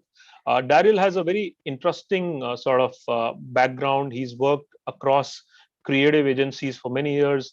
He was part of McCann Erickson. He was the global CEO of Universal McCann from 2013 to 2019. He's been part of Universal McCann for a good part of, as I see, 13 years. Before that, Daryl also worked with Ogilvy, and now as part of the IPG Media Brands, he looks after significant investments in the media investment space. Thank you and welcome to the show, Daryl. Thank you, Namal. I'm very excited to be here. Thank you so much for joining us. It must be early morning in New York. Let me, before we get into the conversation, let me just, contextualize it. Last 18 months, the pandemic has been, multifaceted in its impact on what's happening on consumers, what's happening on the brand side, what's happening in the agency ecosystem, and what is subsequently happening on the media side of the ecosystem. And all four of these ecosystems are kind of joined directly and indirectly.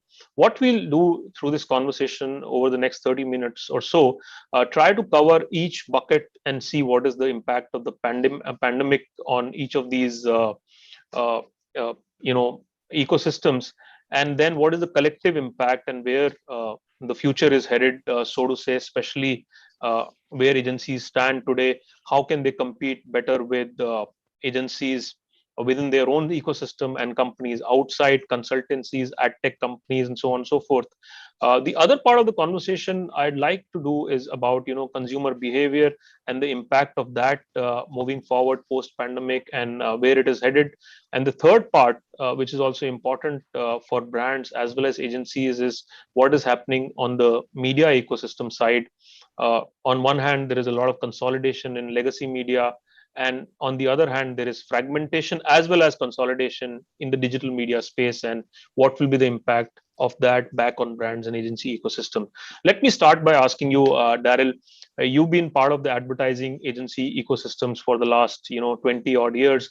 You've seen many waves of growth and degrowth in these last two decades and a bit more. How do you see this pandemic being different from the earlier boom and bust cycles? What do you think this pandemic will leave behind, which will fundamentally change the advertising and the brand ecosystem? Well, thank you. First of all, I want to congratulate you on your amazing new logo and visual design. I think it is very modern and very contemporary. And I think Apple has got a run for its money now. So just watch out. I think e4m is going to be an iconic logo in our industry.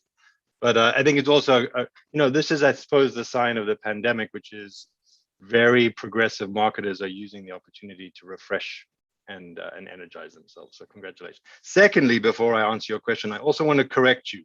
I do not run a conglomerate. There are other of my peers who run conglomerates, but I run a very agile marketing solutions company.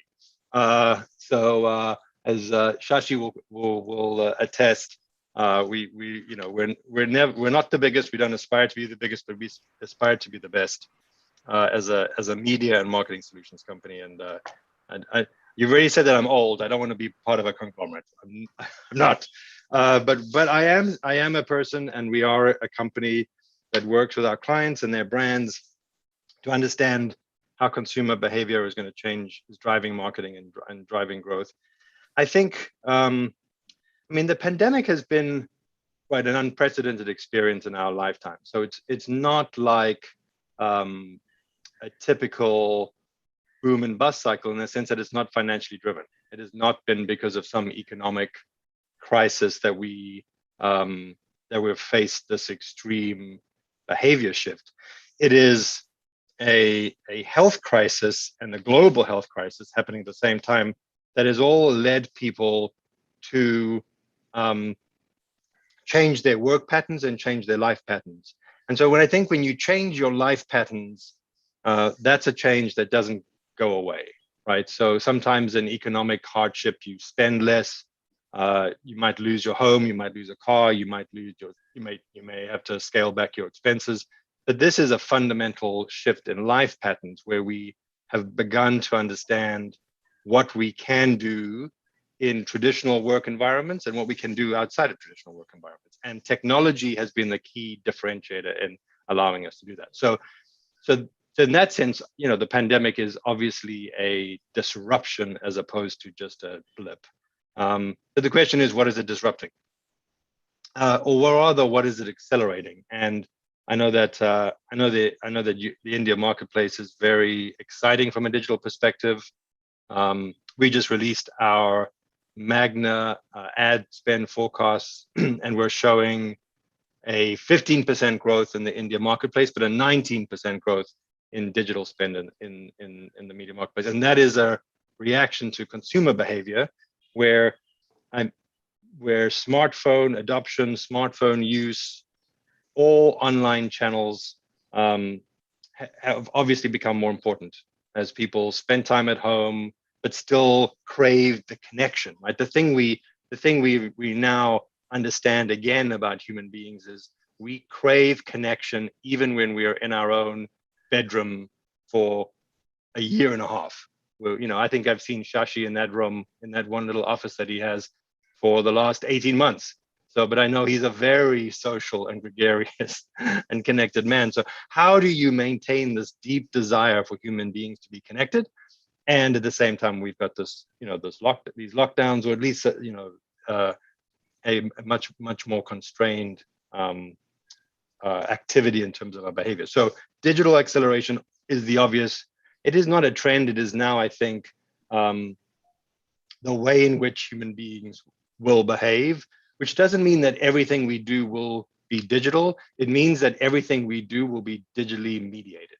We will have a digital component to absolutely everything in our life, because in the pandemic, we saw that was not just possible, that it was preferable, and that we were able to use digital to make a whole range of areas in our lives better, whether it is ordering groceries and food, which I think we had a sense that this was possible, but now we see it's absolutely possible and convenient, to healthcare, to online education, and I think to that being widespread, right? So in the past, digital was for early adopters, for either the elite or for the avant-garde of a culture, the millennials, Gen Z, people who, teenagers who were early adopters. Now, I think all of that digital convenience has now become apparent to widespread consumer base, regardless of income, regardless of geography, and regardless of age. And I think that's a really, really exciting trend.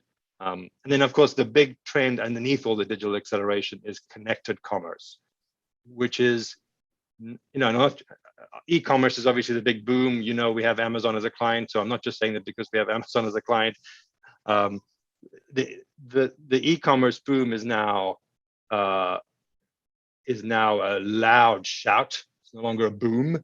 But the thing that's interesting is the connection around e-commerce, right? So we talk about connected commerce at IPG Media Brands, which is all the shopping behaviors, the personalization that comes from those behaviors, and the physical distribution and delivery system, how that all connects together to create experiences for brands. And the brands that can connect all of those experiences are the ones that are winning today in the pandemic and will win even That's more right. as we come out of it. Yes, very rightly described. If I may add, one of the dictionary meanings of conglomerate that I just looked up is a thing consisting of a number of different and distinct parts or items that are grouped together. In many ways, agencies are doing that. Even more so, having to do that with so much explosion of digital now. So it is not just about size and being a 800-pound gorilla, but also being nimble and connecting various parts together. Let me ask you a follow-up question on all the digital boom that you described. Daryl, agencies, both media and creative, and 20 years back, it all used to be part of a single group before it went separate ways into media services and creative. Do agencies have it in them to kind of take advantage of this opportunity? What are the challenges that agencies are facing in terms of revamping and sort of refocusing their efforts and energies? And where are the areas that agencies need to focus on to be future ready for their brands, for their clients, to kind of be in step with time with the consumer habit changes that are happening? Well, that's a good big question. It's a good big question. The deal breaker for all agencies will be, do you have strategic intelligence about consumers? Which is not just data. Data is the fuel for that, but do you use that data to create intelligence about audience segments, growth segments, and then real people within that? And then are you able to use that intelligence strategically? I've always believed that the two kinds of agencies in the world are not creative and media. They're strategic agencies and execution agencies. And some agencies are strategic and look across, look at a consumer, build integrated strategies around that consumer, and then look to partner either within your system or outside of your system to execute. And then there's some agencies, creative or media, that just do the one thing that they're supposed to do and do that well from an execution perspective. And I think the strategic agencies are going to be the ones that win, because, as you say, there aren't channels anymore. They're just opportunities to connect with people, right? And there are, we look at media in terms of channel types, but really that there's an unlimited amount of opportunity to connect with people. So agencies that can put within themselves, one, they have to be based on data, which is challenging for creative agencies, because creative agencies are usually based on intuition. But you've got to, all agencies have to rebuild themselves around data, use that data to create intelligence, and use that intelligence to create strategy and ideas. And then partner. The thing that we're learning to do as agencies, as you said, there's a big ecosystem now with consultants, production companies, experiential companies, creators, influencers. The ability for an agency to have a clear strategic insight built on intelligence, and then to partner with tech companies and influencers, and that's the key. And I think that's the thing that clients are looking for, somebody who can orchestrate for them versus just execute. Yeah, interesting. I do think the media agencies are in a better position there. I mean, I want to be more provocative here, which is to tell you what I think media agencies are 5 years ahead of creative agencies, not just in the access to data and understanding how to turn data into intelligence, but in ability to partner. I think creative agencies look inside for all the ideas and execution, whereas I think media agencies are used to working with Snap and Instagram and TikTok and Google to build creative ideas, to come up with them and to build them. And I think, with TV properties and out of home, and I think that partnership power is what's going to be the difference. It's interesting you say that, Daryl. creative agencies have always been the sort of company at the forefront when it came to creating brand communication. In fact, 20 years back, before the businesses were split, media agency slides used to be towards the end, mostly about 5 minutes at the budgets and end. how much money will be spent, before it came back to the forefront and it got equal prominence. But now, as we see, a lot of media agencies are leading innovation with the clients because you're more connected to what's happening in the media ecosystem. So whether a 30-second ad is now supposed to be a 5-seconder, whether a newspaper full page ad is supposed to become a social media post, I think media agencies are significantly, very deeply connected with what's happening on the media side of the space. Nothing to take away from creative agencies, but I think a lot more innovation is these days happening in media agency offices. And Shashi is here, Mr. Sinha is here, he can vouch for a lot of the work that IPG companies are doing in India. Do you see, having worked on across both sides of the aisle, do you see the media and the creative ecosystem now kind of re-merging, going back to its pre 2000 avatar, or coming back together in some other shape and form? And there's a reason I asked this question also, is that if you look at how legacy media transactions used to happen, there were 3 players or 4 players in the entire ecosystem. There is a media company, there's a creative and a media agency, and then there is a brand. So primarily 4 players. Today, before the brand money hits the bank account of a media platform, let's say a Facebook or a Google, there are at least 8 to 10 players involved in middle. There is a digital agency which is doing creatives. There is a creative agency which is curating perhaps content. There's a media agency which is buying. There could be an influencer marketing agency somewhere. There is a data analytics company. And there is another company which is doing programmatic advertising. So there are 8, 10 players in the entire ecosystem. And media agencies, creative agencies, which have sort of grown in the legacy media world, how do they equip themselves to kind of compete with these new age startups? We had this news last year of Accenture buying Droga5, a very interesting development where you have primarily a consultant turned analytics company now buying creative agencies. Do creative agencies or media agencies also need to do the same thing, which is go and buy nimble startups or create some of these companies ground up? Well, I mean, I do think, to my earlier point, we need to partner. We need to have partner structures. So we have a couple of things at IPG. We do have venture funds that we do look at taking stakes in very small ad tech or martech or ad execution companies, just to see where innovation is being driven. But mostly what we do is from a partnership perspective. We don't want to go back, right? No looking back. The 21st century is not about looking back, unless it is to learn a lesson. And the lesson in the past was when you had a media department that was the last 3 minutes of your creative presentation, you were doing advertising. I don't think we're living in the age of advertising, right? We're living in the age of brand experiences. And so in the world of brand experiences, what we used to do in that old advertising model is no longer interesting or even powerful. So how do we build a model where, 1, you deliver brand experiences for a client, but 2, you have this ability to use audience intelligence and audience information to design it? So much of what we used to do in the past was to say, here's what the brand wants to say, and here's how we broadcast it, versus today where it's, here's what we're listening to in terms of audiences, here's what they're saying their interests are, and here's how a brand can participate in that conversation. So a whole I don't want to talk too much about democracy, but it is a democratic marketing. We start as a media agency, as media agencies, both Initiative and we start with what are people, what are audiences, what are real people saying in a category, and therefore what do our brands of our clients need to say to participate in that conversation. And so, yeah, we're not going to recombine media and creative agencies. That's the old model.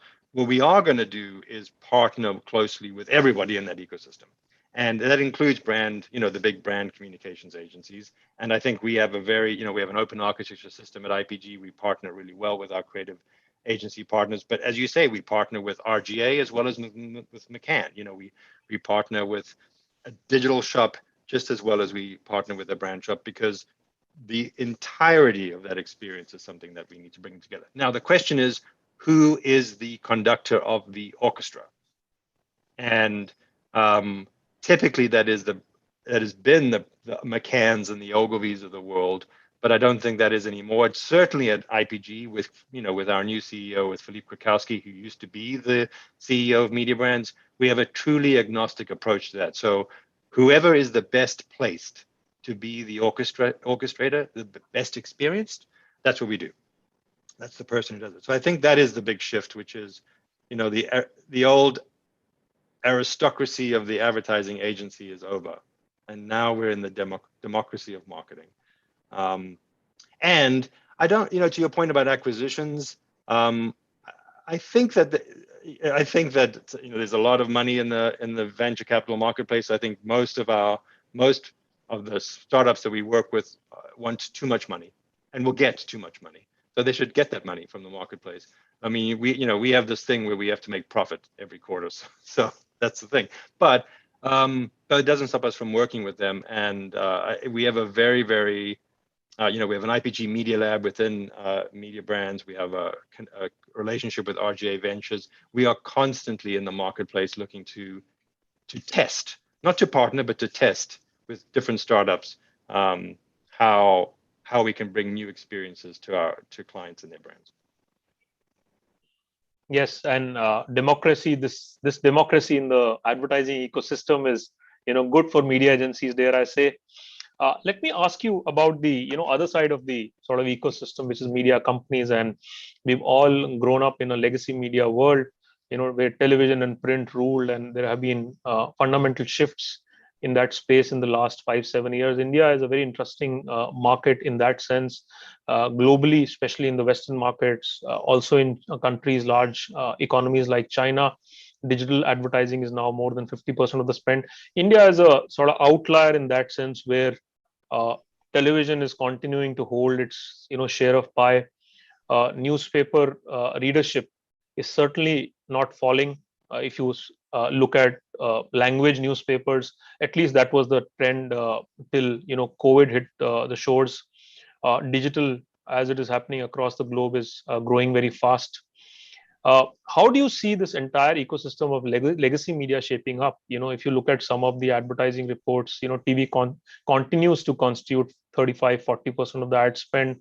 If you look at large properties in India, for example, large format TV shows, you look at big sporting properties like the IPL, TV continues to attract big bucks. Brand building, you have interesting cases where a lot of digital companies actually launch on TV. What's your view on how the media ecosystem will shape up in India, say 3 years out? It's funny. I sometimes have to represent IPG on investor calls with Wall Street, and I always get a question. Why is TV advertising, even in the US, why is it so strong? And who's going to be the brand that buys the last TV ad? I get that question, and I say the brand that will buy the last TV ad is a brand called Facebook, because they are spending. They're the fastest growing spender on television in the United States. I'm a big believer. First of all, I think the India marketplace is incredibly healthy. I do love that there's a newspaper industry, and that it is so competitive, and it's so vibrant and so punchy. And I think that's a good sign for a country, frankly. And we're seeing growth, right? We see growth in India, 15%, which is above the region. In fact, it's above the global average. So we see a lot of vibrancy in the media marketplace. I mean, I think there are two big trends. The growth in digital it's such an obvious point that I hate making it. Of course, digital is growing, across all formats: social, search, video, display, commerce. So yes, that is. But what is also happening is two other things. One is the digitization of all media, right? So what we in the US, what we're having to do, and I know in India you will need to do this, is to look at news brands and go, what portion of the that news brand inventory is print versus digital? Look at radio brands. What portion of them is linear radio versus digital audio? The same with out of home and the digitization of out of home. So all media is getting digitized, which means you can do real-time customization around content, around location, around targeting across all media, which is super exciting. Do I think that India will get to a 50-50 marketplace in terms of digital and traditional? Yes. I think the market, that's the right equilibrium. I think in the US we're over 50% now, and we can all feel that the equilibrium is not right. And there is a lot of demand for TV in the US because of that. And live events, I mean, this goes back to my connection point. There is still nothing more exciting than a shared experience and a live event. Now, I would have preferred if the Cricket World Cup had ended with a final between India and South Africa, who were, of course, the best teams in that World Cup, and for a bunch of Aussies not to win it again because they're disastrous, awful people. But no, I have many Australian friends. But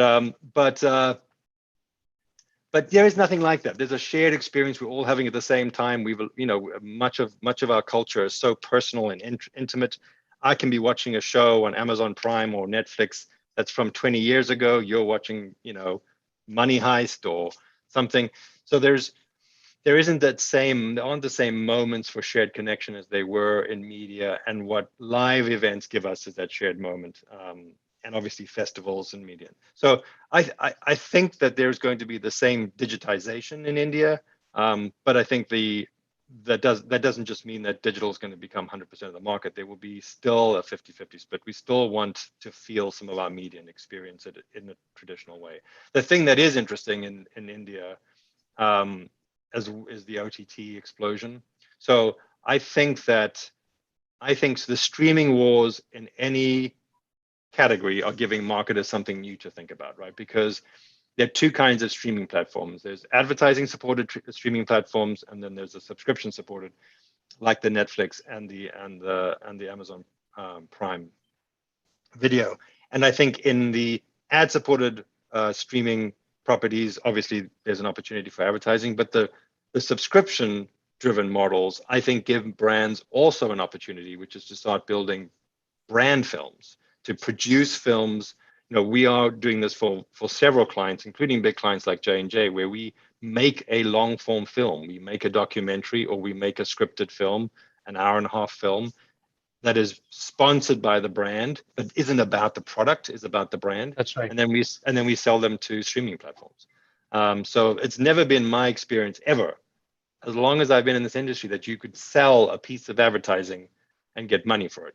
But now we're doing that. Instead of paying people to run advertising, they're paying us to run long form advertising on Netflix or on Hulu in the US. So I think there's having brands embrace the opportunity around content and not just content for advertising, but content for telling your brand story is incredibly powerful and incredibly exciting, because you can tell a real story in these long form films. Yes, and one of the interesting parts of this digital explosion is now, in a way, everybody's trying to do everything, right? There are no Chinese walls. Media agencies are doing content, creative agencies are trying to figure out, digital agencies are buying media, brands are curating, multifaceted teams in-house. Let me ask you about, the other facet of this growth of digital media. And you've described the consumer journey. You've described, what is the impact of all of that on the media and the agency ecosystem. What is the other side of, the impact of digital in our lives? Digital has become ubiquitous in terms of usage. There are now digital behemoths who sort of control the narrative in many ways. Digital is, like you described earlier in one of the conversations to me, TV and other media will continue to grow or be at least significantly relevant, is because it is public media, it is shared media. Whereas digital is very private in nature. Having said that, digital will continue to grow. What are the challenges that this growth will bring upon us for consumers and brands, for agencies? I think for consumers it's going to be mostly good. That we're seeing in the US some of the Facebook whistleblower leaks where their concerns around Instagram and the effect of Instagram on teenage girls and their body image and suicide, and some very alarming research.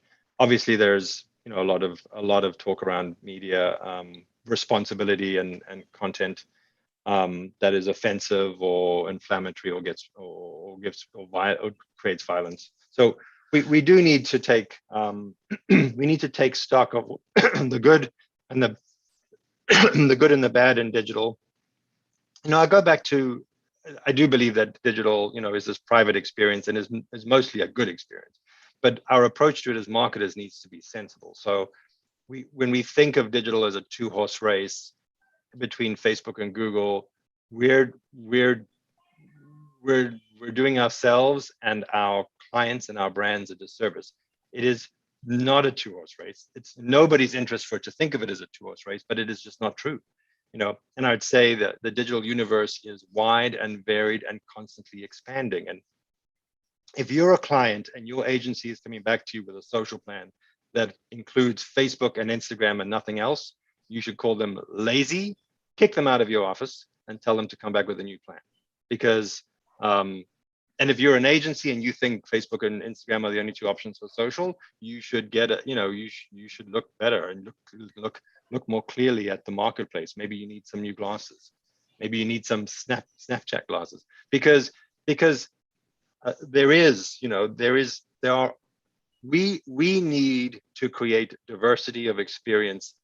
Brands need to deliver diversity of experience for consumers and for audiences, and we as marketers need to help facilitate that. And that means looking at all the innovation that is happening in digital, whether it's AR lenses with Snap or audio spaces with Twitter. I know TikTok is not formally yet allowed back into India, although I'm hopeful. I saw something that they were going to change their name to TICK, Talk TICK.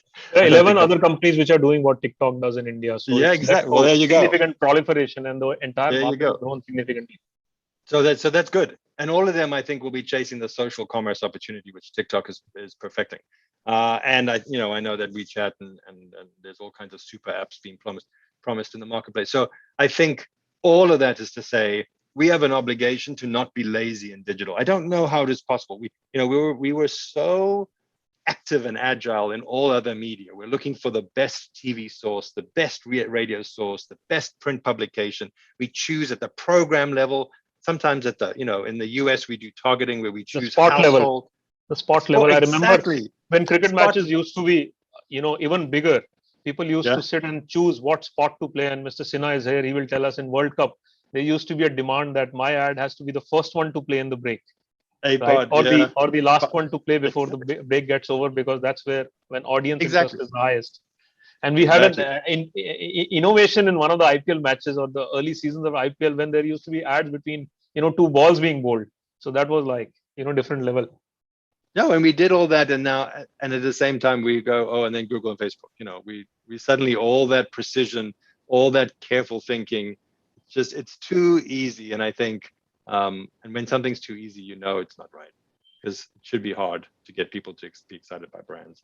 So I think, I think it's interesting, we talk a lot about media responsibility at IPG Media Brands and holding Facebook in particular accountable for the content that's on their platform that is causing a lot of harm, particularly around the pandemic, with vaccine hesitancy, misinformation, disinformation, blatant lies, crazy talk about how vaccines are putting microchips in your blood and changing your DNA, which a large proportion of the US population believes because of social media, and particularly because of Facebook and its controls.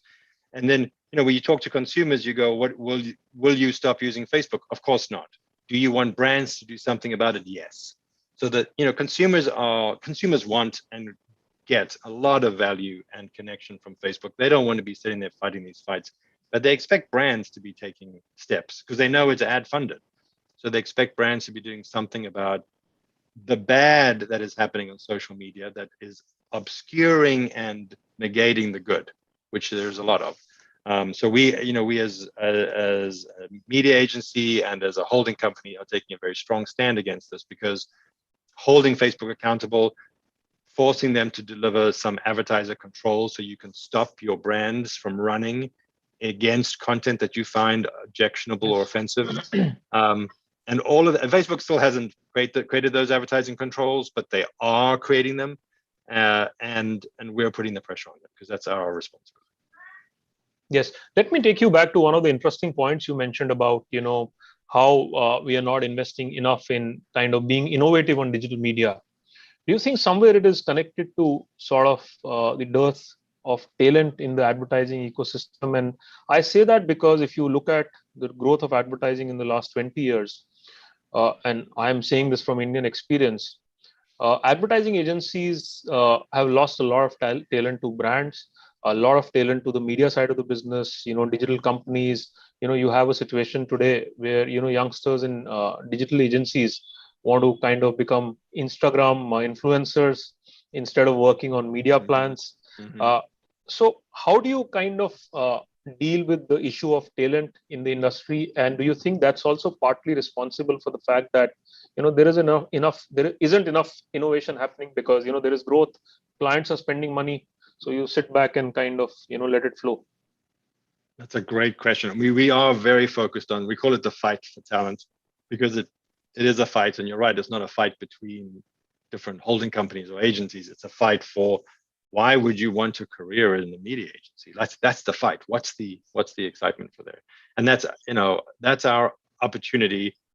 I mean, I think the reason why people come to our agencies are still the brands that we work with, the power that those brands have to shape culture and to drive economies, and the people that they get to work with. So those are always the reasons. And so it's our job, and Shashi will agree with me that we want to work with the world's and the market's best brands, the brands that are taking risks, the brands that are driving innovation, because that's why people join. People join because they want to work with Amazon, they want to work with Spotify, they want to work with clients that are doing something interesting and shifting categories and culture.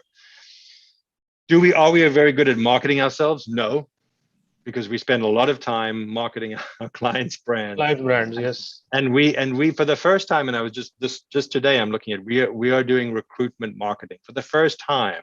We're starting to do, as an agency and as a media holding company, thinking about how we position ourselves in the ecosystem and how do we attract people, right? Because we're not actually recruiting them, we're attracting them. It's like they're going into this department store and they can go to any part of that department store. Why would they come to your section, right? Why would they come to a mall? Why would they come to your store? So we're doing a lot more thinking. We're doing a lot of thinking around diversity and inclusion, because it is the case that we are more progressive as agencies have to be progressive. There's nobody, we don't have enough people for there to be a hierarchy, for there to be, oh, you just go and do your tactical job and I'll do the strategic one. We need everybody to be strategic and all in. We don't have enough people. We never get paid enough by clients. We always have to do with more with less. And so we need women, we need people who are in any way different or other to all feel empowered to be equal in our cultures. And I know this is a passion of Shashi and myself, women. We've got significant amount of women leaders at IPG Media Brands and at IPG, but particularly at Media Brands. So all of that, I think, begins to make us more attractive. We're not going to offer people equity and shares that quadruple, but we also got to not offer them the opportunity of being in a company that fails and then they have to look for a job tomorrow. We're going to give them the stability of a company that is growing. We have double-digit growth year over year. Even in the pandemic, we were flat. In the worst year of 2020, we were flat as a company. So we have stability and innovation. And it's our job to keep that innovation high. And frankly, to change the way we think. Shashi and I are from a different generation. People are not looking for careers. They're looking for impact. And we spend a lot of time at Media Brands going, where can we stream people into projects that help them get impact, whether it's in sustainability initiatives, diversity initiatives, media responsibility, organizing, global exchange programs. All of that is how we deliver on and being a more attractive place to work. But and we watch our our internal scores around, do people recommend us to their friends, and we keep that as a key driver of our executive performance. It is the thing that keeps me up at night. We do have people moving to TikTok and Snap and Facebook, but we also have people coming back. Yes. Because you're a big, you can be, the impact you can have in agencies is really powerful. You can influence what Amazon does in India. You can influence what Spotify does in India through working for Initiative or Whereas I think in many times in these, particularly these big digital platforms, your influence is small. So if anybody there is working for a digital platform, very well put, Daryl. Let me come to your India business now, and you have fantastic leadership, very stable leadership for many years. Your India business has grown multifold, both in the legacy media part as well as the digital part. And you have many clients who work with you globally as well as who work with you in India. What are the specific opportunities you see in India? India is a large growing market. It always has been, and one of the famous Indians, Ruchir Sharma, who worked with Goldman Sachs for many years, famously said India is a market that disappoints both the pessimists and the optimists very regularly. Right? What's your take on the India market? How do you see the opportunity here? What are the learnings which are important for the Indian market, which are very different from some of the evolved markets or the Western markets you work in globally? Well, I mean, I think the thing that makes India different is the depths of the depths of cities, the layers and layers of cities you have in the Indian market, and how rich the regional differences are, and how much opportunity there is to do really vibrant, what we call hyper-local marketing around the world. But in India, I think it just be called marketing, right? Like, how do you really speak? I mean, I know we were talking earlier about how all this, there's streaming platforms that are in all the regional languages in India. There's newspapers in all the regional languages in India. I think digital will allow us to do even more depth of that. So I think the hyper-local experience in India is going to be radio, or it's going to be extraordinary, and be a richer opportunity than in other markets where there's much more of a national footprint and much less local nuance. The other thing about India, which is similar to other markets but richer in India, is the live event. There is still these cultural moments. I know that there's the festival season. I know there's also a wedding season, which I love. I love a country that has wedding season. So there's still these moments in culture where the whole culture looks at the same things. And those are very powerful moments. I know they're very competitive moments for brands, but they're also very powerful moments for brands to be about something more than just the products they sell. And then I think finally, this is my big play. I know you're going to smile and say this is obviously the media agency would say this, but I'm going to say it anyway. Creativity is everyone's business. Creativity is everyone's business. The opportunity in 2022 will be to create content that people want to listen to. And that means not just being part of social conversations and responding, and also not being afraid if somebody says something bad about your brand in social media, just taking it on the nose, being authentic, answering them if you think it's wrong, just being normal and human in social. But it also means creating stories about your brand that are big. I think there is I look at the Bollywood, I look at how the power of Bollywood, the power of content in culture, music, poetry. India is this rich, cultural content producer. And I think it should also be a bigger player in terms of brand content. And it isn't. It compared to how rich that cultural context is, Indian brands, I think, have been quiet on the content space. And so I think that is going to be a big play for us. You're going to see the Media Brands Content Studio really stepping out more in India. We have very strong assets already, and very amazing creative thinkers in Interactive Avenues and other parts of our Media Brands ecosystem. But we will also be creating a content studio that his sole focus is to help brands create content that people want to watch. Fantastic. I think very well put about, India being culturally strong and a lot of culturally relevant content being created and how that can sort of, show itself in terms of the kind of work agencies are doing. Before we go, Daryl, I'm told we're out of time. Let me ask you as an individual, where do you draw your motivation? Where do you draw inspiration from? What are your sources of learning? Where does kind of the drive to run this business, keep it relevant on a daily basis in this sort of hyper competitive environment come from?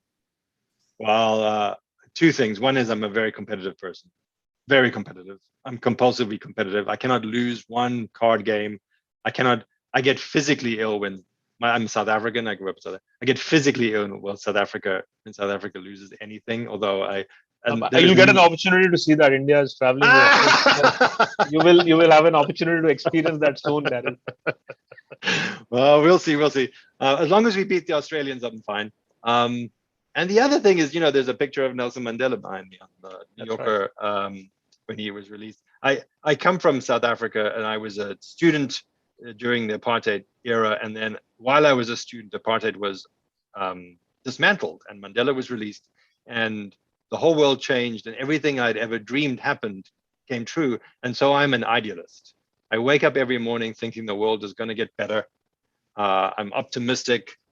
Even in a pandemic, people think I'm a little crazy, but I'm like, no, it's amazing. We found these vaccines so quickly, and people have adopted the vaccines. And we had tragedy, and I'm in New York City. We had tragedy for months and months of ambulances and refrigerated morgues, trucks next to, but still we came through it and we're stronger. And I know you had your own suffering in India, and Shashi, my heart broke for some of the pain we all felt. But I know we get better as a group of people and as an industry. And I'm amazed at what we do, how brands are these incredibly powerful, positive experiences in people's lives that gives them access to things they need and also give them spiritual and nourishment when they're really good, when brands are really good.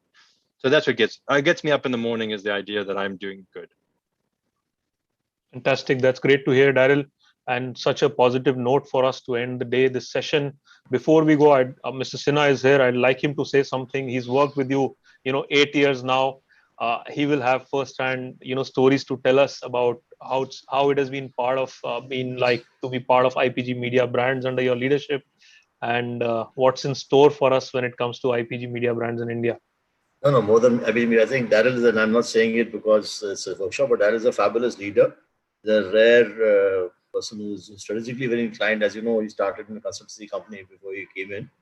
But Naval, one day you must catch him over a beer and get the story out of the Paritan movement he talks about, he changed. It's a remarkable story. I was privileged to hear it. And, from there he went to Oxford. So I was privileged to hear the story with him, and he revisited Oxford with us. So I think, but that not for this forum. Really thrilled. As Daryl says, and echoes with all our teams, it's all about strategy, it's all about quality. Scale comes. Scale, India is one of the few markets where we're very large, we're number 2. But as Daryl always reminds me, it's not about scale, it's always about quality. And that's why I tell our teams, it's finally getting the act together. So thanks a lot, Daryl, for taking time out for India. I'm sure with Extra Media and us would love this interaction which has happened. Thank you very much. It is about being the new age conglomerate and not being the old age conglomerate. With that, let me thank you again, Daryl, for joining us. Have a good day. Ravin, back to you. Thank you, Noel.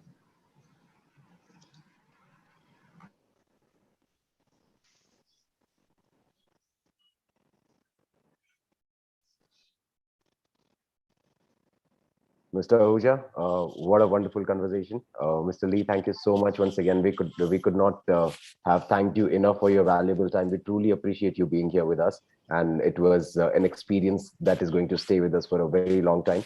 Some thought-provoking answers there, and a lot more to look to for the future. Thank you so much once again, Mr. Lee. Thank you. You're welcome. Thank you, Shashi sir. Thank you, Daryl. Absolutely welcome. So fun. Great questions. Thank you. Thank you very much. And I mean, we'll see South Africa and India. Who knows? One of us will be happy. There you have it. Once again, thank you so much, Mr. Lee, Mr. Ahuja. Of course, as always, it was a pleasure to listen to you share some wisdom with us. And before we leave you all, I would be very happy for you all to see a partner, AV.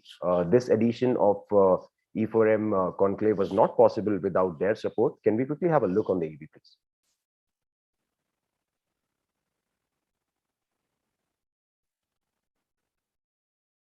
SG, can we play the AV? कुछ सपने सोने नहीं देते। तराशे जाएंगे सपने, पंख दिए जाएंगे आपकी सोच को। ये एक बाइंडिंग नॉन नेगोशिएबल ऑफर है हमारी तरफ से। दिल खोल के सपने देखो और फिर जी जान लगा दो उन सपनों को पूरा करने के लिए। Are you okay with 80 crores? 10% पे 50 lakhs।